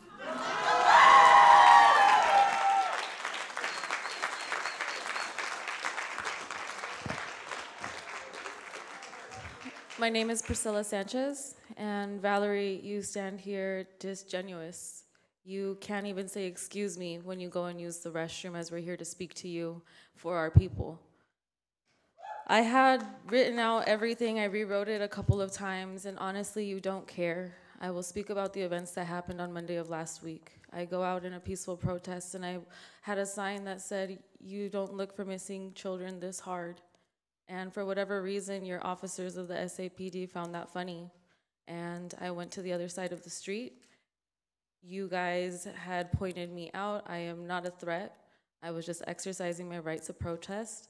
And for whatever reason, there was a barricade, and there was this family. It was a husband and a wife who were crying. I believe that they had already taken someone from their little group. And one of the officers from the side I was protesting on prior had walked over, pointed me out. Tell me why the SAPD broke their barricade and let 10 men come and chase me down with a sign. I am not violent. I am here to stand up for those who can't speak for us, or speak for themselves, I'm sorry. I live in terror, and I am a citizen. I walk down these streets, and we see these armed men that you allow to take and rip apart our families. Where do you come from, and where do you stand? Because you don't stand with us. You look at your phone as we speak, you walk away and don't say, "Excuse me," where's your compassion? I look at you in the eyes because I'm disappointed in you as a woman, because you should represent love and motherhood, but I don't see you like that. I can't even see you as a tia. I don't know where your side is on this, but you're not with us because you're not outside there. You're not witnessing all of these things. We are not here for violence. We are here to peacefully exercise our right to protest. But you want to let the public see what you want them to see through the PD department. I have sent you messages personally on Instagram, and you have not responded. I can't even tag you. You're not for the people if we can't tag you. You don't respond, and you have nothing to say. You just sit here and look tired. We're tired too. I'm hungry. I can't sleep at night because I live in fear, and I'm a citizen. And for those that don't have their paperwork, I can just imagine how they feel. You're ripping apart families, and I hope you're happy with yourself. I don't know how you sleep and bear with yourself at night. Look in the mirror, because you look more indigenous than I do as I stand here.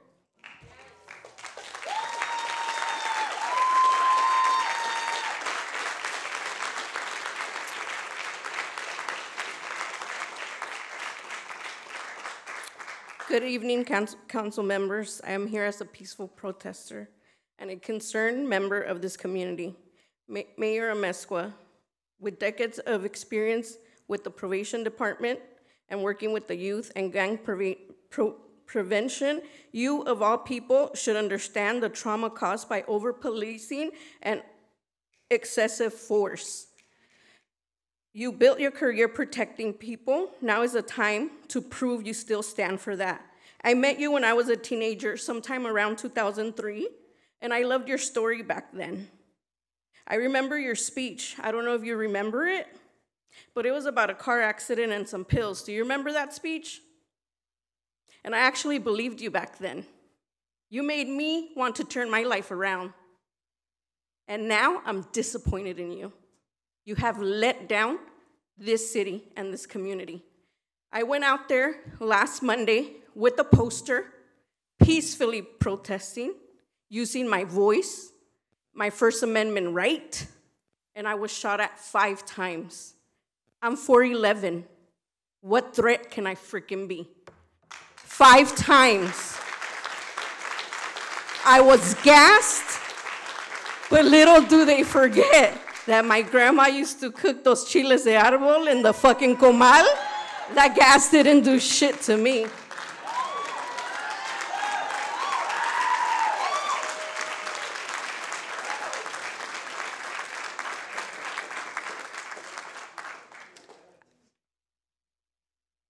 I was holding a sign, and even just with that, I was shot at 5 times.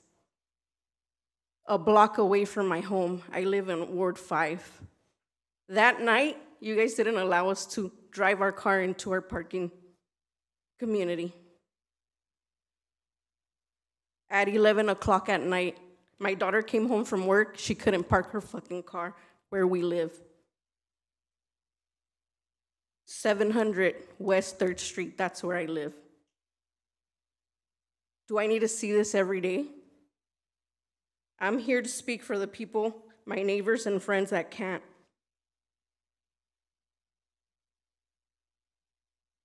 I highly doubt that they don't know how to shoot.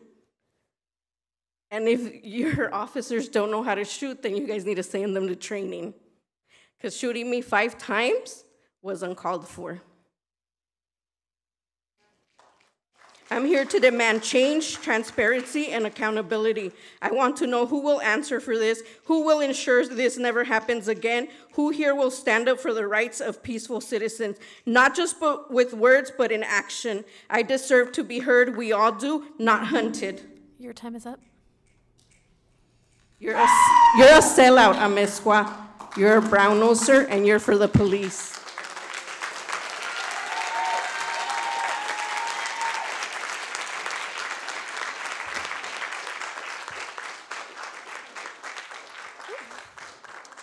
Good evening. My name is Jasmine Pomeran.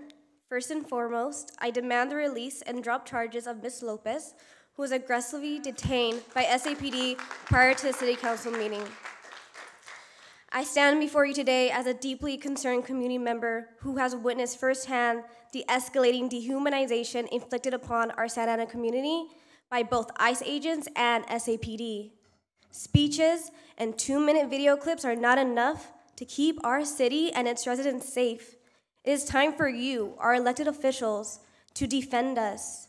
Vote to demilitarize the SAPD, take immediate action, and raise your voices to get ICE out of our neighborhoods. The presence of police officers calling in the National Guard is a blatant fear tactic. You cannot credibly chant ICE out if you're not also demanding the demilitarization of SAPD. This is about intersectionality. These issues are deeply intertwined. Your constituents, the community you represent, are not just asking, we are now demanding the following. Demilitarize SAPD. Transparency on rubber bullets and pepper bullets. We demand full disclosure on how many rounds of rubber bullets have been deployed at protesters since June 9th. Our community deserves to know the extent of force being used upon them. ICE and National Guard out of Santa Ana, you must unequivocally denounce their presence and actions within our city. Active disclosure, I urge you all to actively push for disclosure and transparency in regards to National Guard's activity in Santa Ana. Justice for Noé Rodriguez, funding for grassroots organizations who are doing the work and protecting our communities. You must advocate for your constituents' interest. You must promote transparency. Our entire community is living in fear. Fearful to go to grocery shopping, fearful to walk the streets, fearful to go to work. While SAPD may claim they are not working with ICE, the reality on the ground is that SAPD and other local police departments are undeniably using the National Guard as an intimidation tactic against our residents. Now is the time to act, defend us with your votes, demilitarize SAPD, and get ICE and the National Guard out of Santa Ana. I would also like to thank council members who have continued to advocate and be present at demonstrations, such as Jesse Lopez and Jonathan Hernandez. And to the community of Santa Ana, we need to continue creating demands and hold all of our officials accountable to meet the demands of human rights and demand legalization for all. Thank you for your resilience and perseverance, and I'll see you all at the next protest. The next speakers.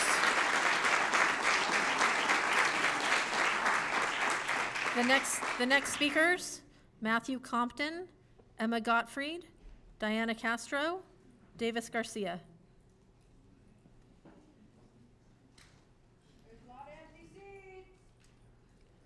Matthew Compton, Emma Gottfried, Diana Castro, Davis Garcia. All right. My name is Matt. I'm here as a member of CSO-OC. I'm sorry, Matt. Can I enter really quick? I apologize. City Manager, are there people still waiting outside? Can you, there's seats to let them in, please? Thank you. Thank you, Mr. City Manager. Go ahead, Matt. It's shameful that you waited this long to say that. Anyway, I'll continue.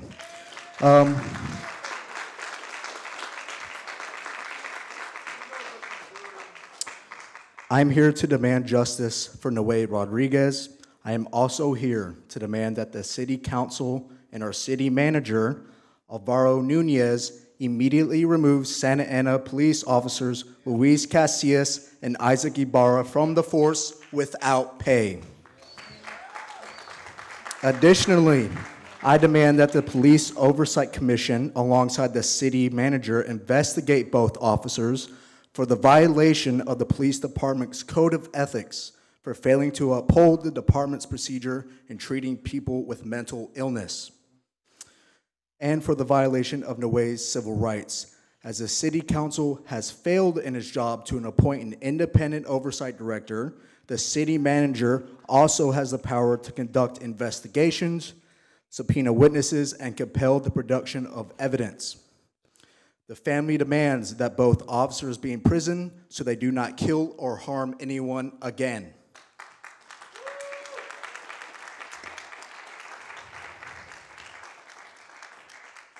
I would like to point out that you, Mayor Valerie Amezcua, received $217,850 in support from the Santa Ana Police Officers Association.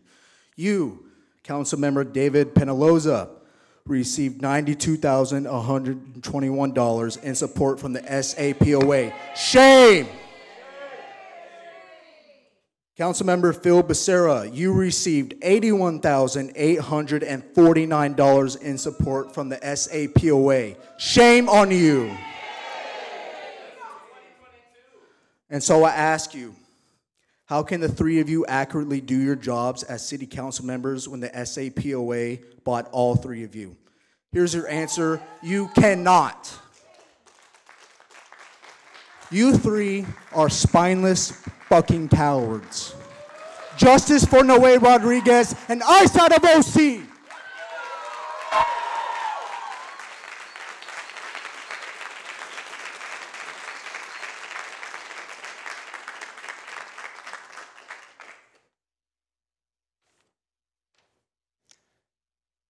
Hello, I'm Emma, and I'm a member of CSO OC's Police Accountability Commission. And we're here to demand justice for Noe Rodriguez. I'm going to emphasize this demand again because the family of Noe has been fighting for justice since December 1st, since this killing has occurred, and this demand cannot be emphasized enough because there's still not justice for him. So we're going to keep fighting for this. We demand that the City Council and City Manager immediately remove Santa Ana police officers Luis Casillas and Isaac Ibarra from their position without pay. We demand that the City Manager and the Police Oversight Commission use their authority established in the Santa Ana Municipal Code to conduct a rigorous investigation of the killing of Noe Rodriguez. And there's significant evidence that the officers violated the police department's code of ethics and failed to follow the department's procedures in the treatments of people with mental illnesses and violated Noe's civil rights. The family demands that both officers be in prison so they do not kill or harm anyone again. And what did these officers say about the murder of Noe? They lied about it. They lied about it in their critical incident report. They lied about how many bullets they shot, and they lied about Noe's behavior. We have body cam footage of this. There's literal video footage of this. It's public, and they lied. Casillas said it looked like Noe was loading a gun, but that's not what we see in the footage. Instead, we only see him standing motionless against the wall of a furniture store holding a toy. These are killer cops, and they're on our streets. They're on our streets right now. We're not going to stop until these officers are held accountable. We're not going to stop until SAPD has enforced a de-escalation policy and a policy of bilingual instructions, and we're not going to stop there. The way these officers took a situation that could have helped members of our community and instead escalated that situation clearly shows how SAPD operates. Also, by the way, you guys have always been afraid to see these pictures of these two officers, so I want to make sure that very clear. Look, once again, you cut it away. Why?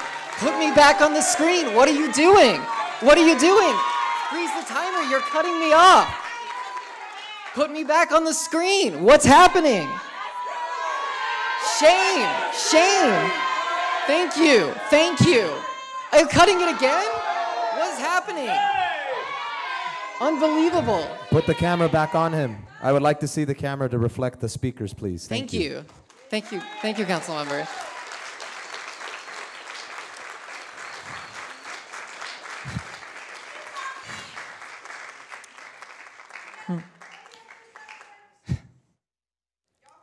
The way SAPD operates, the way the officers took a situation where they could have helped our community and instead escalated the situation is Emma, clearly your how time is up. SAPD operates. You stole 30 seconds from me. They've done this time and time again, and the way they've been at the protests clearly show that. SAPD keeps attacking protesters with tear gas and deadly rubber bullets, attacking people literally defending our community, and that's unforgivable. SAPD should be protecting us, should not be protecting the National Emma, Guard. your time is up. Why are they guarding them? Our community is under attack, and they're protecting federal agents. We have no transparency over our police. We have no accountability for when our police brutalize our Your time is up. So, thank you. Your time is up. people, to the community, to us. We need community control over the police.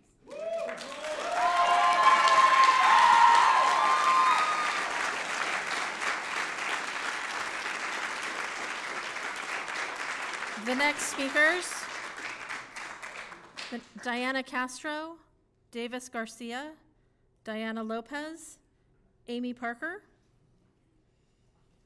Diana Castro, Davis Garcia, Diana Lopez, Amy Parker.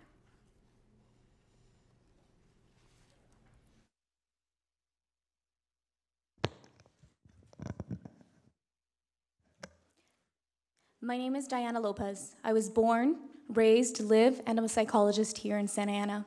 And I'm a proud product of first-generation Mexican-American, the daughter of immigrants. I'm here because enough is enough. ICE is violating human rights in our streets. They're disappearing our neighbors, tearing apart families, and instilling fear across our communities. This is not public safety. This is institutional violence. And it's a betrayal by you, Mayor Amezcua, who was elected to serve and protect us in our sanctuary city. As a psychologist, I see the damage firsthand. Children who can't sleep at night because they're afraid their parents won't be home when they get back from school. Families living under constant fear and anxiety.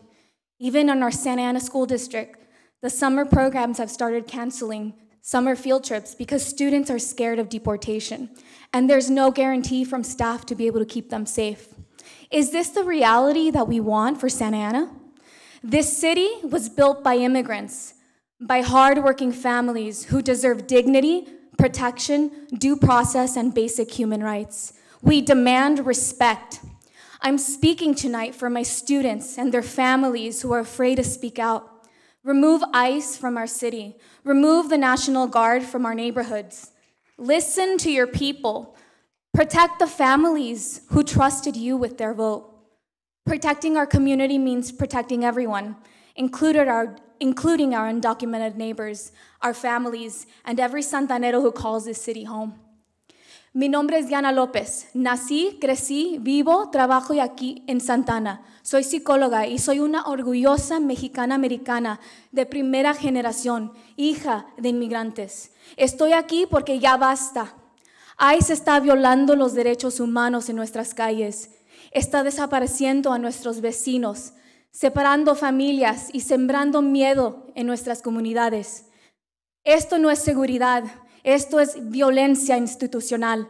Y es una traición por parte de cada uno de ustedes que fue elegido para protegerlos y servirnos. Como psicóloga yo veo el daño todos los días. Niños que no pueden dormir por miedo a que sus padres no están en casa cuando regresen de la escuela. Familias viviendo con miedo y ansiedad constante. Incluso nuestros programas de verano del distrito ya suspendieron excursiones por miedo a la deportación. de algunos estudiantes y por miedo de poder asistir y no poder protegerlos. Esta es la realidad que queremos para nuestra ciudad, Santana. Esta ciudad fue construida por inmigrantes y trabajadores que merecen dignidad, protección y derechos humanos básicos. Gracias.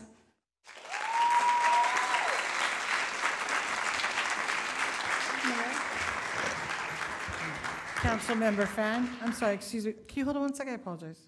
I'm so sorry, but may I please request a bio break? I really need to use the restroom. Can you let? And I really want to respect everyone, and I want to hear everyone, but. Y'all good with that? We'll do a 5-minute break. Thank you. All right, go for it. Thank you. Thank you all for understanding. Recording stopped.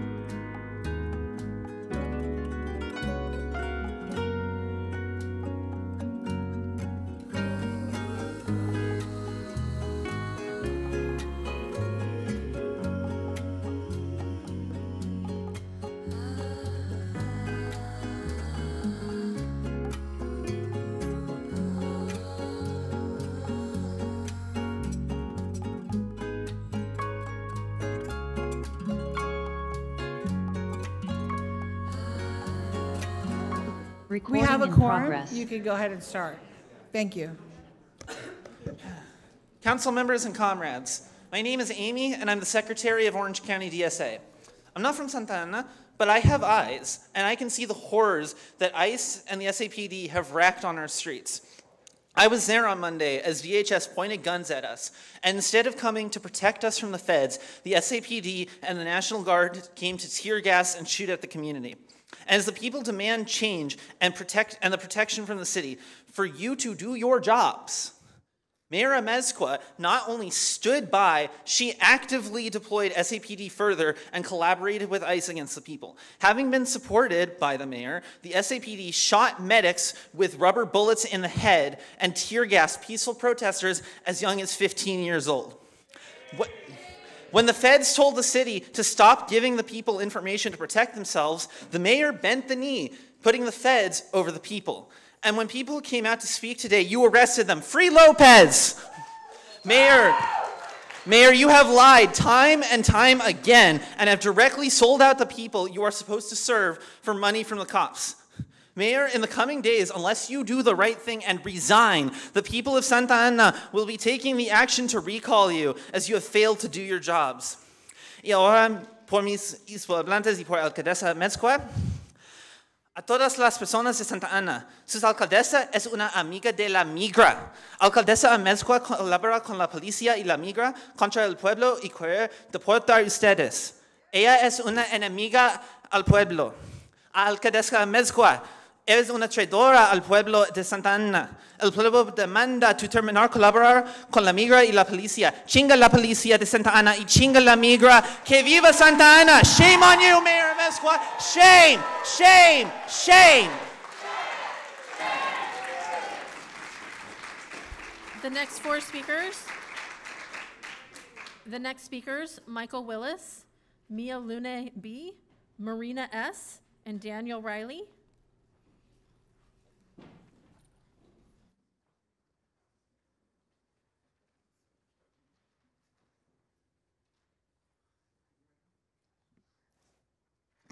Sorry, I'm short.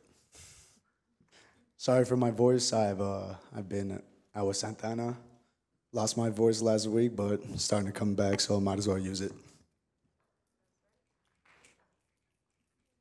Hello, my name is Michael Willis, and I want to begin with Ms. Amezcua, you have failed the city. Not only in your inaction, but by aiding and abetting in the oppression of the people you were supposed to protect. Your lack of transparency is reprehensible. Your cooperation with ICE and instruction of SAPD to do the same is unforgivable. You have allowed invaders into the community to harass, detain, and remove the people that make the city great. If you will not fight for the people, then the people deserve someone who will. People like Jonathan Hernandez, Jesse Lopez, Ben Vasquez, and Vicente Sarmiento. Those who work for and can be seen with the people of Santa Ana. You deserve someone who will work with you in times of peace and fight for you when your rights and families are being threatened. Someone who will stand for you and against ICE or anyone else who comes for the community. Santa Ana needs someone that will use the police to enforce the law, not illegal orders from a dictator. Police should enforce that ICE is only detaining those with valid warrants, not those at workplaces, nor hospitals, nor grocery stores, or markets, and definitely not at courthouses when they're trying to do the right way. And that's if ISIS should be here at all. I personally should believe ICE should be abolished.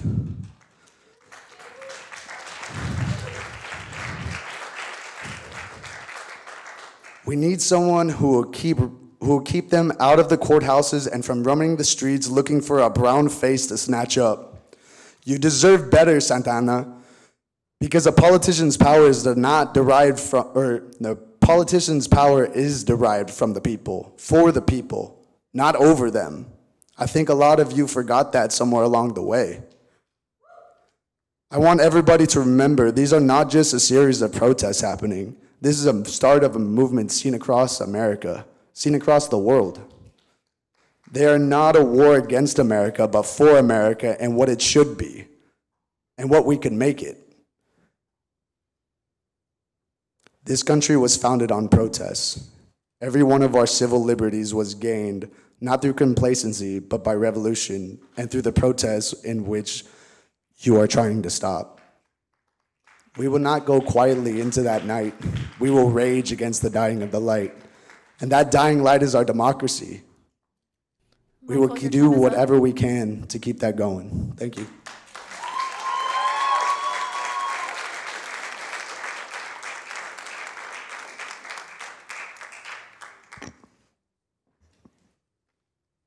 I'm waiting for the camera. Thank you. Good evening. My name is Milene Rodriguez Marbon, and I'm here because what is happening in our city is unacceptable. This past week, our community was raided. Families were torn apart. Children left without parents. And while all of this was happening, Mayor Amezcua stayed silent.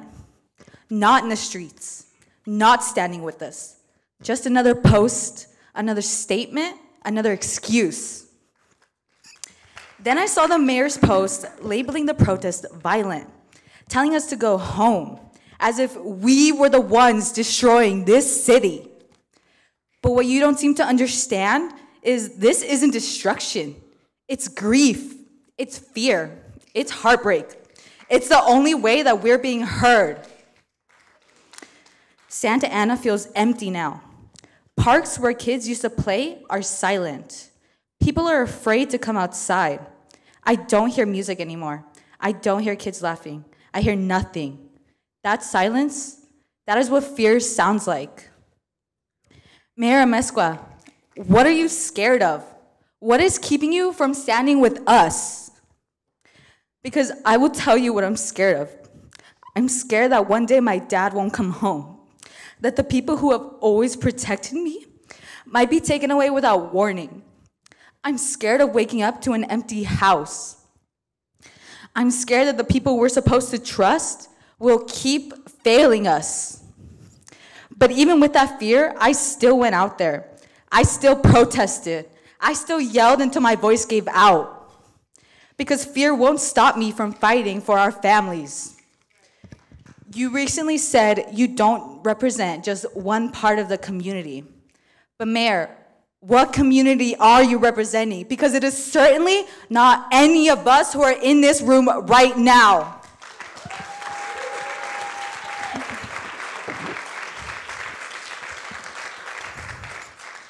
This is not some reality drama TV show. We don't want petty shade thrown at the council members who are actually showing up.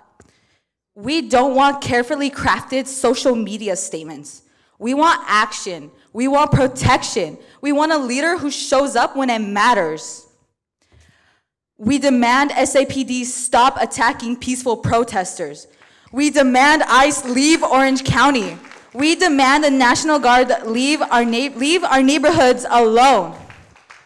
I also want to hold this woman accountable for calling a speaker who spoke here. Her name is Emma. You referred to her as Sir. This is 2025, and we should respect people for who they are. So I want to hear a sorry from you. Maybe not right now, but eventually I do. Thank you.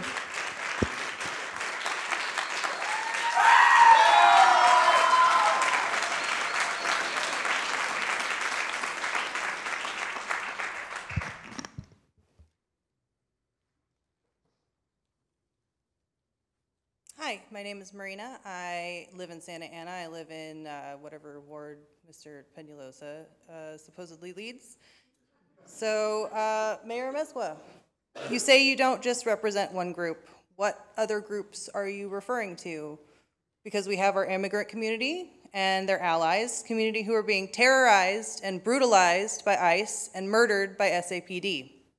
We have our community of brown, indigenous, and people of color and their allies, who are also being terrorized and brutalized by ICE and murdered by SAPD. We have people who believe in justice, people of all creeds and colors here today. We have people who remember their history, the history of the labor and civil rights movements which shaped our nation, history full of people waving their arms around and yelling and participating in civil disobedience. So who is left, Mayor? Because it sounds like we only left out racists and police, same thing. So why do their wishes get placed above ours? Is it because you don't know history? Is it because Santa Ana Police Department owns you?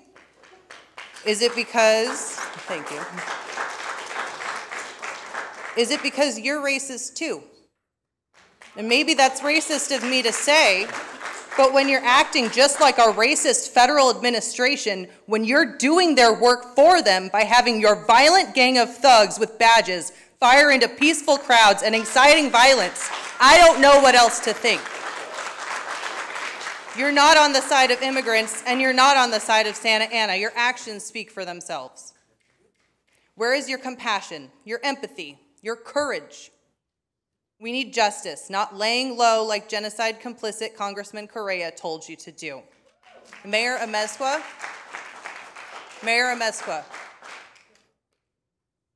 it is not too late to be a human being. No more tear gas, no more lethal rubber bullets, no more violence against those of us brave enough to actually do something about ICE destroying our community and our city. Justice for Noé Rodriguez and jail Luis Casillas and Isaac Ibarra. Thank you.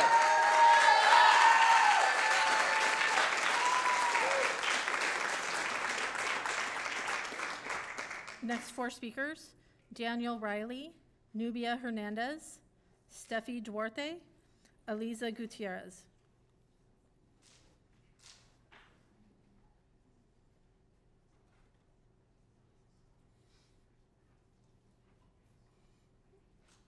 You can come forward. It's okay. But you can go ahead. Hello, this is my first council meeting. Woo, I'm here. By the way, the sign behind you, E pluribus unum, do you guys know what that means? Do you? It means out of many, one. That means you mess with one of us, you mess with us all. We're all coming here for you. Just so you know, I'm a teacher in Santa Ana, and I can go 8 hours without using the restroom, just so you know. And I cannot leave my classroom because who's gonna take care of the kids? And I have here some actual letters from my students who wrote to Donald Trump. They are not afraid to say his name. Dear Mr. President, I wish that you can stop deportation. I want you to stop deportation because, she used the transition word, I love that for her. A lot of people are not going outside because of this. Also, if people stop going places and you will not get as much money as before. I think our businesses are suffering, don't you? By the way, she wrote this 2 months ago. She didn't even know this was gonna happen. I also do not believe that people should live in fear. Sincerely, and I really wanna say her name, but out of respect to her and her safety, I will not. There's more, by the way. I have 29 students, so don't worry. I got plenty coming. Dear Donald Trump, please don't separate families. They deserve to be together. She's not afraid to say his name either. Even if they don't have papers, they should stay because, another transition word, I love this for her, they didn't do anything. Yeah, they're not going over people who are criminals. They're going after our grandmas, our abuelos, abuelas, tías, tíos, people that we love in our community, our elotero man, okay, our gardeners, who are just doing their job. Please stop this. Dear Mr. President, I wish that you stop ICE from taking people to the border because they have no papers. Mr. President, ICE is causing families to become separate. By the way, this student really wanted to use bad words, but I convinced them not to. And this just shows you that even children are capable of having compassion and having sensatez.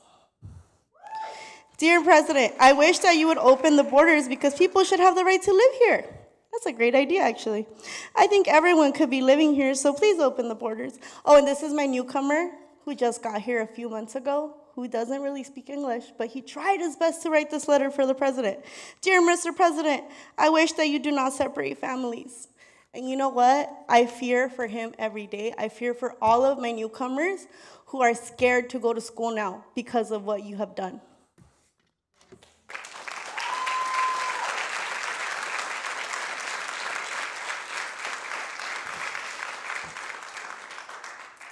Oh my goodness. Okay, as an educator, that was so hard to hear, listening to students, young children, write these words.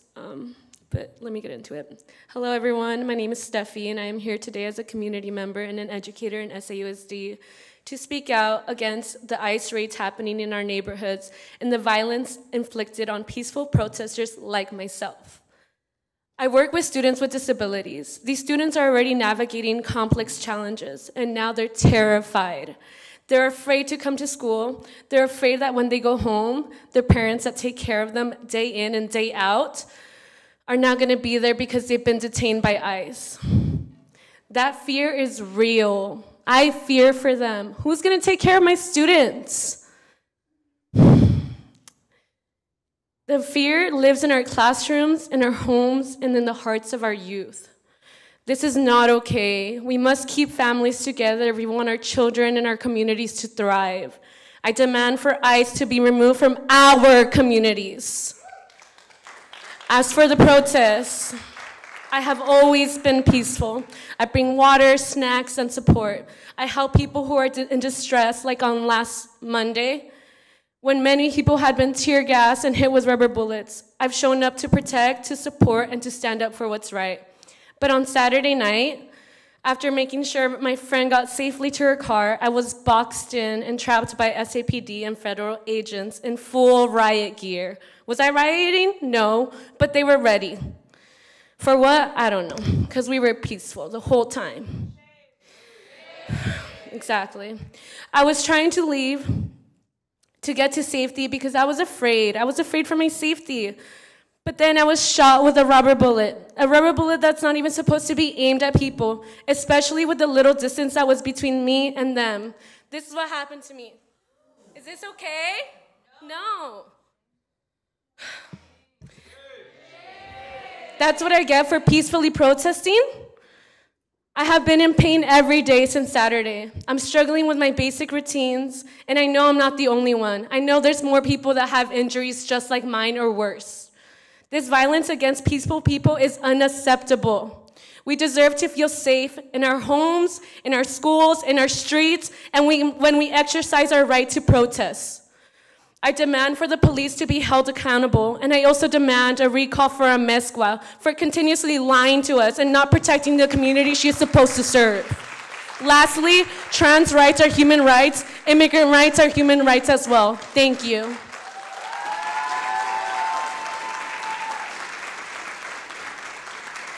The next speakers, Eliza Gutierrez, Samantha Fajardo Soriano, Victor Hugo Estrada Ochoa, Samantha M. Eliza? Samantha Fajardo Soriano?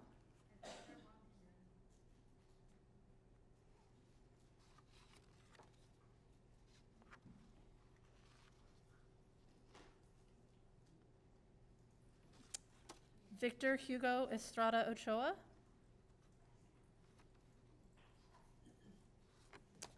Samantha M.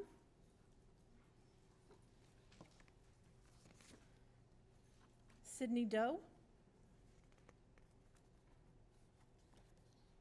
Terry Sadak.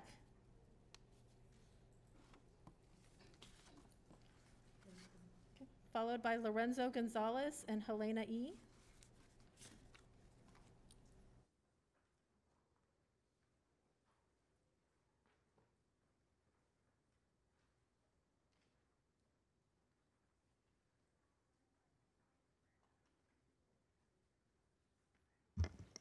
Buenas noches.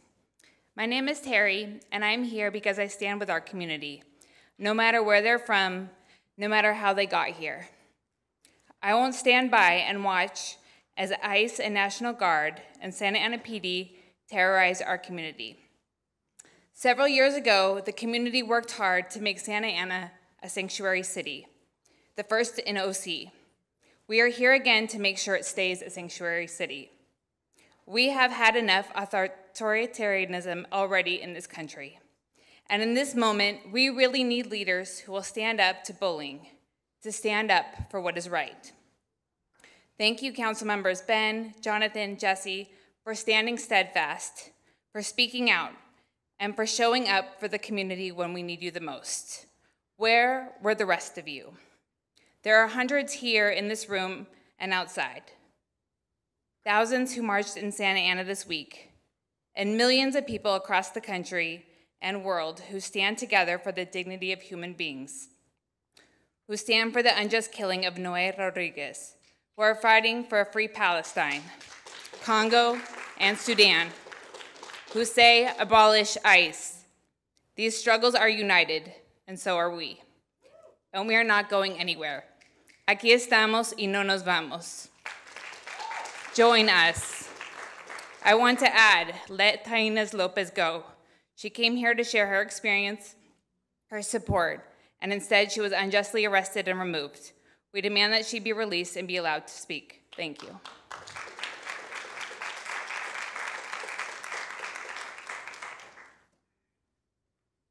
Hello, my name is Elena. I hate public speaking, so the fact that I'm here means that, I'm very unhappy. I was born and raised here in Santa Ana. My statement is short and simple. Shame on you, Mayor Amezcua. Shame on SAPD. Your responses to our community in a time of crisis have been extremely disappointed, if not fully outrageous. We have the right to peacefully protest without being criminalized by our own mayor. Shame on you. Shame. Our community is scared to go to work, to get groceries, to go out to eat. This is not okay. Keep ICE out of Santa Ana, out of OC. Get these tanks out of here. They do not belong here.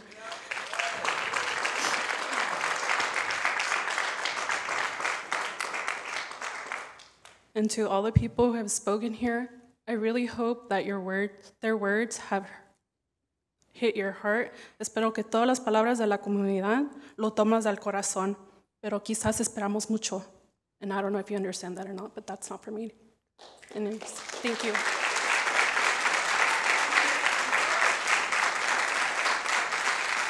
Next speakers, Lorenzo Gonzalez, Vincent M., Andrea R., Erica Armenta.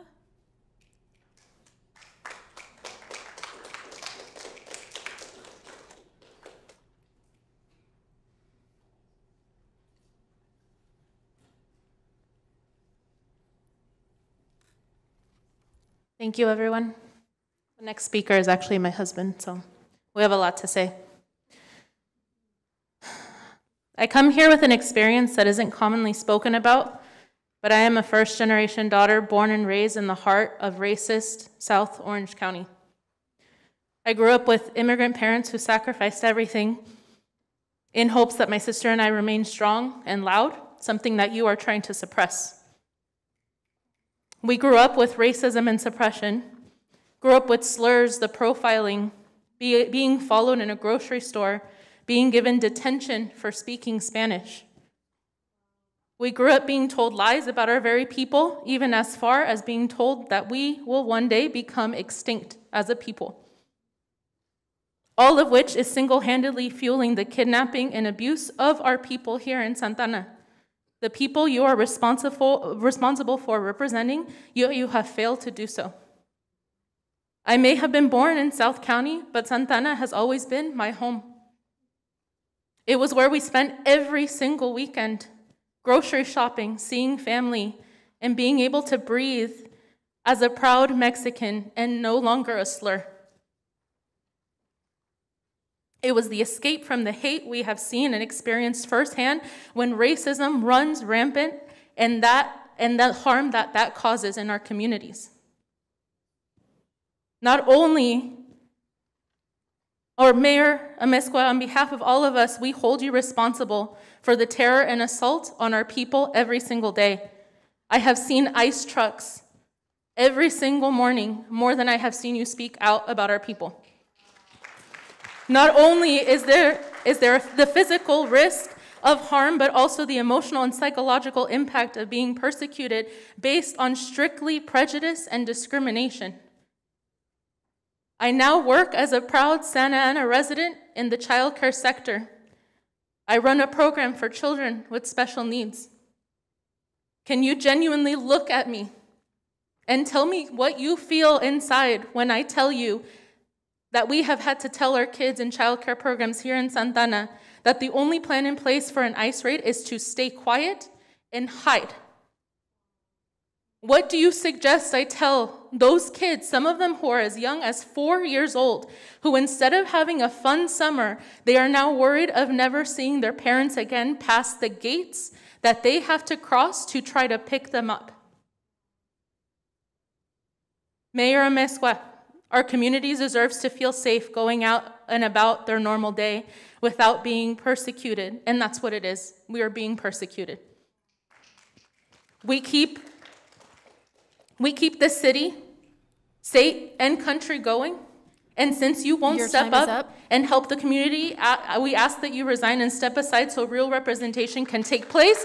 Valerie, that is what I'm calling you. You are no longer our mayor. You are a disgrace to the Chicana name.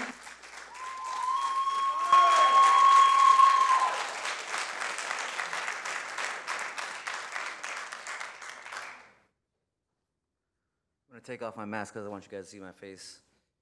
I just want to let you guys know that I'm a Santa Ana, been born and raised in Santa Ana. Grandpas have been here. I just want to let you guys know, border crossed me. I never crossed the border. I've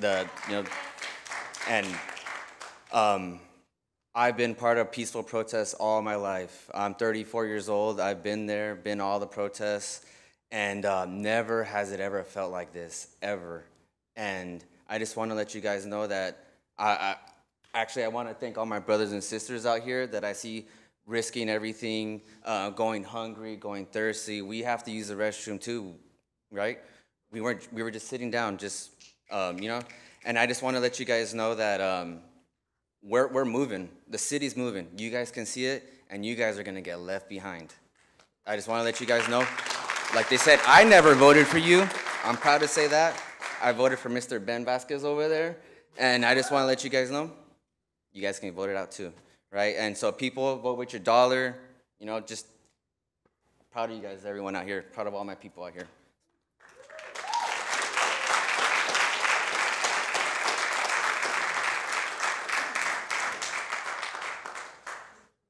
Good evening. Buenas noches. Mayor Mesca and council members, thank you for taking the time to listen to us today. Mayor Mesca, what an honor it is to witness your leadership, especially how you prioritize your donors over our community. There are a lot of people outside these walls who feel betrayed and hurt because of the actions and inactions. But I don't understand why, so let's recap. First, ICE raids in our city. They're raiding our homes, they're tearing apart working families. And like a true leader, Mayor, you didn't criticize ICE, you didn't criticize their cruelty. Instead, you attacked protesters and a few of your colleagues here. As you should. They were monsters. These protesters were loud, they walked on the street, they played music and they danced on the street. How dare they? Days later, after backlash, you mumbled something about respecting your constituents. It was heartfelt. It almost felt like it didn't sound like ChatGPT wrote it for you. So I don't understand why people want you out of office. Like a true leader, you put your donors before your community. Like a true leader, when landlords funded your campaign, you voted against renters. Like a true leader, when the police union says jump, you say, sure, you can collab with ICE. Okay, that sounded bad, but I believe in the mayor. Consistent leadership. Time and time again, she sides with donors, not with the community. So here's my sincere thank you to the mayor, Peñalosa. I'm not sure which ones you are. All of you are corrupt here. Not all of you, I'm sorry.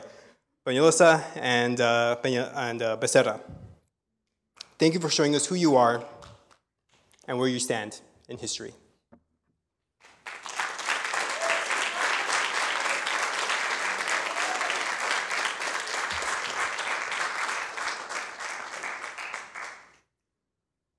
Hi, my name is Miranda, and I'm up here to call out Mayor Mesqua for praising SAPD for their efforts of protecting businesses and keeping the city peaceful when you should have been reprimanding SAPD and the National Guard for not protecting us while we're exercising our First Amendment. That's what you should have been doing, protecting your people and not the buildings. There is a reason we are yelling out peaceful protest. It's not because we're out there to fight anybody. We're yelling peaceful protest to let you know that we're there peacefully, but you don't seem to believe that. We as a community are allowed to exercise our First Amendment right, but apparently you don't agree with that, and all you care about is how much money will line your pockets based on the opposition of your people. It's crazy to me how you are for the people, but you don't see yourself in the people being taken by ICE. You don't see yourself, you don't see your mom, you don't see your sisters, your daughters, your tíos, because that's what I see. When they're being taken, I see my family. But you apparently don't see that. Pacero, you don't see that. Penalosa, you don't see that. Are you guys blind, or do they pay you to not see?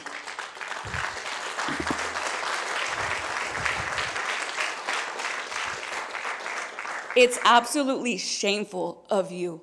Viva mi gente migrantes. They are the backbone of this community. Get ICE and the National Guard out of our communities because we're not criminals. You are.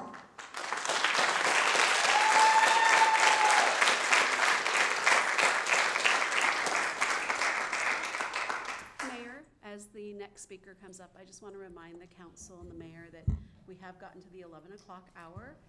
As we want to, if you desire to hear the rest of the speakers and you want to go past midnight, now would be the time to take that vote to continue. So is there a motion to continue or to stop the meeting? I'll make a motion to continue to hear the speakers. And then the second. I'll second that. Madam Clerk, there was a motion by Councilman Hernandez, a second by Councilman Penalosa, and we'll take a vote, please. Councilmember Becerra? Yes. Councilmember Hernandez? Sí se puede. Councilmember Lopez? Yes. Councilmember Peñalosa? Yes. Councilmember Fan? Yes. Mayor Pro Tem Vasquez? Yes. Mayor Mesqua? Yes. Vote of 7 ayes, no nays, motion carries.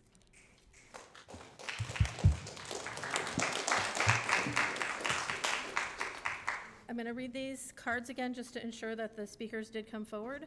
Lorenzo Gonzalez, Vincent M., Andrea R., Erica Armenta. Next speakers, Abe Q. This is Erica right here. Oh, okay, Erica. Buenas noches, mi nombre es Erika y soy un familiar afectado por la violencia policial. Primero que nada, quiero decirles a nuestra comunidad que siento mucho lo que está pasando con nuestros familiares, con nuestra ciudad santuario. Siento mucho lo que sucede, porque es muy duro ver cuando a los niños les hace falta uno de sus padres. Y más en este caso, que el Departamento de Policía de Santa Ana asesinó a Noé Rodríguez el 1 de diciembre de 2024. Hoy, más de 6 meses después de que lo mataron, no han dado ningún reporte formal a mis abogados o al público sobre el asesinato. Estos son los policías y siguen libres. Y lo único que dice nuestra mayor, los policías tienen microsegundos en decidir si disparar un arma o no. Pero en esos microsegundos, él no estaba atacando a nadie, él solamente estaba parado. Mis hijas se les han roto sus sueños de que su padre las vea ver unas mujeres realizadas. Una de mis hijas soñaba, anhelaba con crecer y ser una policía, servir a la comunidad, servir a nuestra ciudad, y esos sueños han sido rotos junto que le arrebataron a su padre. Ella les tiene miedo cuando los ve. Y eso es muy triste para un niño que tenía sueños y ilusiones. Noé no le estaba haciendo nada a nadie y no merecía morir de esa manera. Visiblemente estaba pasando por una crisis de salud. Solamente estaba parada. Como bien lo dice, ¿quién en su sano juicio andaría con un juguete pareciendo un arma en la calle? Obviamente nadie. Él no estaba sabiendo lo que estaba sucediendo. Mientras los oficiales Luis Casillas y Isaac Ibarra siguen libres, todas estas cosas están sucediendo en nuestra ciudad santuario. En un video a través de la solicitud de registros públicos, los oficiales claramente fallaron al evaluar y desescalar la situación. En las llamadas al 911, lo describieron como un hombre hispano cuando solamente llegaron y le dieron órdenes en inglés, y en menos de 2 minutos le dispararon más de 29 veces. Sus mentiras fueron intencionales, mintieron para protegerse y para violar múltiples prácticas del departamento. Si sus mentiras no eran intencionales, entonces no pueden recordar correctamente los hechos de un caso que apenas pasó y no deberían ser policías. Nos preocupa a todos los residentes de Santa Ana que estos asesinatos siguen pasando y siguen esos oficiales patrullando nuestras calles. Justicia para Noé Rodríguez.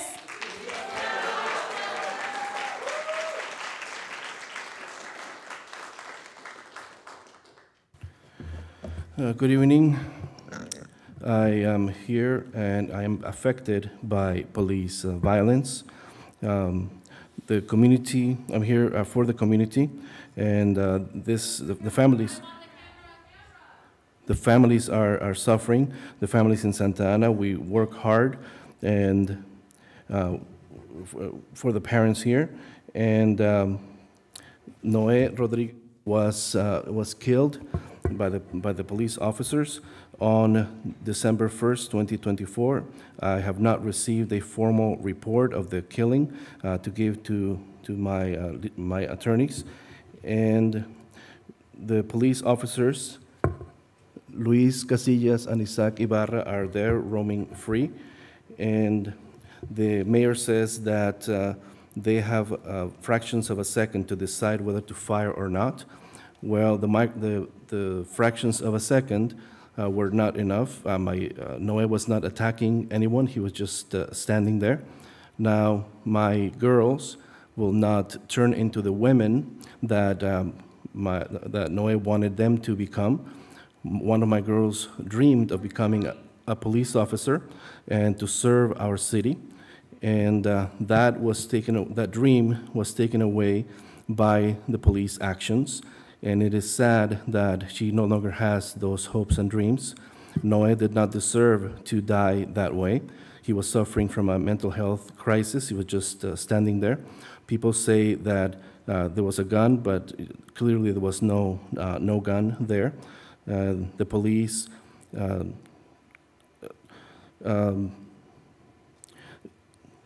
we need to have this. This cannot be happening in our sanctuary city. The officers, the officers did not try to de-escalate. There was 911 calls calling for Hispanic, saying that there was a Hispanic man. All the orders were given in English, and in less than 2 minutes, he would receive 29. He was shot 29 times, and there were lies in the police report. And the police officers violated the police procedures. They should not be police officers who are out there possibly killing people. Justice for Noé Rodriguez.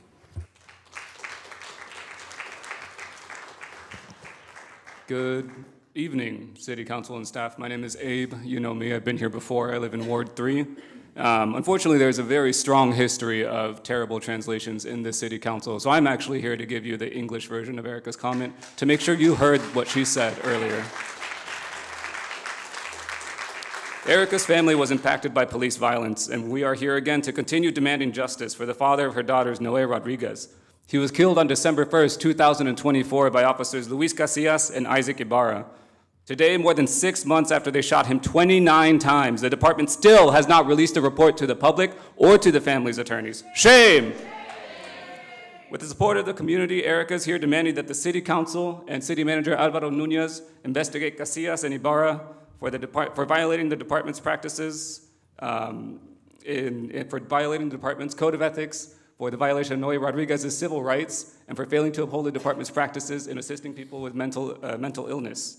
We are demanding that these officers be removed immediately from the department without pay, and that through this investigation, arrest and jail Casillas and Ibarra so they do not harm or kill anyone in our communities, your communities, again. In body camera footage received through the PRA request, we can clearly see that the officers failed to evaluate and de-escalate the situation. 2 911 calls and Officer Ibarra described Noé as a Hispanic man, but they only gave him orders in English that night. Shame! The time between when they stopped their car and when they shot Noé 29 times was only 30 seconds. Casillas and Ibarra showed no restraint in their use of lethal force against an unarmed man in downtown Santa Ana, and they lied to their superior in the mandatory interview after an officer-involved shooting. If they lied intentionally, It was to protect themselves from the gross violation of department procedures.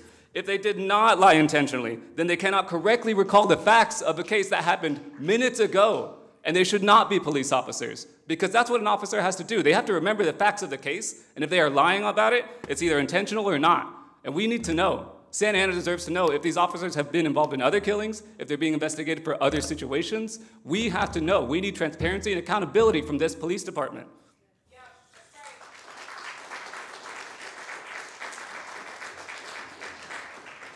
If you care about police accountability and justice, you would be supporting of these demands for transparency from the department. The people of Santa Ana deserve information. We deserve justice. The family of Noe deserves justice. His daughters deserve justice. Lastly, it is unjust that members of our community and organization are being attacked by the Police Officers Association of Santa Ana. They call us radicals who want more crime in our streets. And as the elected officials, you should condemn the association and their comments. It's clear that the association is afraid because they are protecting killer cops.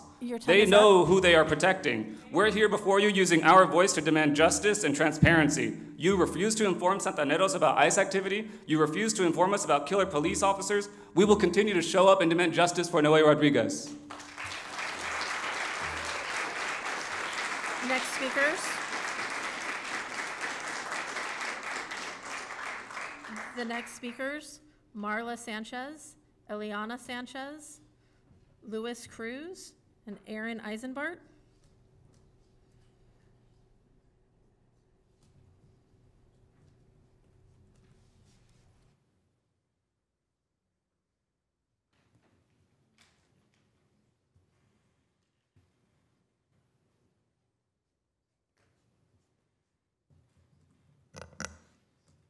Hello, my name is Eliana Sanchez, and I'm speaking here today to express my disdain for how the city has handled recent protests. Santa Ana PD has single-handedly escalated peaceful demonstrations by use of tear gas against crowds, including young children, and destruction of local small businesses with rubber bullets they shot. Not to mention the aggressive presence of federal agents. Snipers pointed at protesters, me, my mother, and my 12-year-old sister. Can you imagine how that feels for a child in their own city? Yet rather than standing up for her constituents, as is her sworn duty, Valeria Mesqua has slammed the people of her city she serves by claiming they are the violent ones. Government officials have a duty to their constituents, not to the police department that lines their pockets. Thank you.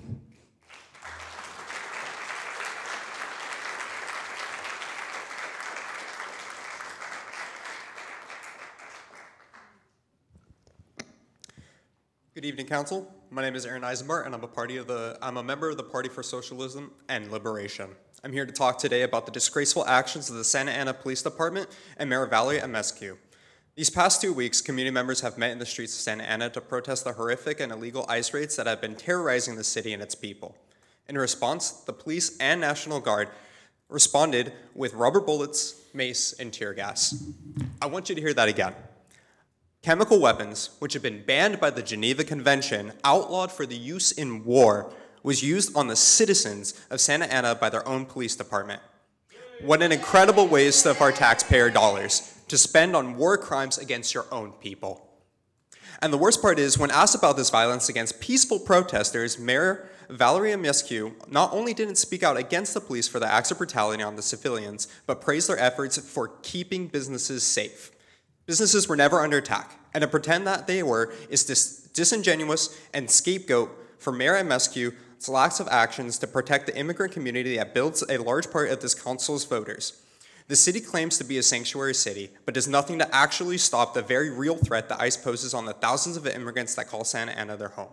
Instead, you give the SAPD a raise to continue their support of ICE raids. It is deplorable behavior, and you should be ashamed of the way you misrepresent the very people that have brought you here. The demands of the city are clear. Defund the police and their weapons of war used to instill fear in our community. Remove ICE from the city built on the backs of immigrants. And for our Mayor Mesqua, if you're not willing to stand up and protect the people of your city, step down and make room for someone who will. Power to the people, and thank you.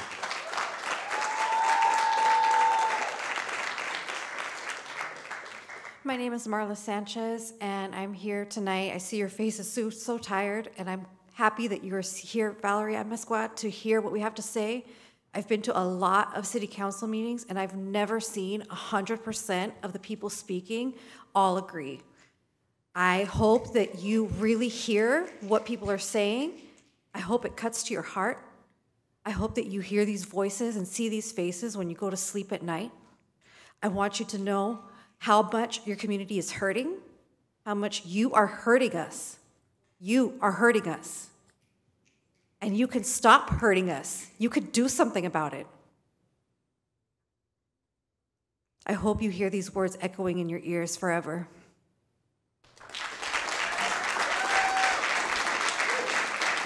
The next four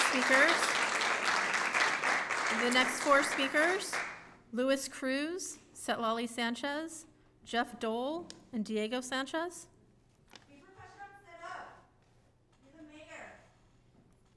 Hello, I'm a resident of Santa Ana, and I'm here to express my concerns about the gross response SAPD has had towards peaceful protesters, including myself, on the protest that took place Monday, June 9th. I am also here demanding that SAPD stop terrorizing protesters. If SAPD does not stand with ICE, then they must stand to protect peaceful protesters from harm, not be the ones inflicting the harm. Having SAPD in trigger-happy riot gear, forming barricades and intimidating blockade lines, in essence, is cooperating with ICE. I demand that the mayor and the chief of police, Robert Rodriguez, redirect the SAPD to uphold the following statement, and I quote, "Your police department remains steadfast in our commitment to serve you with integrity, compassion, and professionalism. Our mission has always been the safety and well-being of all community members, regardless of immigration status. We are here for you, we stand with you, and we will continue to work alongside of you to ensure the city remains safe and united." Nothing about Monday, June 9th from SAPD was compassionate or professional. You can no longer gaslight the public into believing that SAPD stands with the people it is supposed to serve. And for all the council members, I plead that you too put necessary pressure on allowing Santaneros their constitutional right to protest, without fear of violence from SAPD and the National Guard. I will be damned if I let my tax dollar and that of my community go towards my own victimization in my own city. I will be taking notes on every single action or inaction the council, the mayor, and the chief of police take, and trust me that I will put every single resource and platform I have to hold you all accountable to your supposed loyalty to the cities and its residents. In addition, I want to demand that Santa Ana cut all ties with ICE. I demand that ICE not have a detaining facility here in Santa Ana. We should not allow them to operate here. We should be doing everything in our power to disrupt ICE efforts to terrorize and kidnap our people. And to every single person here tonight, thank you for coming. Don't ever let anyone, not the president, not the mayor, tell you that protesting accomplishes nothing. Anybody who obstructs your right to protest surely sides with the oppressor. Never ever stop fighting for what is just. And to the mayor, must I remind you that every single type of advocacy in this time matters. Words matter, and your choice of words have cut deep. You have lost the respect of the people you serve, and the only honorable thing to do now, if not resign, is to reevaluate your morals and your stance, because the people of Santa Ana are not going to back down. We're only getting started. Thank you.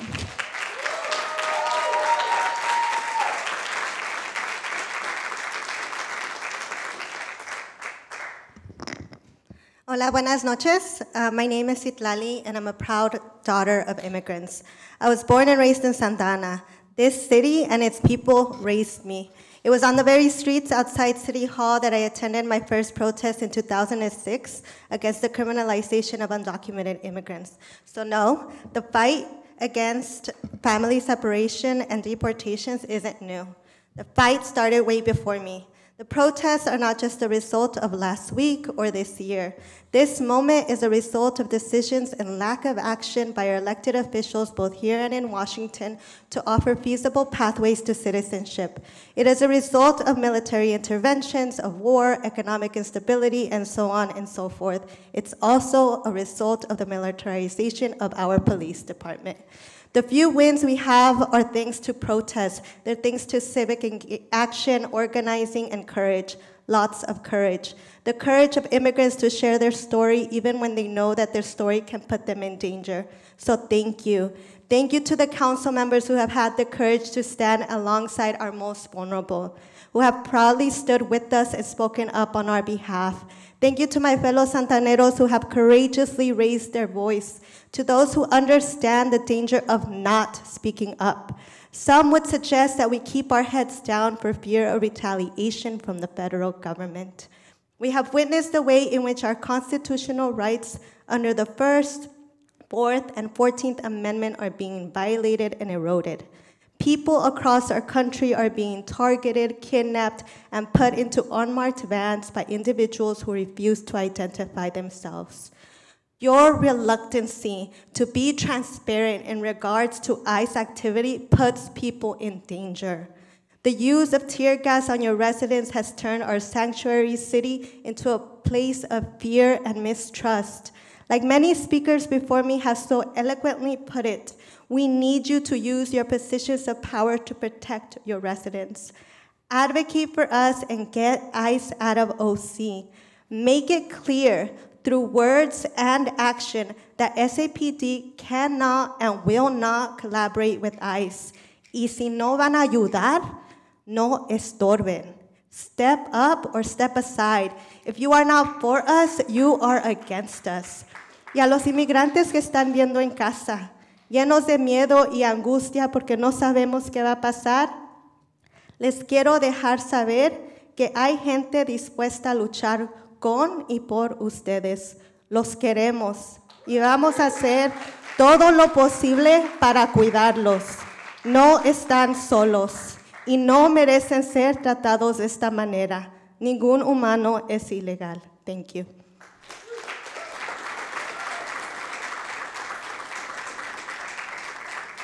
Next speakers, Luis Cruz, Jeff Dole, Diego Sanchez, Zuri Villa,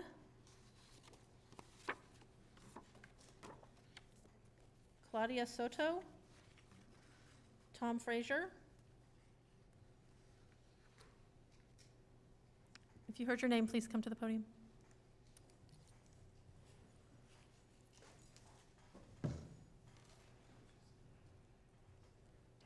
Hello, Council. My name is Zuri, and I'm here to hold Valerie Amesco accountable. She does not care about the people of Santa Ana. All she cares about is her money and her police department. She does not deserve to be our mayor, and we deserve a mayor who cares about its residents more than they care about money. She's continued to refuse to stand up for her community, and she was also caught lying to her community. In May of 2025, she made statements claiming that no ICE and DHS was in our community, despite reports of both of them being active in Santa Ana. Later that month, it was revealed that the city of Santa Ana received 42 notifications of planned immigration enforcement by ICE and DHS. Her plan was to just keep it on the down low. You are a coward and you don't care about your constituents. And then when Santa Ana residents are being snatched off the streets by ICE, she remains silent again. Then Santa Ana residents take to the streets to protest this injustice. Again, she was silent. She was nowhere to be seen because she does not care about her constituency. This brings me to my next point, which is, she has demonized those who actually have the courage to stand up and use their voice, because the police department started tear gassing and shooting rubber bullets at peaceful protesters with no provocation, and she wants to sit at home, post on her Facebook talking about, oh, you guys are just causing pure destruction and violence in our city. Meanwhile, the only people causing violence and destruction is your police department. Your police department broke the window of downtown Santa Ana business with their rubber bullets that they were shooting at the protesters, peaceful protesters. I got tear gassed. I wasn't doing anything. The people around me weren't doing anything. We were just chanting, standing there, and I get tear gassed. Tear gas, as stated before, is a chemical weapon of war that is literally banned in international warfare, and your police department is using it against residents of Santa Ana, who actually have the courage to stand up for what's right, unlike yourself, Mayor Valeria Amezcua. So do the right thing and step down. Resign as mayor, because you do not deserve to be here. You do not deserve to be our mayor, because you do not care about your constituents. You said that you're not gonna stand up and put your Chicano fist bump because you don't only represent one part of the community. That part of the community is 80% of your constituency. 80% of your constituency are Latinos, and you don't care about them.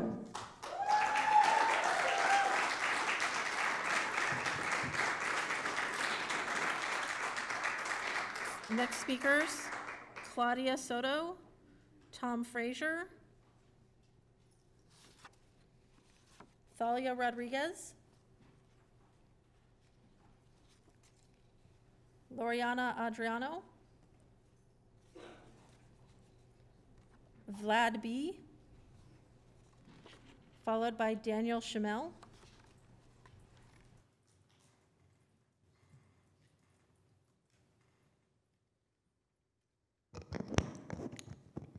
Can everybody hear me?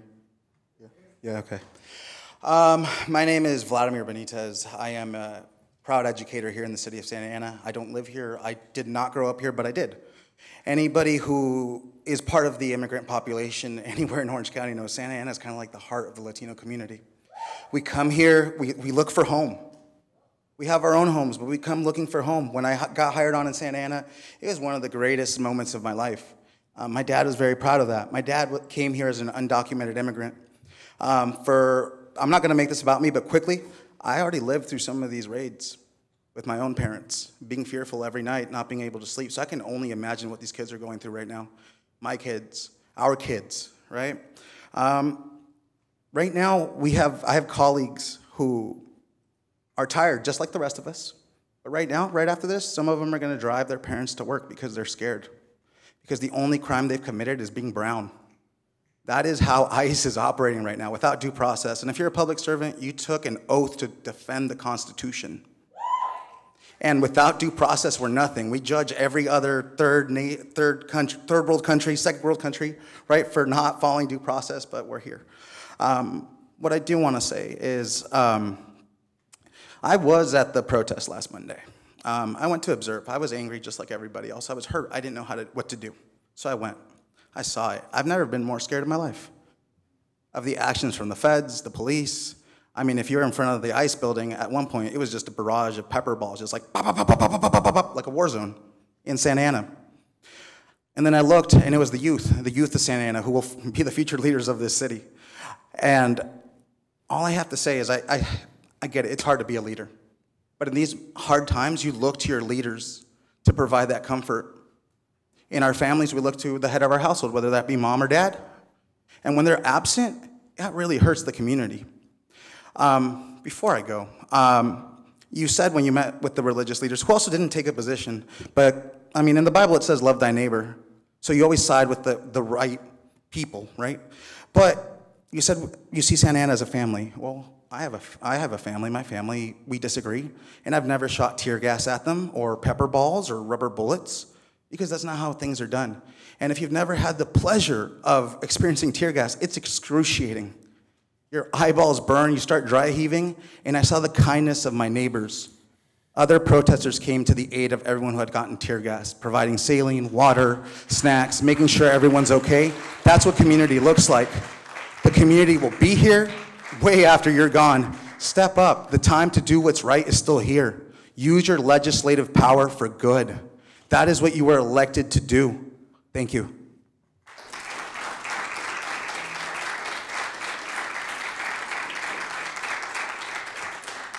The next speakers, Daniel Shamel, FC, L. Gonzalez, Garrett Ford, Steph.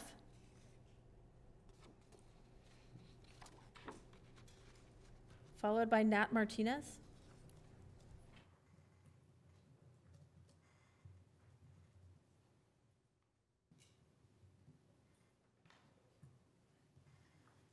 All right, good evening, everyone. I'm Stephanie, I'm a member of CSO Orange County. I'm here today to urge the City Council to take action to keep our community safe.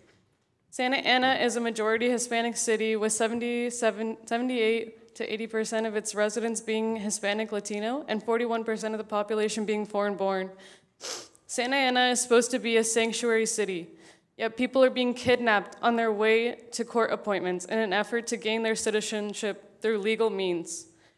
On June 9th and June 14th, protesters filled the downtown area in order to stand up to this repressive government and send the message that we do not accept our community members, our family members, and our friends to be forced to hide away for fear that they could be picked up off the street at random and put into cages and dropped off into a country that they don't remember or where they may face violence. It is disgusting that our community members are forced to live in fear and that the mayor of the city, as well as some of the city council members, have turned their backs on them, their constituents. It is disgusting that after people exercise their right to protest in the city, that protesters were met with this city's police helping to instill that fear in us by shooting rubber bullets and throwing tear gas at its citizens. In what democracy would the people accept this kind of injustice from its civil servants? What about in the case of Noe Rodriguez, where the police of the city fired 29 rounds on one of its residents who was having a mental health emergency, and they failed to de-escalate? They failed to assess the threat level of the situation, and they failed to speak to him in a language that he would understand, in Spanish. In what democracy is that acceptable? This is happening in your city. I urge the City Council to pay attention to its constituents and to pay attention to what is going on in your city. When we are having to protect our own community, meanwhile, the people who are supposedly supposed to be protecting us are attacking us. I demand justice for Noe Rodriguez and that the killer cops Isaac Ibarra and Luis Casillas be fired immediately without pay and jailed. And I demand ICE out of Santa Ana. Thank you.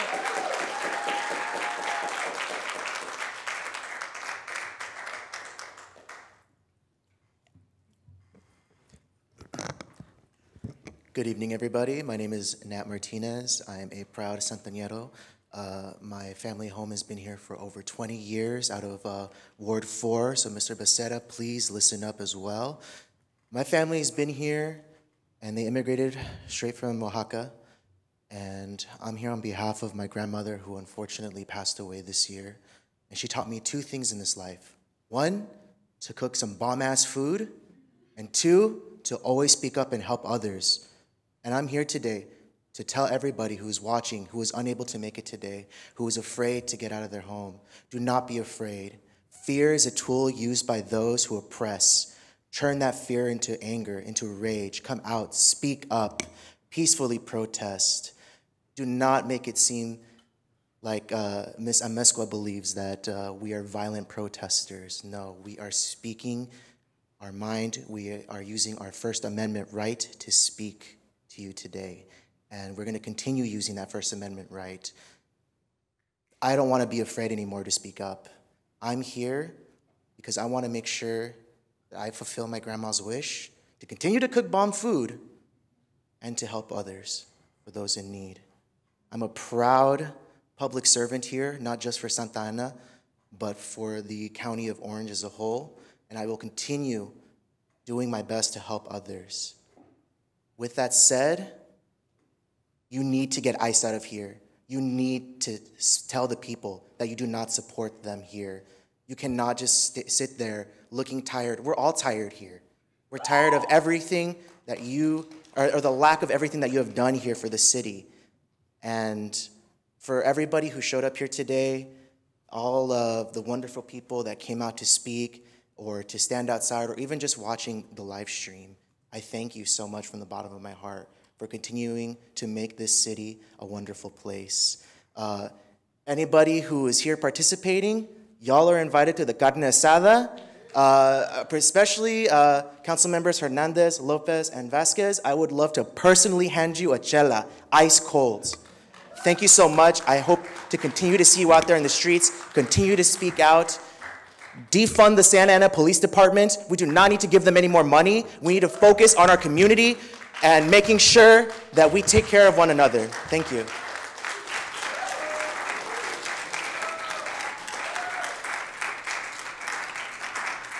Next speakers, Taina B. Lopez. She was arrested earlier and cannot speak. Justice for Taina.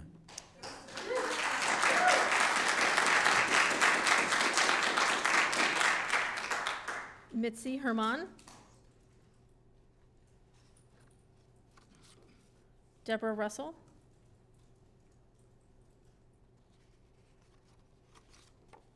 Cynthia Rendon. Eddie Gomez.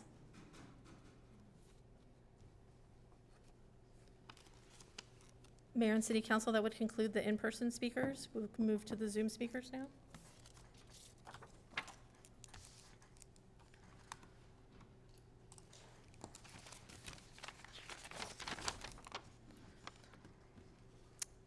Callers on Zoom, when unmuted, please announce your name and the ward or neighborhood that you reside in within the city of Santa Ana for the record.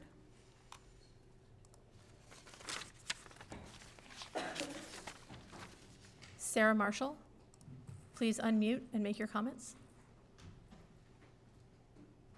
Hi, good evening, council members, mayor, and residents of Santa Ana. My name is Sarah Marshall. I'm a third-generation Santaneta. My family home resides in Ward 1. And I'm speaking tonight to address the same sentiments my fellow speakers are expressing and to highlight some history our residents may not be aware of.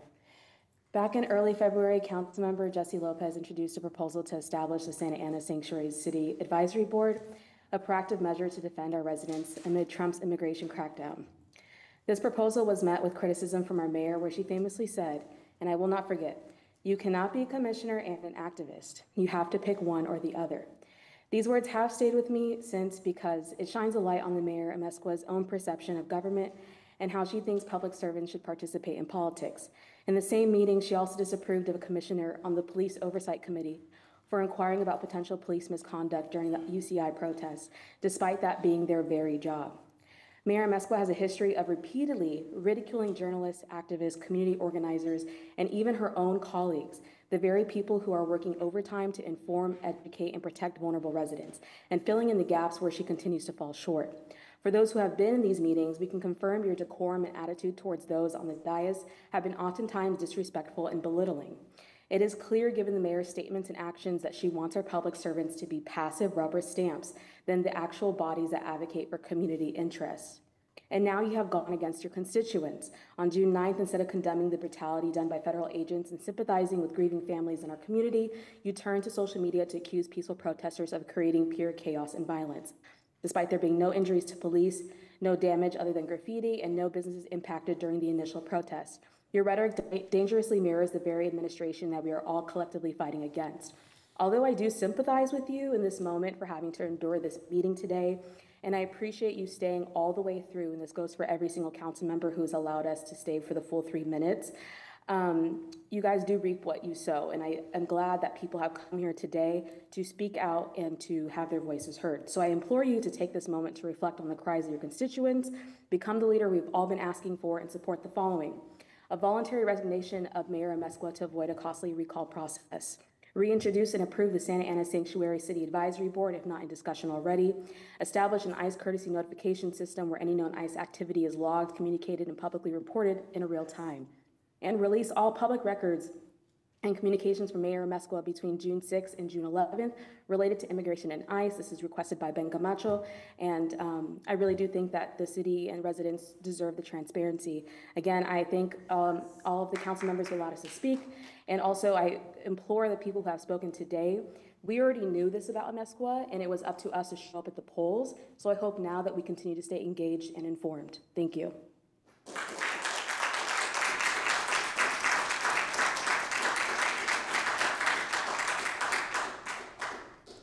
Trish H., please unmute and make your comments.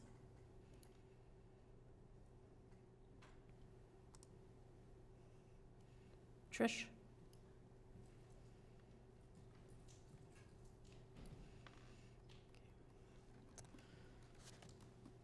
Next speaker, Irene Cabanas.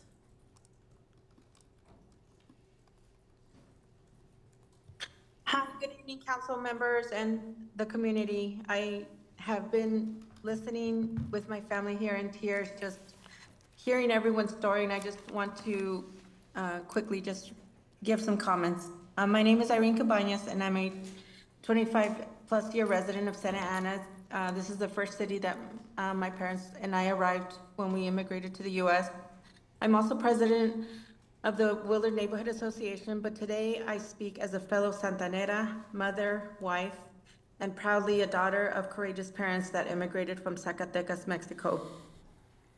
Thankfully to the Immigration Reform Act of 1986 by President Reagan, we were granted amnesty along with 3 million undocumented immigrants.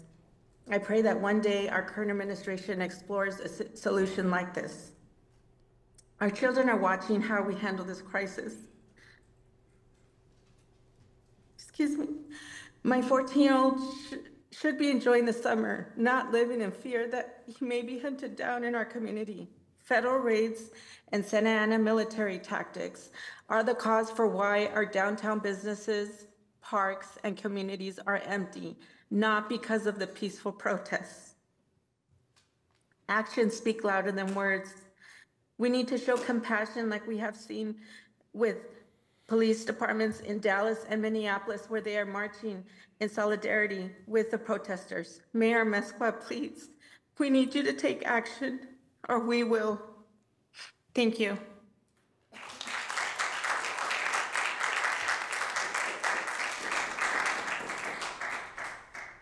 CSO Orange, please unmute and make your comments. Hi, my name is Diana, and I'm a resident of Ward 4. I'm a proud Chicana, a daughter of immigrants, and a member of the CSO Immigration Committee. What we've seen in the past several weeks has been very scary and is not what a sanctuary city should look like. Masked ICE agents coming to our streets to take hardworking residents of Santa Ana, the people who build, run, and make the city come to life. At the same time, the National Guard is occupying our streets alongside SAPD. We have heard testimonies and seen videos of protesters doing nothing wrong and SAPD shooting tear gas and rubber bullets for no reason. These officers are more afraid of teenagers with signs than they are of ICE deporting our people. While people are being taken from their families, while we are being tear gassed for fighting for our loved ones, Mayor Amezcua is hiding and saying she doesn't just represent one group. But we are the majority of this city, and without us, this city is nothing. Instead of trying to find real solutions, instead of standing with the people and showing real bravery the way regular people have, you bend over backwards to defend the police department because they fund your campaigns. Maybe you're right, and you shouldn't represent us Chicanas. Chicanas have a long history of struggle against police brutality, against deportations, against war, and more. We are a people full of bravery that you clearly have none of. Eres una vendida y una cobarde. Today, we continue our struggle by demanding ICE and National Guard out of Santa Ana. We demand SAPD to stop repressing us for standing up for what's right, and we demand justice for Noe Rodriguez.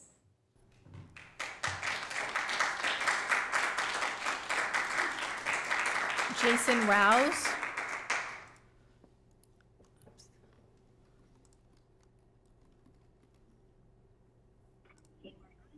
Hello? Yes, Jason, go ahead. Hi, my name's Jason Rosavlevich, and I'm going to be reading this on behalf of my wife, who showed up at 3 p.m. at the courthouse and ended up getting turned away. So here it goes. My name is Noel Bayless Rosavlevich, and I am a Southern California native and a resident of Santa Ana for the last 6 years. My husband is a proud first-generation American whose parents both crossed oceans and borders in pursuit of a better life, just like my grandparents did. My friends, family, coworkers, and neighbors are immigrants or are the children of immigrants. And I am sick to see their fear and anguish in the face of the recent and ongoing actions by ICE. On the evening of Monday, June 9th, I joined my community in a peaceful demonstration against the unwelcome presence of ICE in our city. My husband and I, along with other demonstrators, laid down in front of police in peaceful protest. Santa Ana Police Department and federal agents responded with violence. As I attempted to retreat from officers, I was knocked to the ground and hit by multiple Santa Ana police officers with batons. As I tried to cover my head and face with my arms, I was then dragged by my ankles across concrete before being tackled by multiple Border Patrol officers. Am I so imposing that I need to be beaten and restrained by no less than 6 men twice my size? Is lying on the ground so violent that my husband needed to be hogtied and thrown into a transport vehicle? Demonstration is not a crime. Santa Ana is so incompetent that I wouldn't even call them if I couldn't find my own ass, and we deserve better. That's from my wife, and all I have to say is, Mayor, you're a piece of shit. I'm sorry, but I hope you never get elected again.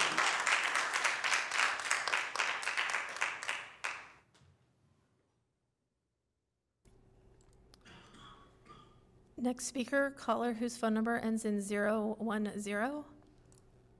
Please unmute and make your comments.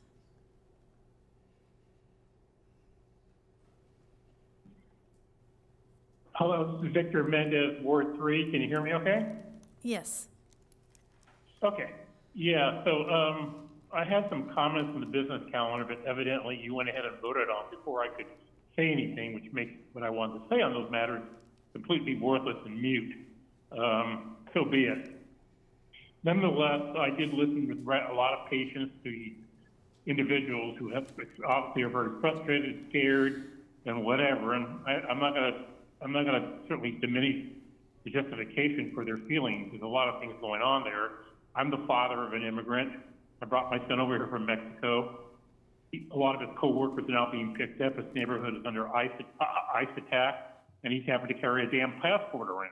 So I'm not very happy what's going on here. But I can say this. If Mayor Bath wanted the National Guard out of LA, she could snap her fingers and get out of it. So I don't know where these people are coming off saying that Mayor Mesco could simply whisk the National Guard away or ICE away. If you want to blame somebody, blame Donald Trump. In fact, if you want to really blame somebody, why don't you talk to those young Latinos out there who gave Donald Trump the margins of victory? Instead, these people come in and certainly, demean our mayor, make it look like she's the cause of all these problems, and use the most profane language I've ever experienced in all the years I've come to council meetings. If you want to do something, change the minds of those young Latinos who voted for Trump. They gave him this victory, and they continue to support him. But evidently, the mayor seems to be an easy scratching post for the anxiety these people are feeling. And again, I sympathize with what people are going through. I'm going through it. My son is going through it. My grandson is going through it. But please, folks, get rational, get smart. Go to the people and change their minds. The Democratic Party itself is to blame for some of this as well. Articles have been written. But if you want to blame somebody, look at the mirror and blame yourself for not being more active, not trying to be more persuasive in your arguments, and not trying to pursue these individuals who feel so isolated that they will look at Donald Trump to solve their problems. Again, you just can't whisk ICE away. The other thing that disturbed me was that somebody said this: destruction is the only way to be heard. That's a quote out of today. That's where these people stand. Destruction of our community is how they're going to be heard. These are not nice things to say, okay? These are not productive things to say. These are very counterproductive things to say. And again, if destruction is the pathway, you're only going to meet the police on your way, and the results will be quite consequential. And then also, can we just focus on Santa Ana and not worry about and not deal with Gaza, the Congo, and whatever else? I mean, yes, there are conflicts around the world, and I appreciate what's going on, and we should have a world view. But I live Your time is up. First Street, and Anna Charco. Please unmute and make your comments. Good evening. It's been 5 long hours, but I would wait 5 long hours again anytime to provide my public comment. My name is Ana Charco, and I am speaking as a concerned resident of Santa Ana to speak on behalf of countless residents who are outraged and heartbroken by the inhumane ICE raids currently unfolding in our city. These raids are not just headlines, they're trauma. Families are being torn apart, people are being targeted while doing everyday things. Sorry. While doing everyday things, such as putting gas or simply existing in the city they call home. Videos and eyewitness accounts are flooding social media and news platforms. These are realities we cannot ignore. You cannot ignore. You were elected to represent us. That means listening when our community is crying out in pain and fear. That means standing with us when we're under attack and not going silent. In this past meetings, each of you proudly share your immigrant roots, connecting your stories to ours. But when ICE raids began terrorizing the cities, where were you, Mayor Amezcua, Councilmember Becerra, and Councilmember Peñalosa? You remained silent until protests erupted. The silence speaks volume. We expect more, we deserve more. Taking pride in your immigrant background is not just about storytelling when it's convenient to you. It's about standing hand in hand with the community when it matters the most. It's about showing up when we're under siege. When people took to the streets to protest, not out of hate, but out of desperation and pain, your focus shifted to police response instead of the root cause. Federal agents are traumatizing our neighborhoods. Instead of shielding your constituents, the city criminalized the youth who were simply standing up for their families and their rights. As mayor and city leaders, you must protect us, not punish us for exercising our First Amendment right. Going forward, we urge you to take clear public stance against ICE, demand that our police department not be used in intimidating or harming residents, and most importantly, respect and defend our right to protest, to assemble, and to demand justice without fear of being tear gassed or retaliated against. In this time, we've seen the terror by our community firsthand. Moving forward, we would like for you to publicize this statement, but also partake in all the activities that our community needs, such as doing grocery shopping for them or providing rides to parents to their school to pick up their kids. This is the way you could come in hand and continue showing your support. This is not a time for you to remain quiet. Thank you.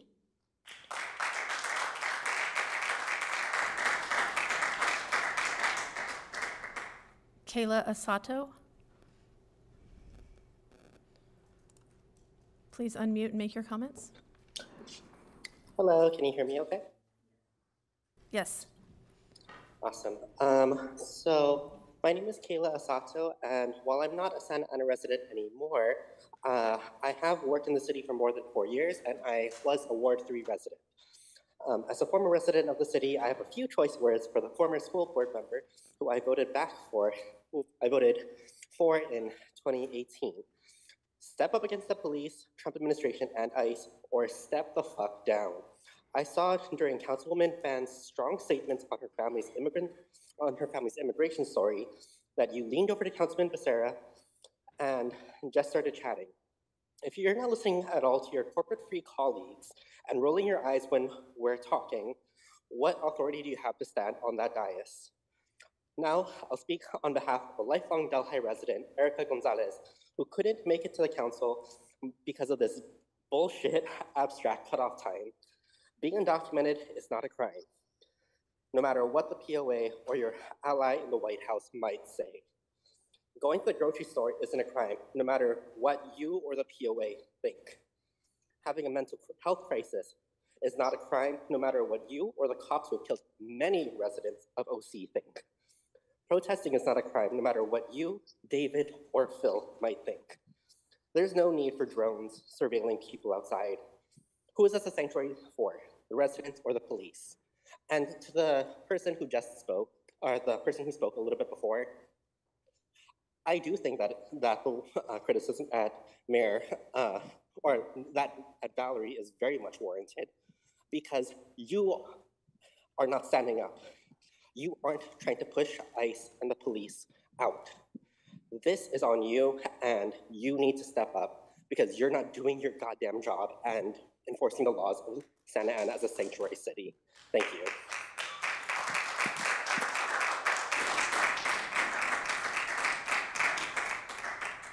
John Ramirez, please unmute and make your comments. Can you hear me? Yes. Good evening, Mayor, City Council, and staff. My name is John Ramirez, and I'm a resident of Ward 2. I'm commenting tonight on the attacks thrown at the mayor this past week. It is surprising to me to see all the insults and misinformation going out about her. The mayor has always shown out for her community since day one. If anyone here attends her events, whether it's a coffee with the mayor, neighborhood leaders association meeting, or attending local neighborhood meetings, then they would see how much she has been there to answer questions, address concerns, and made city staff available for the community when they have questions or concerns. It is a false narrative to say she doesn't care. The people the mayor makes herself available to aren't just business owners, but they're persons of all different backgrounds. But one thing in common they all share: they are all Santa Ana residents. She is there for everyone and puts public safety first for them, whether it's helping to lead the effort to stop a needle distribution program from coming to our city, or constructing a fence near the county flood channel to prevent homeless from harassing the public and school children nearby. I stand with you, Mayor, and support you. Keep up the great work. And to anyone talking about a recall, focus that energy on the school board majority. With all the controversy and horrible leadership there, that would be money well spent to see a few of them be removed via recall. And I support peaceful protesting, but we should all be condemning illegal and unlawful assemblies. Vandalism, destruction, and assaults against law enforcement is never the answer. All violence does is destroy your positive message you're trying to send. And lastly, I want to say to all undocumented, hardworking, law-abiding community, I pray that any unjust acts stop and we return to a sense of normalcy soon. Have a good night and stay safe all. Mayor and City Council, that concludes the Zoom speakers that were in the queue when we began. Thank you, Madam City Clerk. We really appreciate it. We're going to go to council comments, and then we're going to close the meeting at this time. Oh, I'm sorry. We're going to do City Manager. I was going to do him after. Go ahead, Mr. City Manager. You go first. Mayor, Yeah, Councilman Fan, you had a question. You want clarification? yeah, so first I'd like to thank everyone. Maybe I'll just do my closing comments too. Yeah, go ahead. Thank you to everyone who came out to speak, to protest, to share your thoughts. I really appreciate it. And I think that so many of us up here share those feelings. So I do have a few questions for clarification purposes, because there are a lot of requests, demands that I think we need to clear up, right? There's just been a lot going on the last week and a half. So the first thing, Mr. City Manager, I want to get some clarification regarding, what was happening, and Chief, you can chime in too. But I want to be clear. Did we request ICE come to Santa Ana? We did not request ICE immigration enforcement efforts in Santa Ana. So no, okay. Did we request the Border Patrol come to Santa Ana? No, we did not. Did we request anyone from Homeland Security come to Santa Ana? I would say that there's regional federal task forces that include HSI. But not for immigration? Not for immigration. Okay. Did we, I'll get there, thank you. Did we collaborate, Chief, I think this is more for you. Did we collaborate with the National Guard? No, we did not. Did we ask them to come to Santa Ana? No, we did not. Okay, and so I want to know how they ended up here, right? So I woke up to text messages of videos of community members being chased down, tackled, and detained by people who look like they were from Border Patrol. And frankly, we don't know because they didn't have any badges. We don't know what they look like. But because it's my understanding that they were doing these ICE raids in our city, including in Ward 1 in our Home Depot. And we received a call from the U.S. Attorney, right? Can you tell me what he essentially said or what he kind of, I guess, threatened if we did not assist in securing the federal building? So he did contact through the city attorney, and they had a three-way discussion with the chief and myself. And Madam City Attorney, just clarification, have you ever received a direct call from the U.S. attorneys before in this city? Have you ever received a call from the U.S. attorney in this city? I have, and not with relation to immigration, but other investigations that were pending. Okay, major investigations. So it's a big deal. Very significant, yes. Got it. And so what did he say to you, essentially? Or it's my understanding that he essentially said or threatened, if you don't help us to clear the federal building, we're going to we may send in the National Guard. So he asked for assistance Okay. for covering staff in federal agents and the federal building. So essentially said, I need your help, gentlemen. Spoke to the directly to the chief of police. Said, we need your help. Our federal agents are essentially being overrun. He used the word overrun. We did not. Correct. Okay. The chief, right? And so he said, I'm sending federal agents, and we would rather not make this a national event. I would rather not have the necessity to send the National Guard. So he essentially said, we are, quote, being overrun, right? He used those words, not our city. And he said, if you did not help us secure the federal building, well, I'd rather not have to send in the National Guard. Right. He requested the police department's assistance to safeguard both staff and the federal building. Okay. And I want to make that clear because and it's my understanding, and please clarify if I'm wrong, that we had our officers go out there to secure the federal building on city sidewalks in an effort to prevent the National Guard from coming to Santa Ana. Is that correct, Chief? That is correct. Okay, let me repeat that. We had our own officers, many who live here in the city of Santa Ana, go onto our sidewalks to protect the federal building at the request of the U.S. Attorney in the attempt to prevent them from sending the National Guard to Santa Ana, because we didn't want to be LA. And did they send in the National Guard? Yes, they did. So they did it anyway. And I want to make it clear, and please tell me, I think this is a question for Madam City Attorney, because there's been a lot of requests to say, get rid of ICE.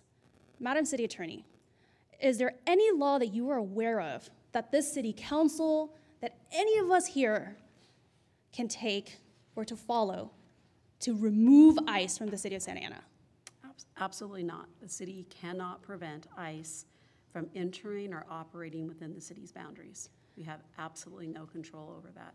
The city does not have any authority, any power, any legal justification, or any ability to prohibit ICE from coming into the city of Santa Ana, and we have no ability to remove them from the city of Santa Ana. If the city of Santa Ana had that ability, the city of Los Angeles would have already done it. The city of Los Angeles would have already done it. Madam City Attorney, do we have any laws, authority, power, or jurisdiction to remove Border Patrol from the city of Santa Ana? We do not. Do we have any power, authority, jurisdiction to remove the National Guard from the city of Santa Ana? The city cannot directly remove the National Guard, and just as a reminder to everyone, you may already know this, the governor of our state has made a great effort to challenge the National Guard's presence and the authority of the federal government over the National Guard. Typically, the National Guards are subject to the governor's authority. And we know that this process is making its way through the courts. And I would say that the governor who has this authority has far more power than we do as a small city. We're a large city, but a small, one of many cities in the state of California. And with the power of the California Attorney General, he has not been able to force the National Guard out of our state. And so I would say he has not been successful in doing that, and we clearly do not have the resources to make that happen if the governor can't make that happen. Thank you. And I'm asking these questions not because I do not sympathize, because I do. I was by the Home Depot saying we want ICE out of California, out of Orange County, out of Santa Ana. My colleagues are out there, many of them saying we want ICE out of Santa Ana, out of Orange County, out of California. I do not want to call my friends and family to check in on them to make sure that their parents and family are safe. I do not want to have to tell them to give them my number in the event that they get picked up by immigration officials. I do not want to have to tell my friends, stay home, go grocery shopping for your parents, or do any of those things. And I don't think any of us up here on the dais want to do that either. But this is what we have. And we are doing, in my opinion, everything we can to try to share information, to try to share resources, and try to be with the community. And frankly, I know we need to do better. I know I need to do better. I think all of us are learning a big lesson here with everything that's going on. But I want to make sure that people are not misinformed. We don't have the authority to remove ICE or Border Patrol or the National Guard. What we can do is to support our legislators who are fighting to remove them.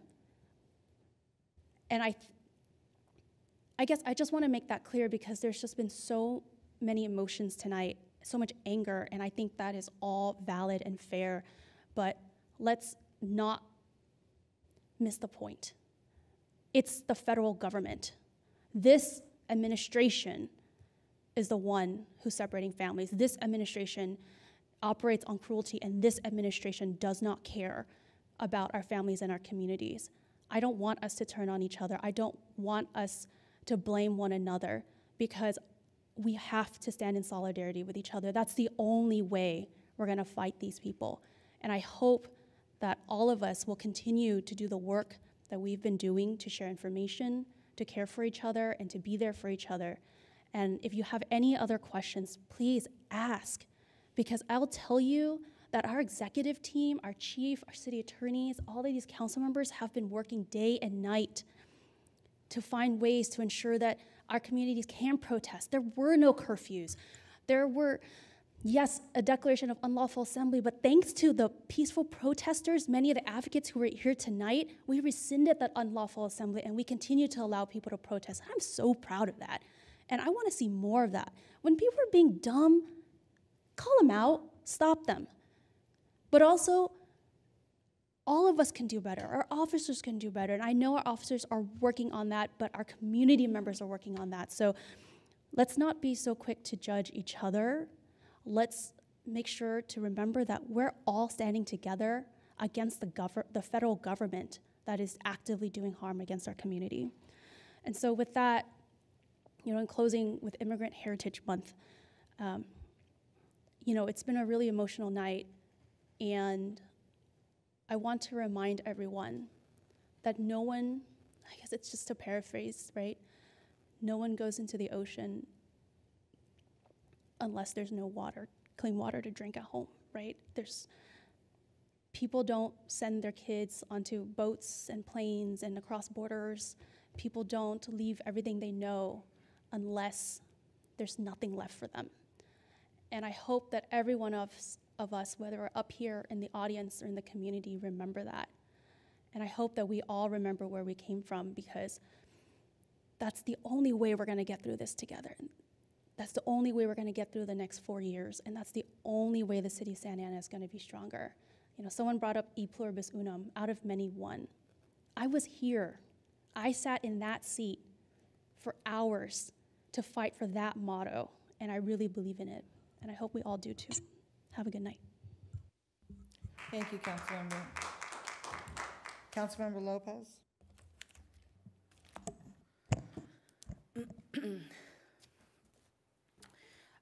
Well, first I want to speak to our community as the proud daughter of immigrants. I know that many of us, as I said earlier, are feeling both anger and deep sadness. And the truth is that most of us haven't even had the time or the space to grieve everything that we're seeing and the things that we have experienced directly, because we are the ones that have had to provide care on the ground, provide support, all of the things, mobilize small business owners, help put workshops so people know their rights, so that business owners understand how they too can protect their employees and their customers. All of the things that I think our community wanted to see from local governments in preparation for this, because we knew that this was going to come here inevitably, right? Those are all the things that local organizations are doing, the residents on the ground are doing. And so I want to thank everybody that's been involved in helping to support one another and helping to protect one another. I know that people are, picking supplies from my house, from City Hall. We're dropping off resources. And because of all of this, because we've had to rapidly respond, I know that there are many of us in the community that are trying to process what is happening right now. And so I think for me, I understand what our families are going through, and I think people also understand that, especially if you come from the background that we come from. It's not an easy conversation to have with your dad when he's telling you, I'm going directly home after work. I'm not going to go out this entire weekend. My mom is worried for my safety. And so I've heard the words from our constituents. I can't eat, I can't sleep, I can't focus. My body's full of anxiety. I'm keeping a strong face for my parents and siblings. And this is the reality of our community. And so my neighbors feel the tension, and I want to urge all of our residents to take care of yourselves and to stay committed to each other's safety, because we need that more than ever now. And because this administration will rewrite laws, will invent new ones, will change procedures, and they will do anything and everything that they can to criminalize our existence even further. And so always holding our communities to a different, harsher standard than they hold themselves. And I also just want to ground us in the reality that so many people brought forth tonight, right?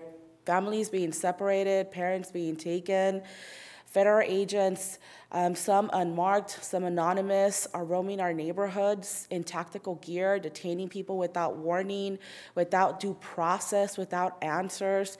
Children have been detained, community leaders have been arrested, journalists continue to be brutalized, legal observers are being targeted, everyday people are being traumatized over and over again. And people that have experienced severe trauma are having to relive this over and over again. And so people that have lived here for decades, that have called this place their home, are being hunted, and we have to name it for what it is plainly. This is happening because of racial profiling. Many of our constituents said that. This is happening because of racism, and it is happening because of the president. My parents flew El Salvador during the Civil War. They carry trauma that many people will never fully understand. They walked across Central America and Mexico, suffering unimaginable harm, hoping to reach a place that promised safety, dignity, and opportunity. Here in the States, they found each other and they started a family. They never got to finish school because war took that from them. They were separated from their families, and yet they believed that this place could be different. That's why we reject war and occupation, and that is why you're seeing the very strong response from our community that you've witnessed for the past 9 days. We do demand that ICE be out of our neighborhoods. We understand that they're not just gonna leave, but additionally, we understand that we have to speak up and that we have to push back against this administration, right? We demand none of us, business owners have said this to us, we don't want the National Guard. There's not a lot of foot traffic in downtown Santa Ana, especially the businesses that are directly in front of the courthouse are facing, you know, it's really not the same.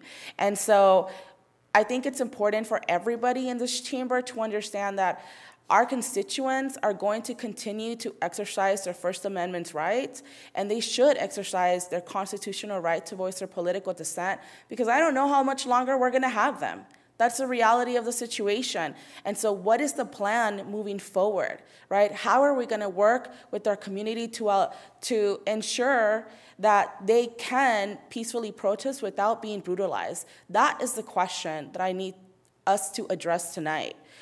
And so I think, you know, one of the things that I want us to get, or actually let me go over my questions that I have here. So I was at the Action Monday, and like other people, I was in the crowd when federal agents shot at the crowd various objects. And actually, Trustee Magdaleno was with me there, and she was hit twice. And one of the things I saw, and I heard you speak about this a little bit, Chief, was that they essentially called for support, correct? That's correct. And so one of the things that we noticed was that the department was out there. They were closest to Flower Street. And so one of the things that we noticed was that PD formed a line of control. And so they moved forward, and then part of that line was it curved. So instead of being a straight line like this, it curved to allow for the passage of the federal cars. Is that the support that they requested from our police department? Yes, they need to get vehicles in there to get their professional staff out of the building. Okay, and so I would love for you to address the question, right? How is that possibly, or maybe it's not, in conflict with their sanctuary ordinance? It is not in conflict because the request is not for the assistance of the arrest or detainment of anyone for immigration status. It's a request and assistance from another law enforcement agency that they need help. So it's really like the language in the ordinance isn't specific enough? I think there are absolutely two separate issues. The Sanctuary City and the California Values Act that we have at the statewide level is really about protecting the immigrants. It's protecting the individuals and making sure that they are not, you know, that we do not assist federal agencies in detaining, investigating, or going after the individuals. Whenever anyone would call, whether it's the federal government or your neighbor or a business owner, and says, I need safety assistance, our police department's going to go provide safety assistance, regardless of who they are. And so our sanctuary law, our State Values Act protects the individuals, and we received a call for our individuals in this building are feeling unsafe. Can you come help the people in the building? Not can you come help us because we're making an arrest of an immigrant, or can you come help us because we're having a hearing about deportation? So I think that was the situation there. Can I also just let the council know this? Happy to answer questions. I'm just going to be a little mindful of. We had questions from, I faced some questions that were directly related to the commentary tonight. You have some additional questions, but the item's not agendized for us to take action. The Brown Act will let you make some quick questions, but we won't be able to have a debate over it. If you want to have a debate, I can make that possible for you. I can agendize it for you at a special meeting or a regular meeting, but for this meeting, you can ask a few clarifying questions under the Brown Act, but we won't be able to get into a debate over it because of the Brown Act. Madam City Attorney, just a quick question. Because we are in closing comments from the council members, their questions, they can still ask, as you'd indicated, but just very brief. Yeah, brief questions, but just not the back and forth debate. If there's like what does the law say, we can answer. If the question to the chief is, what is that question, he can answer. But to then have the council get into a back and forth conversation, we can't do that under the Brown Act. Go ahead, Councilmember Lopez. My time's up. Do you want me to continue or should I come back? No, if you're going to finish your comments, go ahead. Yes. Another question I have is, can you please tell the public which agencies were present in the city, have been present in the city these past 9 days? I don't think I could answer that accurately because I even don't know which agencies were present in the city. I know ICE is one of them, probably Border Patrol and DOJ. If I had to guess, but as far as confirmation, I don't know if that's all that have been in our city or if only 2 out of the 3. But I know those are usually the agencies operating in other areas. And what agencies were invited to come into the city? Invited by, I don't Like understand your question. mutual aid request? Oh, you mean agencies from mutual aid? No, like federal agencies, and then what agencies were invited? Agencies in regards to mutual aid is based on our mutual aid coordinator and which ones came into our city. I would have to confirm, but I do know off the top of my head, Orange County Sheriff's, Anaheim, Garden Grove, Costa Mesa. I think Orange might have came in also. Irvine came in one night. Not all those same agencies came in every night. Understood.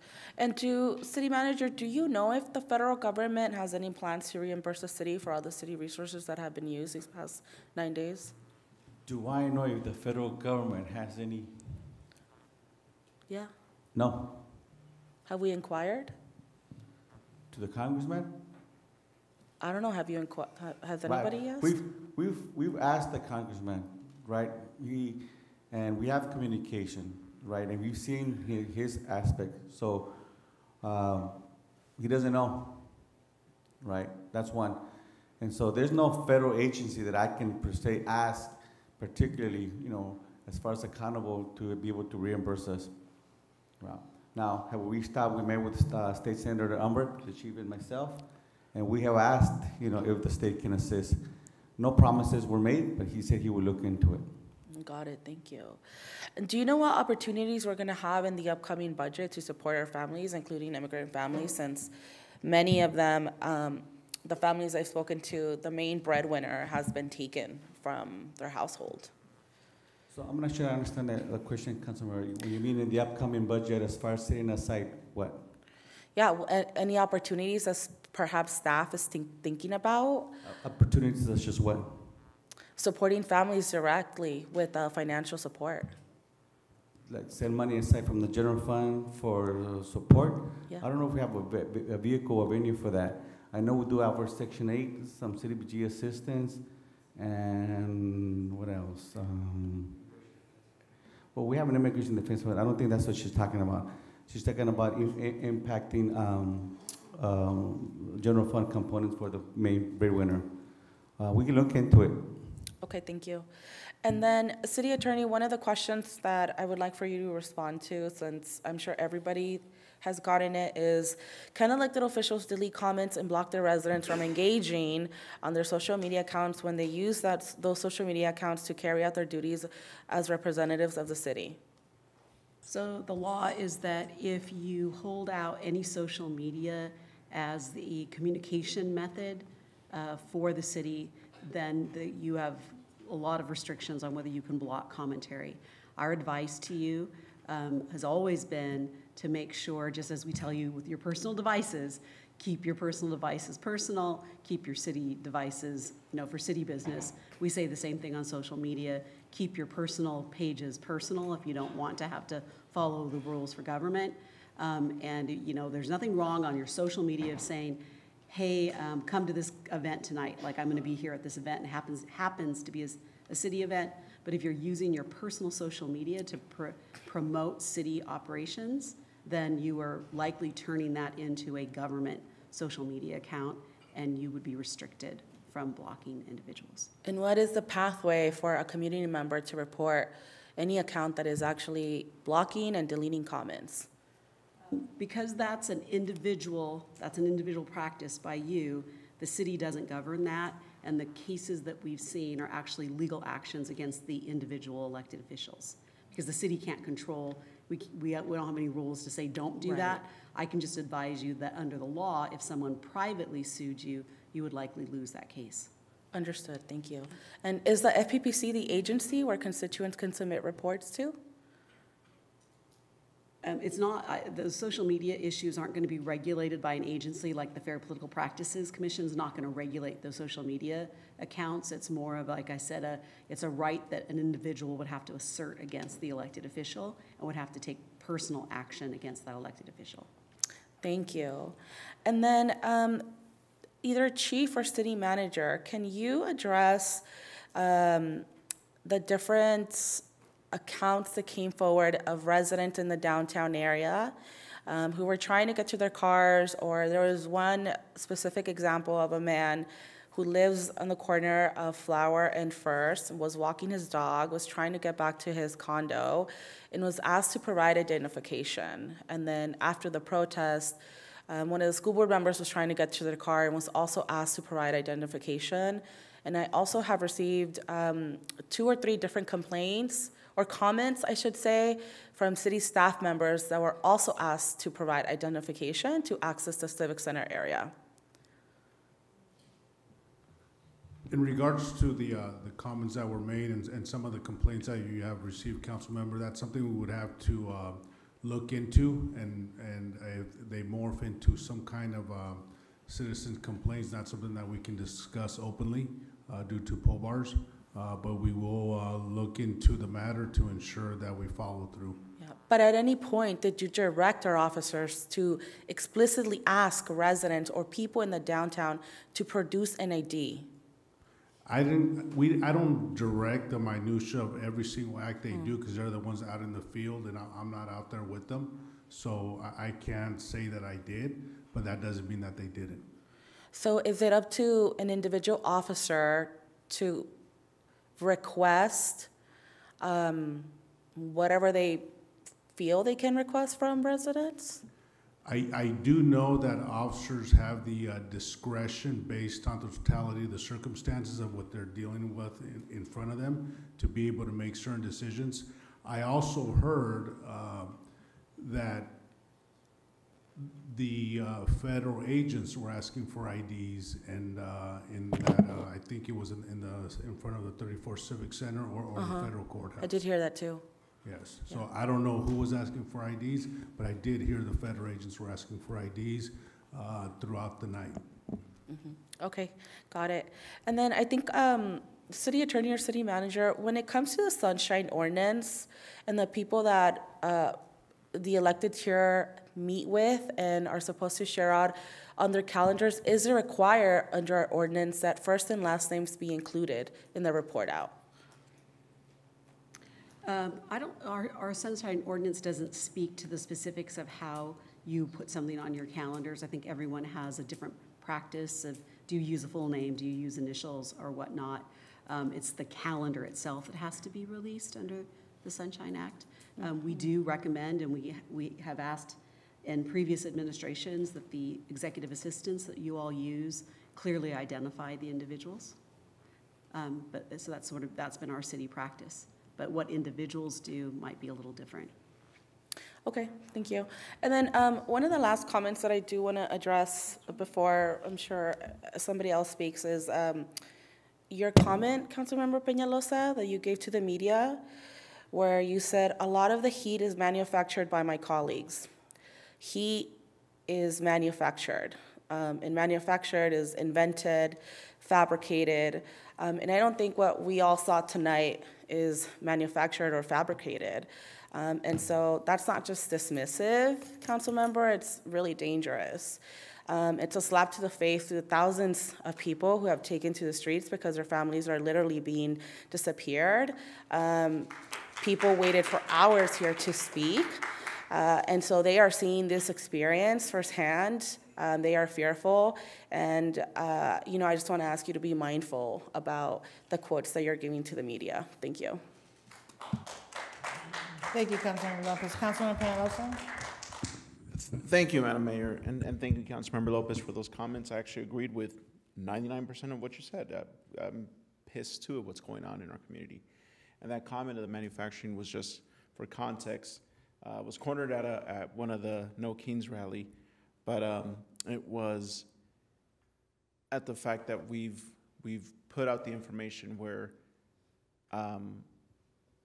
it wasn't 42 times that ICE notified our city, it was DHS. Out of those, it was only 17 times, but the residents still keep repeating that. And so the basis on that concept and information that's out there is what was manufactured, because we know that that's not the case, but it keeps being repeated. So it was taken out of context, but you're right. It is dangerous to say it to the way it reads. I absolutely agree with you. But with that said, I want to thank everybody that's come out to speak tonight. I mean, this is something that we should all be really pissed about and frustrated and heartbroken, and it's something that's shaken all of us. You know, the ICE rates here in our neighborhoods, I know I heard a couple speakers say that, you know, they didn't, you know, hear from me. It's like I put out a statement condemning the ICE raids 2 hours after I found out about them. And I was at work. I was at work all day that day. Devastated at what was going on just down the street from me in my district, in the Home Depot that I often go to.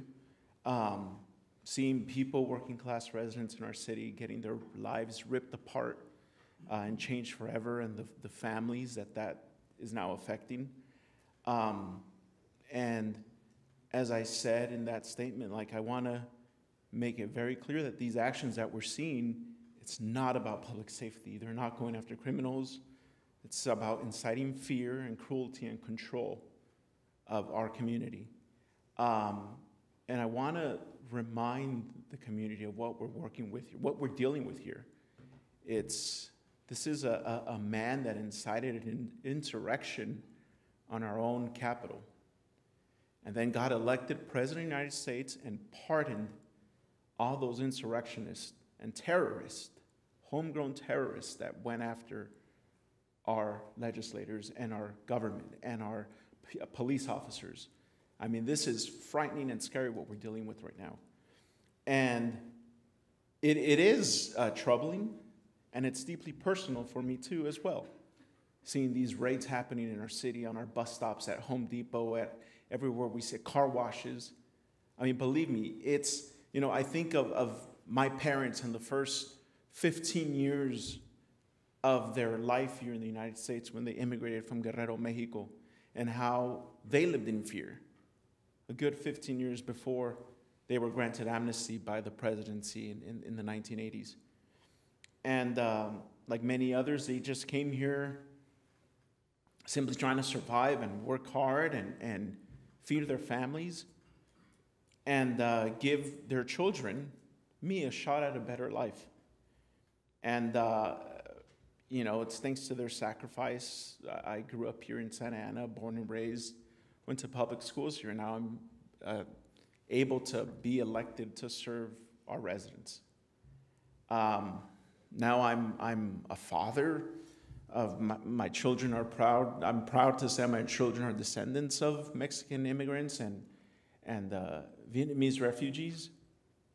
And we can't stand quietly while our families like mine are being hunted and humiliated on our own streets, in our own neighborhoods. And I don't think there's anyone in this room that doesn't share that sentiment and is pissed about that. Because it's not right what we're seeing go down in our own cities, in our own communities.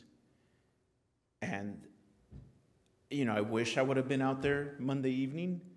But again, unfortunately, this isn't all we do. I mean, I clock in and out of work like tens of thousands of others in this city.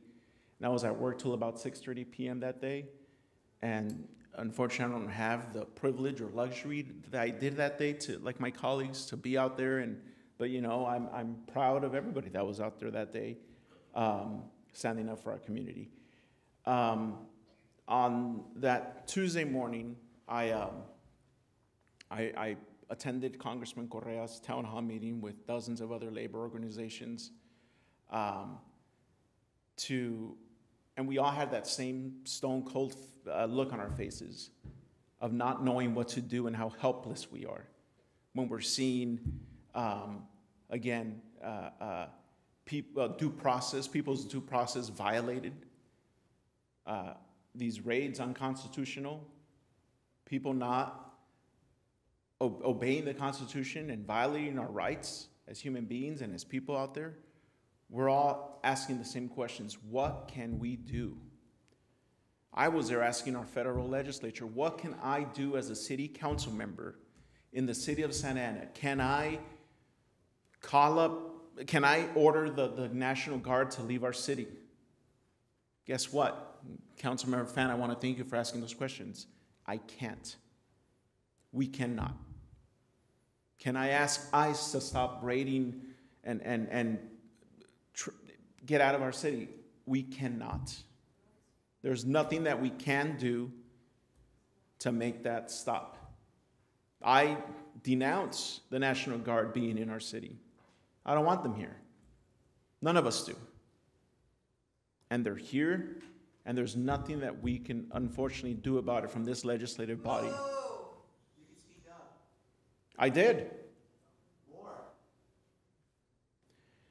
But with that said, excuse me, miss, please. I'm speaking. We've listened for 5 hours. Let me speak. Just let me get my two words out, please. So we have zero control. This legislative body, I want to make sure that we understand that we have zero control of federal enforcement operations in the city. That includes ICE raids. That includes the presence of National Guard on our streets. I've worked all weekend, hounded our city manager to open up our streets and get on 4th Street because these businesses are struggling. These immigrant-owned, Santa Ana resident-owned businesses are struggling. And we didn't ask for this. None of us up here are in support of it. Nobody here is working with ICE. The mayor's not working with ICE. It's something that, none of us up here are supportive of essentially what our streets have become. So yes, I denounce the National Guard being here. I don't want them here. But I just want to make sure that the residents know that I'm very proud of everyone that came out tonight to speak. It is your First Amendment right to speak and protest out there as much as you can. And yeah, and I would say that just watching the 99.9% of you out there were peaceful, and I appreciate that. And it's beautiful seeing everybody out there exercising your First Amendment right to protest. So, I mean, the strength of this city and comes from its people. I mean, our working families, our immigrants, our dreamers. And to every person that feels afraid right now, I mean, we see you and we stand with you. I mean, that is honestly all I can say, and I want to reiterate my thanks to Councilmember Fan for asking those questions of our city attorney and our police chief, because there is nothing that we could do to make the National Guard leave this city today, right now. And if there was, I'd be the first to demand it.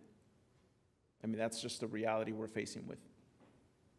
So with that said, Mayor, those are my comments. A lot of the questions that I had were asked by my colleagues, so thank you, city staff, for answering those.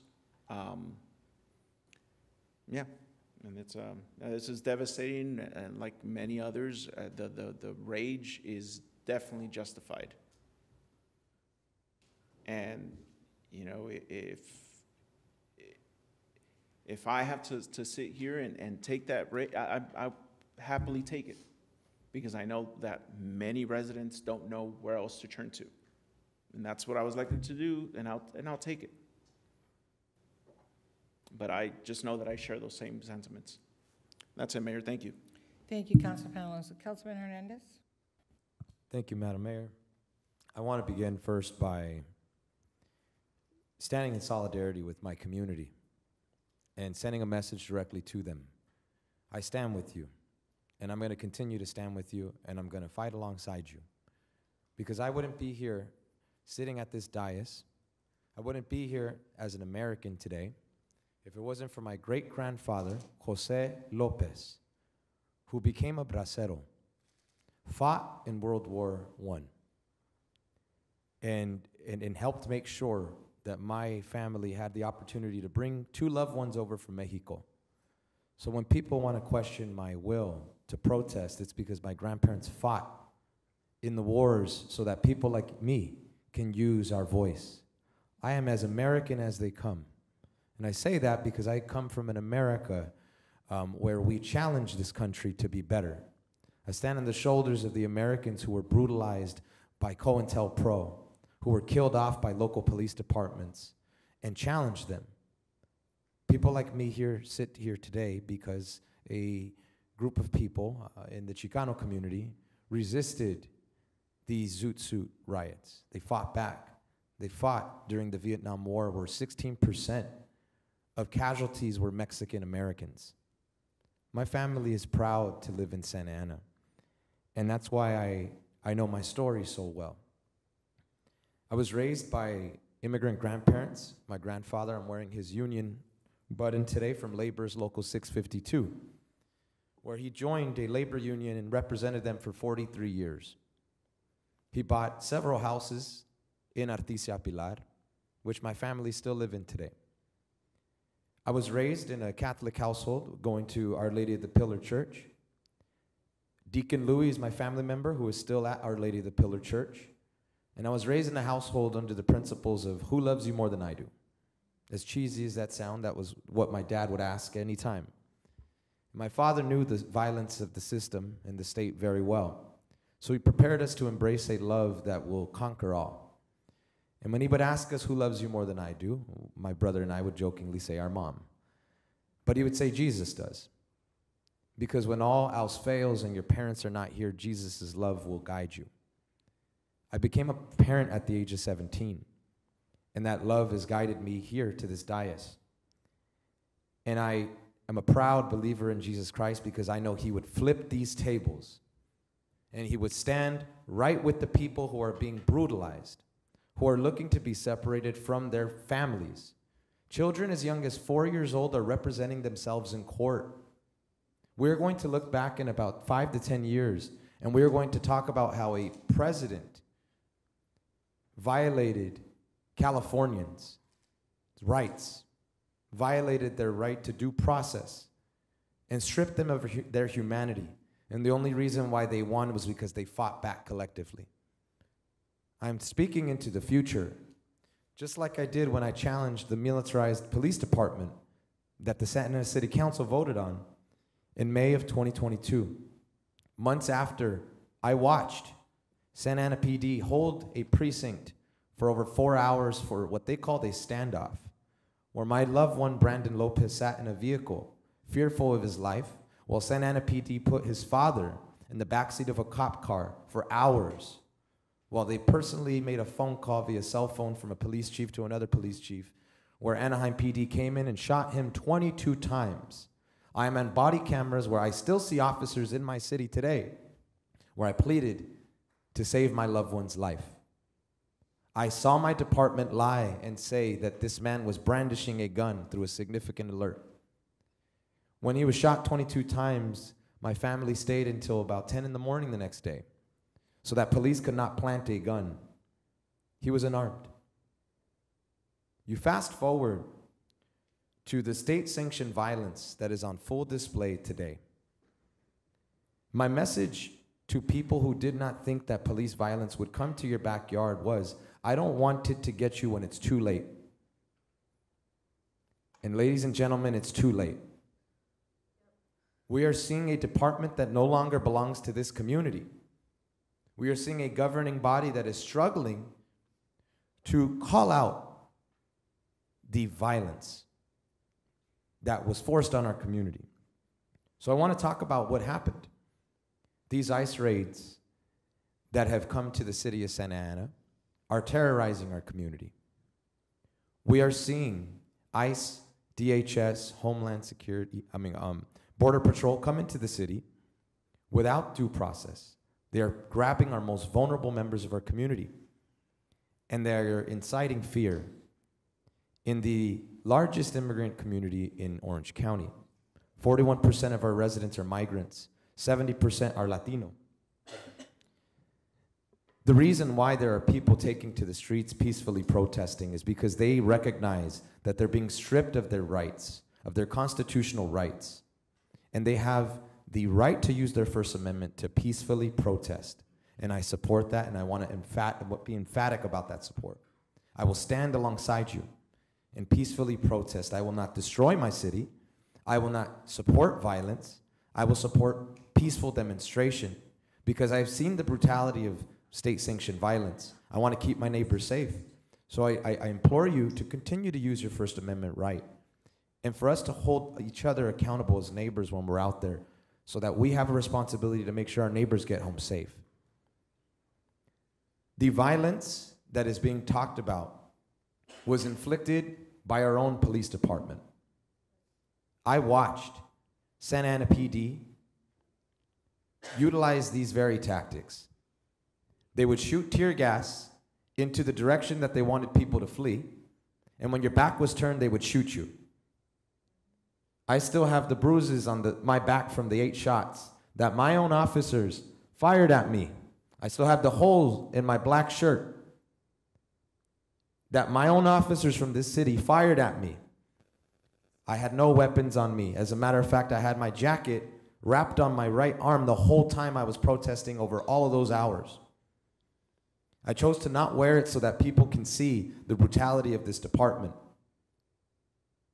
This department did everything that it could to incite fear. They personally called me out by name and said, "How dare you protest? Shame on you." This department shot at children, shot at minors, shot at elders, shot at its own city employees without regard for their safety. It is important that our city and our department is in compliance with state law. We have not reviewed the militarized department that we have in 3 years. I want to be very clear, Mr. City Manager, I respect the great work that you do. I do anticipate that this item will be coming back to us very soon, given the large amount of concern from the community and your fellow electeds. I would like to see us prioritize revisiting the militarized equipment that our Santa Ana Police Department is using.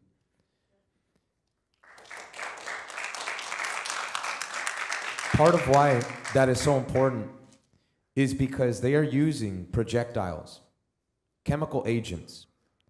They're not limited to rubber bullets, pepper balls, and tear gas. They are violating state law. I want to talk about who's at risk in our city. We are a predominantly Latino city, but we have the second largest Vietnamese population outside of Vietnam in Orange County. Our Vietnamese neighbors are scared. Our Cambodian neighbors are scared. Our Laotian neighbors are scared. Our Peruvian neighbors are scared. Our Bolivian neighbors are scared. Our Guatemalan neighbors are scared. Our Salvadorian neighbors are scared. Our black immigrant neighbors are scared. And the largest demographic of people in your city, Chicanos, natives, and Mexicans, are scared. And that's who's filling these streets. And that's who's peacefully protesting.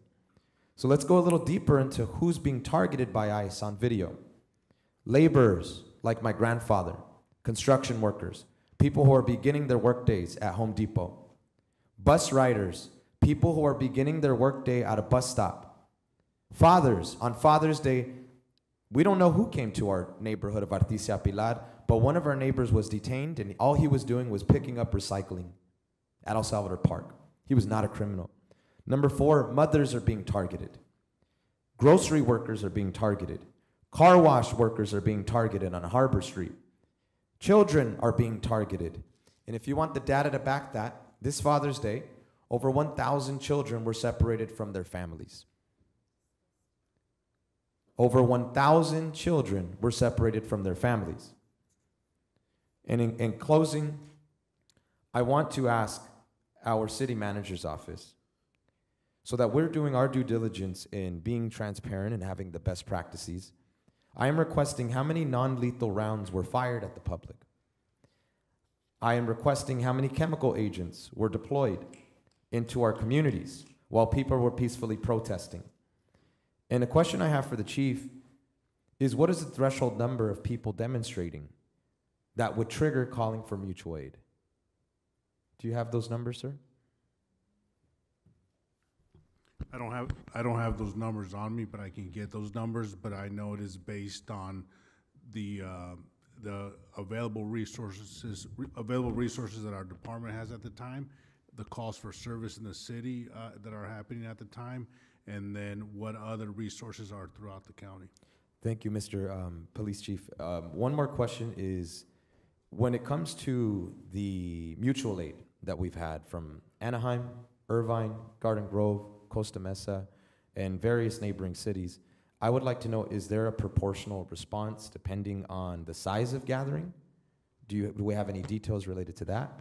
It's dependent on the what mutual aids are, because we belong to a mutual aid response area, and those cities are assigned to one specific, like North County may have their own mutual aid, and then overall there's the entire county, and it's based on the need and the proportion, and also what's going on in other cities. Thank you, Police Chief Rodriguez. And lastly, I just want to share that since these protests, I have been out there every day so that I can document as much as I can. I want to talk very briefly about the misconduct that I've seen firsthand from Santa Ana PD's finest. I have seen officers flip me off. I have seen officers tell me, fuck you. I have seen an officer in this room tell me I'm not the one, and he's sitting right here. That's a threat. I take that very serious. Yesterday at Bristol and Tolliver, we had a park opening. Some of my colleagues were not greeted by our Santa Ana police officers, one of which I asked his name and badge number. I offered my hand to shake it. He said no. As soon as I walked up, he turned his body cam on. I asked for his name and badge number. The officer said Ibarra and walked away. I asked his colleague, what's your colleague's badge number? 3178. Ibarra is one of the officers that is involved in the December 1st, 2024 shooting. And now this officer is retaliating on a man that is peacefully protesting within my First Amendment right. I want to share that I take the threats from my own police department very seriously. After they had shot me in the back, and after my fight for justice for Brandon Lopez, I've seen the violence firsthand. So I want to demand that our department respect this community, that our department respect its city employees and the people that we're supposed to protect and serve. I want to also highlight the importance of us not criminalizing those who show up into this chamber to speak. I want to advocate for the release of Taina Lopez. I was here, I watched. I didn't see someone assault a police officer. So I want to be on the record. I want to be on the record that I did not see someone assault an officer. So I would like to see charges dropped on Ms. Lopez. I would like to see Ms. Lopez released, because I don't believe in seeing our people who come into this house being thrown out as if they don't belong here. And lastly, I want to implore the city manager's office. We do not have immigration defense contracts that have been finalized. Is that correct, sir? No, we're working to finalize. I would like that to be a top priority for our city. Thank you. Thank you. And that will conclude my final comments. And then, Madam Mayor, I want to absolutely denounce, and I'm not even going to take it personal, but I'm deeply ashamed that you would allege me of something so destructive when our police are the ones breaking windows in downtown, when our police are the ones shooting at children. So, Madam Mayor, I respect you, but I am not going to go out here and look to just throw out an allegation that is going to harm you or your family. I'm a father. I was out there with my daughter on Tuesday. I'm not a criminal. My daughter isn't either. So when you say I condone violence, Madam Mayor, I say this with all the love and respect in my heart for you and your family. Please do not put my family in a position like that where you're saying that I'm condoning violence. I want every member of the public to get home, and the same for our officers. I want all of us to be treated as human, which is why I'm willing to talk to those who disagree with me. I have sat on the opposite end where people have challenged me for my fight for justice. So, Madam Mayor, I say this to you respectfully as your colleague. Please do not allege me of something that I simply didn't do. I don't condone violence against anybody. I believe in peace, and I hope that you stand with our residents, Madam Mayor. God bless you. Thank you, Councilman Hernandez. Mayor Pro Tem Vasquez, please.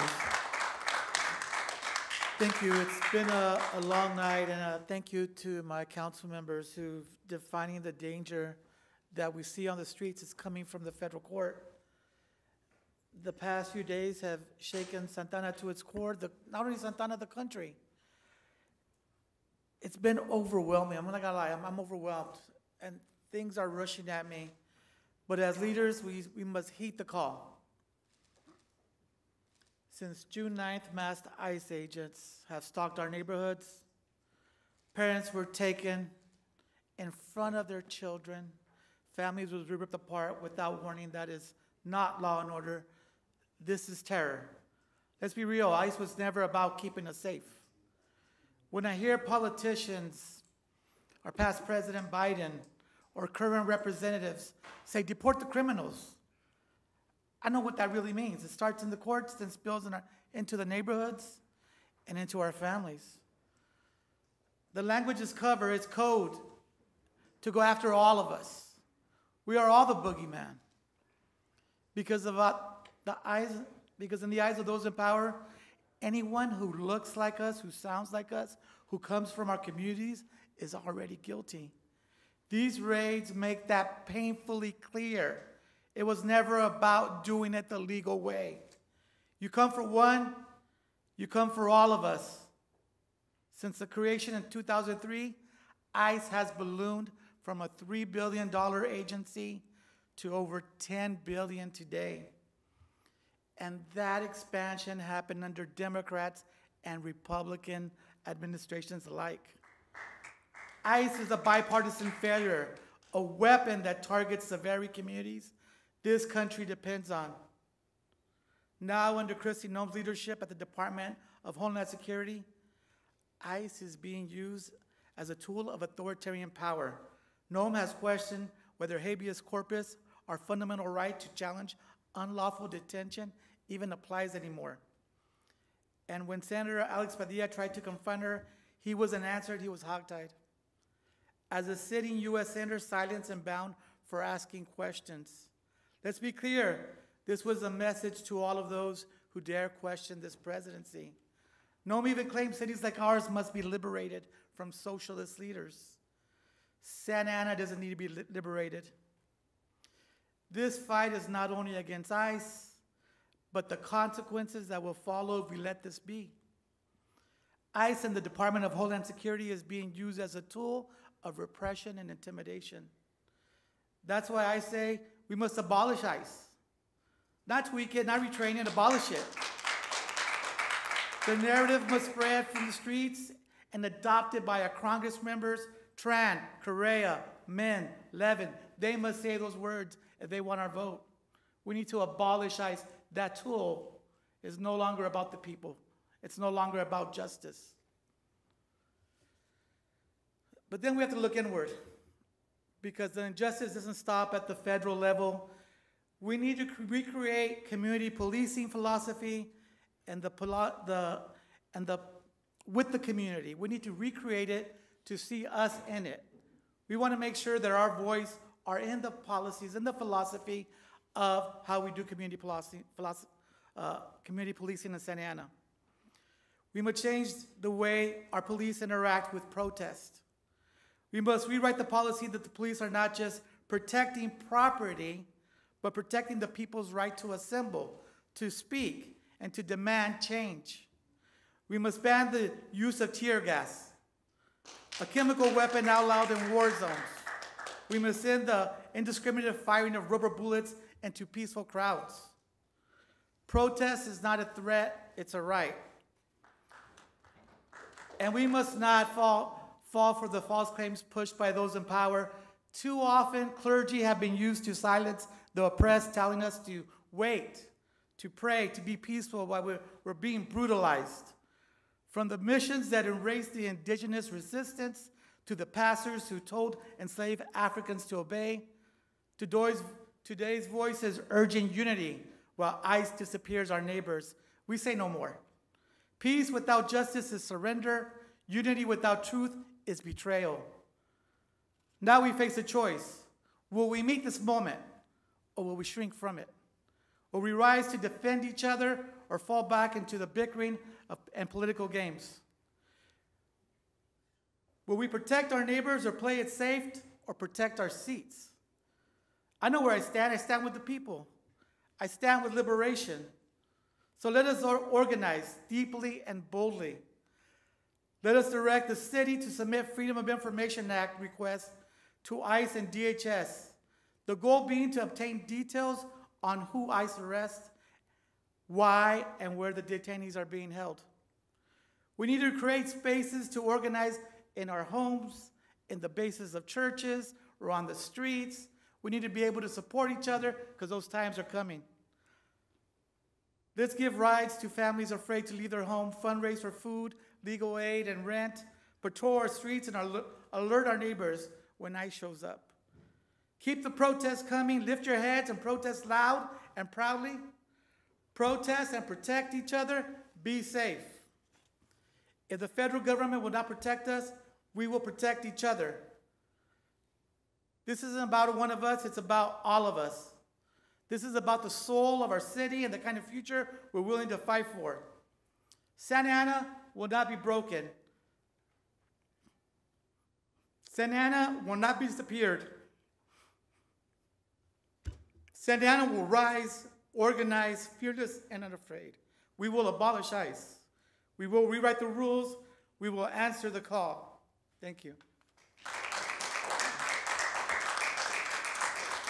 I'm sorry, did I forget about you again? That's like a normal thing, huh? I'm sorry. Apparently. Councilmember Becerra, go ahead, and then I'll go next. Thank you, Madam Mayor. And I want to thank everybody that showed up tonight. While I can't say I agreed with everything that was said, but it was something that was very American tonight. What happened? You came in. You expressed yourself with passion. Hell, you screamed at the mayor quite a bit. You screamed at me, and you screamed at the rest of the council. But nobody dragged you out of here for being peaceful, for just engaging in your First Amendment right. So I really appreciate that. And yes, I've been sitting here for hours and hours, but you know what? I know what I signed up for. And that's why I was opposed to us canceling meetings this summer because, again, I know what I signed up for, and that was to do the people's business here on this council. These ICE raids that have been happening, there was this talk that, oh, ICE is only going to go after the serious felons. There was talk that, they would go into the jails. And then what do we see? We see them out in our neighborhoods at places that, we used to, at least for me, I would see these alerts pop up on social media and I would say, oh gosh, stop, scaring people, right? Until Monday happened, last Monday. And then it became very serious and real. And those raids do not make our communities safer. Let me say that again. These ICE raids do not make our communities safer. We have a federal administration that claims to be law and order centric, and yet they are creating a very unsafe situation for our community. We want a safe Santa Ana, and these ICE raids do not make Santa Ana safe. In fact, if anything, they've been cruel. They've been just god-awfully cruel. People talk about the Santa Ana PD, and I've heard a lot of misinformation from many of the speakers here tonight and on social media.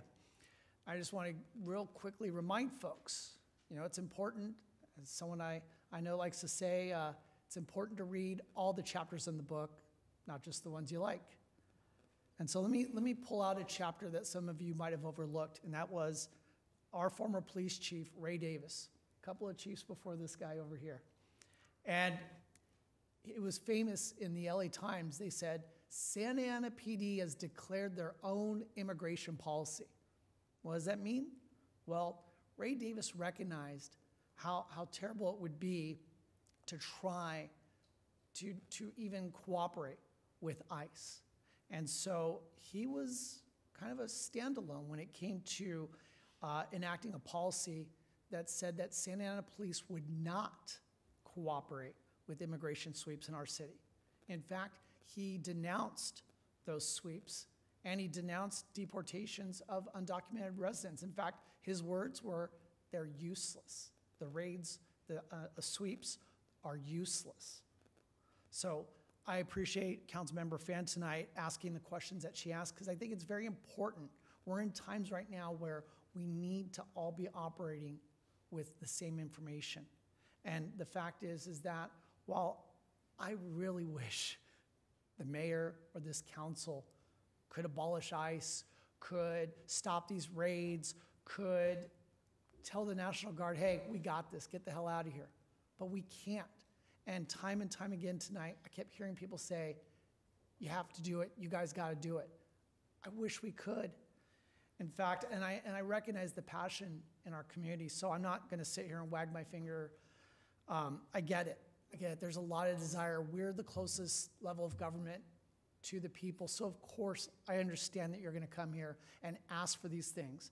You know, I saw on social media where our governor, who has filed lawsuits to try to get control back of the National Guard here in California and to get the National Guard out of Los Angeles and Santa Ana. And he couldn't do it. And on social media, they're saying, well, you got to do more than file lawsuits. And again, I wish the governor could do that.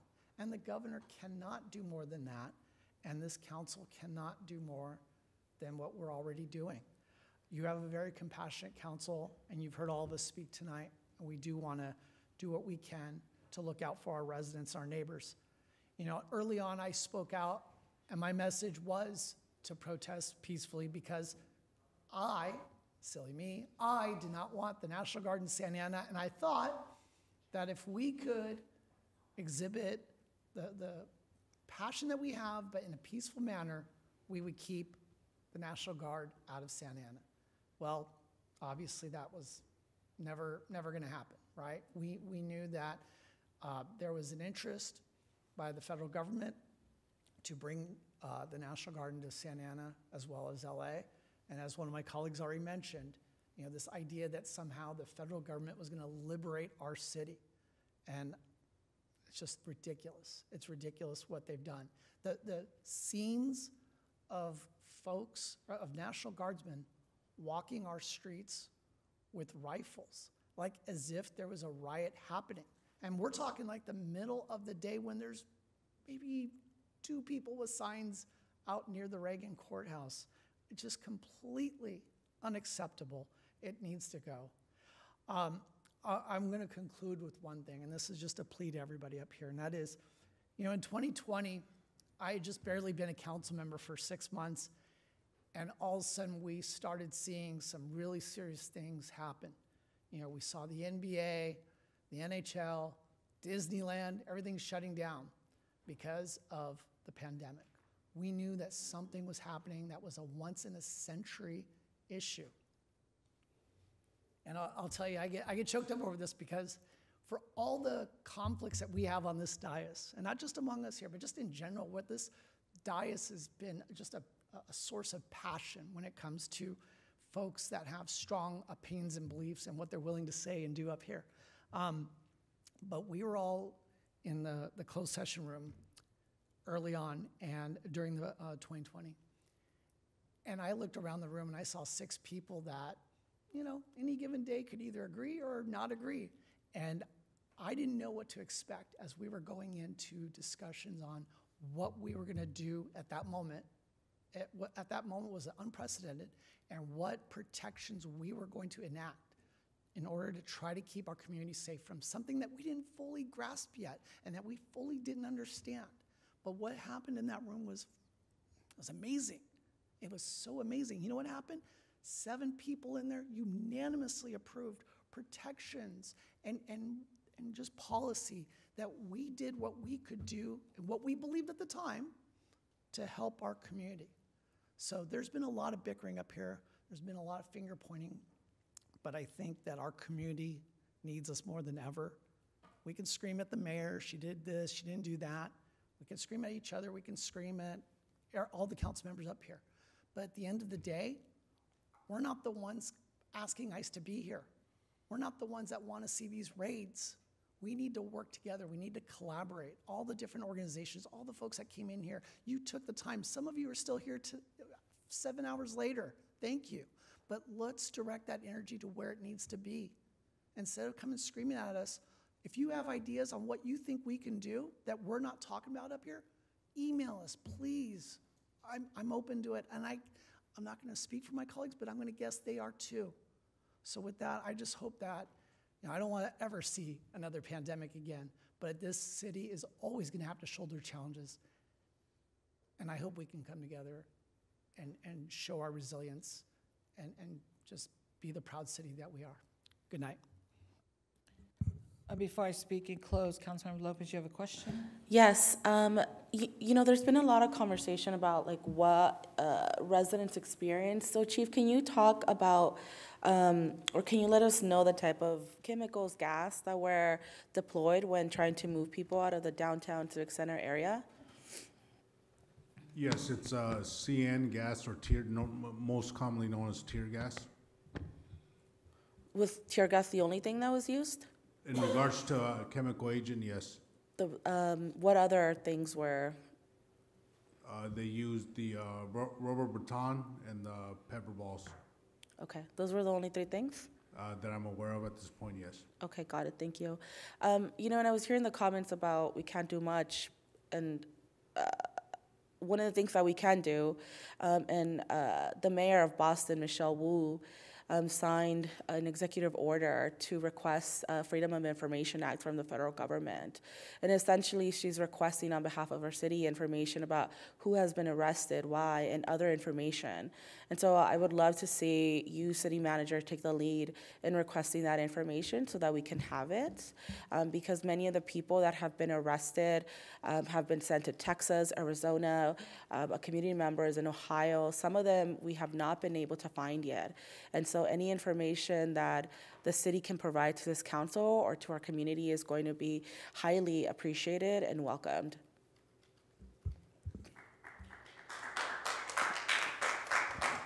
So, for an executive order, I'll work with the city attorney to develop something that Got will be it. Thank possible. you. Thank you. The other suggestion that I have for my colleagues is last month in May, we talked about the ALPR contracts. And I don't know if my colleagues have seen the news or not, but 404 Media and Cal Matters and LA List recently came out with reporting that local law enforcement agencies are working with Flock, as I told people here, right, as I reported that they would. And so reporting has showed that that local government agencies have been in violation of state law. And the quote from Cal Matters reads, law enforcement agencies across Southern California violated state law more than 100 times last month by sharing license plate reader data with federal agents. The LAPD and the Sheriff's Department in San Diego and Orange counties search license plate readings on behalf of ICE and CBP. Under Senate Bill 34, state law enforcement agencies are barred from sharing license plate reader data with out-of-state or federal agencies. The law has been routinely violated, and civil liberty groups found 71 California agencies had broken it in 2023. And so I think that when we're thinking about things that we can do, this is a suggestion that I hope my colleagues take to heart. Rescind your vote. Bring that contract back, because that contract exposes all of our community members to more harm, because we know that this data, their personal data, right, is being shared with these agencies at the federal level that are coming in and terrorizing our communities, that are coming in and ripping our families apart, that are coming in mass. We don't know who they are. They're unidentifiable. Somebody said it here earlier. They could be the rioters from the January 6th riot. we don't know who they are. They are refusing to identify themselves. And so I hope that my colleagues will take this into account, because this is something that they directly can do, take back their votes to ensure that we're not exposing our residents to more harm that they have already been inflicted. And the other question that my office has received is, what can people do? There are many residents that don't necessarily can't go or want to be at a protest, but I really encourage our constituents to get involved with local organizations like the Orange County Response Network, who has been doing this work for almost a decade in our community, and who, again, is fulfilling a lot of the needs that we're seeing arise from the everyday circumstances that our families are reaching out and saying, this is what I'm experiencing, this is what I'm seeing. And the other thing that I want to make clear is that, just today we saw another U.S. citizen be taken by the vicious and dangerous masked and assault rifled armed border patrol. And I couldn't help but notice that on the side of their car it says, honor first. Right? And I had to stop and think to myself, if there is so much honor in this work, then why are you covering your face? If there is so much honor in this work, why don't you identify yourself? Why do you come and vanish quickly? Why do you separate families, arrest children, break windows and laws? And somebody already stated this, but this is a government that is saying all of this is in the name of law and order, but it's breaking the law themselves. And so I really encourage all of our constituents to get engaged, to not let this be the last time that you come to a council meeting, or that you watch one online, or that you reach out to any of our offices with any questions, because this is not going to end anytime soon. And so we have to be organized. We have to understand that, as I said earlier, be committed to each other's safety, and we have to be willing to make really hard demands, right? Because the things that I remember in school reading in my history books were about people standing up for one another. I remember sitting in my classroom and thinking, how could people allow Jewish people to be taken from their homes and not say anything, not stand up? And that is also the moment that we're living in right now. And so we're going to need everybody in our community to show up and join us in this fight. And I want to thank all the small business owners that have reached out to us. I want to thank Vacation Bar. Again, they hosted a fundraiser this Saturday. DJ Gucci Mar, she donated her proceeds to support families directly impacted. And one of the quotes that I learned in college that I try to live by is that it is our duty to fight for our freedom. It is our duty to win. We must love and support one another, and we have nothing to lose but our chains. So I want to thank you all for being here today. The last request, City Manager, is I know that many of our employees are directly affected by this. They also feel this impact. And I want to make sure that every single community center, senior center, park center, that people here are trained. What is going to happen if a federal agent walks into these doors? Is there a process in place? Who do they call? Are they trained for this? Thank you, Councilmember Lopez. Okay, we're gonna. Sure, Councilman Penalosa, then I have to open thank it you. up to I just want to anybody say else. that I want to make sure we connect with our federal partners as well, because that's the lingering question, right? Is what happens when all of our rights are being trampled on by the federal government? So we need to turn to those federal agencies, or the Congressman Correa, who represents us at the federal level, and Senator Adam Schiff and Alex Padilla. It's like, what can we do? So that is key. So thank you for that. I hope we could get that message across to our legislators and have them report back to us what our rights are. Thank you very much. Okay, I think we're done. So I just want to thank everybody that came out tonight, those that are watching at home and those that came here. I heard everybody, and I understood that when I ran for mayor that it was going to be good, bad sometimes. I was going to do things right, do things wrong. I was going to do things people don't like. I was going to do things people do like. But I just want to be really clear, unequivocally, that I do not support what is happening in our city, and I never will. And if I didn't respond fast enough, my apologies. I can tell you that I've I see you, I hear you. Councilmember Fan, we all thanked her. There's nothing that I can do besides stand with my colleagues and stand with all of you, work with our elected officials at the federal level, ask the hard questions, push back, and say, you know, help us, please help us. But as the mayor, I think people sometimes think they don't know what my role is. The city manager, the city attorney, and the city clerk work for all 7 of us up here. Let me say that again. The city manager, the city clerk, and the city attorney work for all 7 of us up here. I am 1 vote of 7. Yes, I am the mayor, but I still need, and we've had this conversation a couple times up here, as Council Penaloza reminds me, we need the votes. So the chief works for our city manager. And he wasn't the chief when Councilman Hernandez was talking about a terrible thing that happened to his cousin. Chief Rodriguez was not the chief at that time. So I want to be clear on that. And there are so many things that are happening right now in our city every day and across the country. It's different every day, every moment. We are in uncharted territory. This is perhaps just the start. None of us really know what we're going to wake up to tomorrow. But I can tell you as the mayor of this city that I do not support ICE. I do not want the National Guard in our city. I do want people to go to downtown businesses. I do want you to feel safe in your home. I do want all those things for you. What you want, I want. When it comes to the removal of ICE, I don't want families torn apart. Never have, never will. Some of you have indicated up here, my father immigrated here as well. And, you know, our stories are all different. You know, my grandmother came here. They were all both very involved, you know, but it's really hard to, and some of you, you know, I would say, you know, run for office. To sit up here for 6 hours and listen to people tell you what an awful person you are. Yeah, I'm human. I'm human. But I also know what I signed up for. And it's okay. And you can tell me how you feel. And that is one thing that I've always been very open about. If you want to meet with me, I will meet with you. I will listen to you.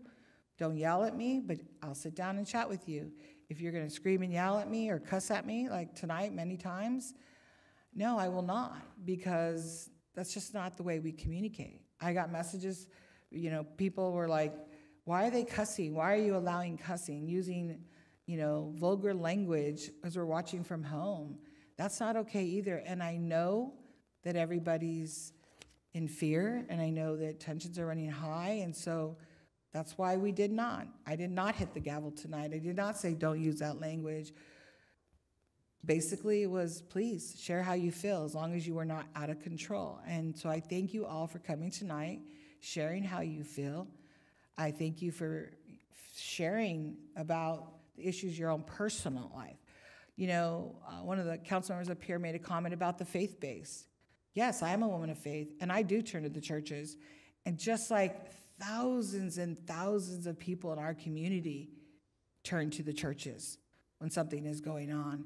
And so I don't want people to believe that the churches are going to be causing problems in our city. If anything, when we met yesterday, or I think it was yesterday, at Second Baptist Church, it was talking about how we can help our community. What resources can we provide as churches and nonprofits coming together with hopefully the city? Is it food? Is it resource? Is it an underground service that we may need to go into? Those are the conversations that I am having with them. And so I just want you to know there's nothing I can say is going to take away your fear. And I am so sorry that we all feel this way in our city. But as the mayor, I am responding to things, and I'm meeting with the city manager. I talk to him on a daily basis multiple times. You know, I'm asking questions, what can we do? And we're known as the city that everybody watches, right? What move are you making, Santa Ana, so that we can follow you? And that's what everybody's doing tonight, is watching what are we doing? And I'm very proud that, you know, the city attorney read out today the decision, the vote that took place tonight, because if we would have said, you know what, Mr. City Manager and Mr. Police Chief, you have to release information, people would have been arrested and prosecuted, and there would have just been a whole different situation up here. And so I hear you. I saw all of you tonight. I thank you for coming out and being honest with me, and sharing how you feel. And again, I want to share with you that I do not support this. And yes, I always say that I do serve everyone in this community, including immigrants, including the Latino community, including the API community, the African American community, and I'm sure that I've left a few out, but I do serve everybody. And to be here all night, I thank you. I also want to share that, and some people will say, well, she's being a victim. No, I'm not being a victim. Like you, I have to protect my family. And today, my home was assaulted by somebody that wanted to do harm to my family, on top of everything else that's going on. They came to my home today. They didn't go out and protest peacefully. They didn't come here and yell at me, which I would have preferred. They came to my home, where my family is, where my 3 babies are that I have for the summer. A 4-year-old, 11-year-old, and a 16-year-old who have no idea what is going on. They came to my home. So if I look a little upset today, I have a reason to be.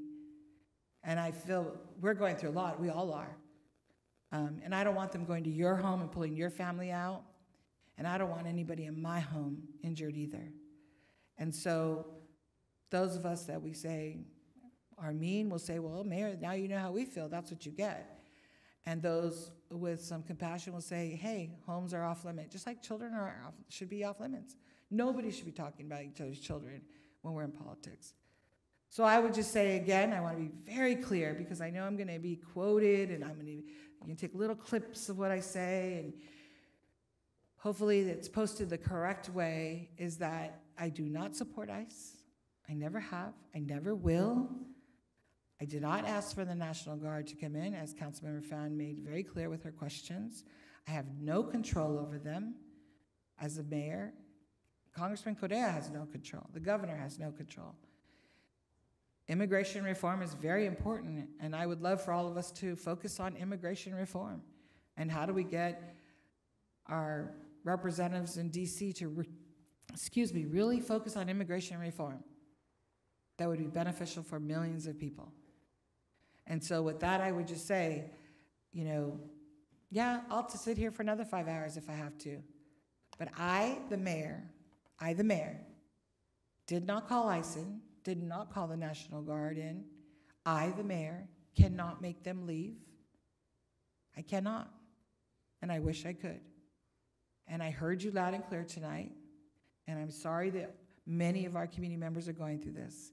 And at this time, as I've always said, Santa Ana always comes together when we need each other. We always do. As Councilman Becerra talked about COVID, even though people disagreed up here, they came together during COVID. And I would hope that we would do the same up here. I really do. Because we can all point fingers and say, one said this, one said that. I think many of us, all of us, or maybe most of us up here are guilty of that because emotions run high. And so thank you all for coming tonight. Those of you that were online at home watching, those of you that stayed here all night, those of you that came out and made comments, I appreciate it, and I thank you, and I heard you loud and clear. With that, this meeting is adjourned.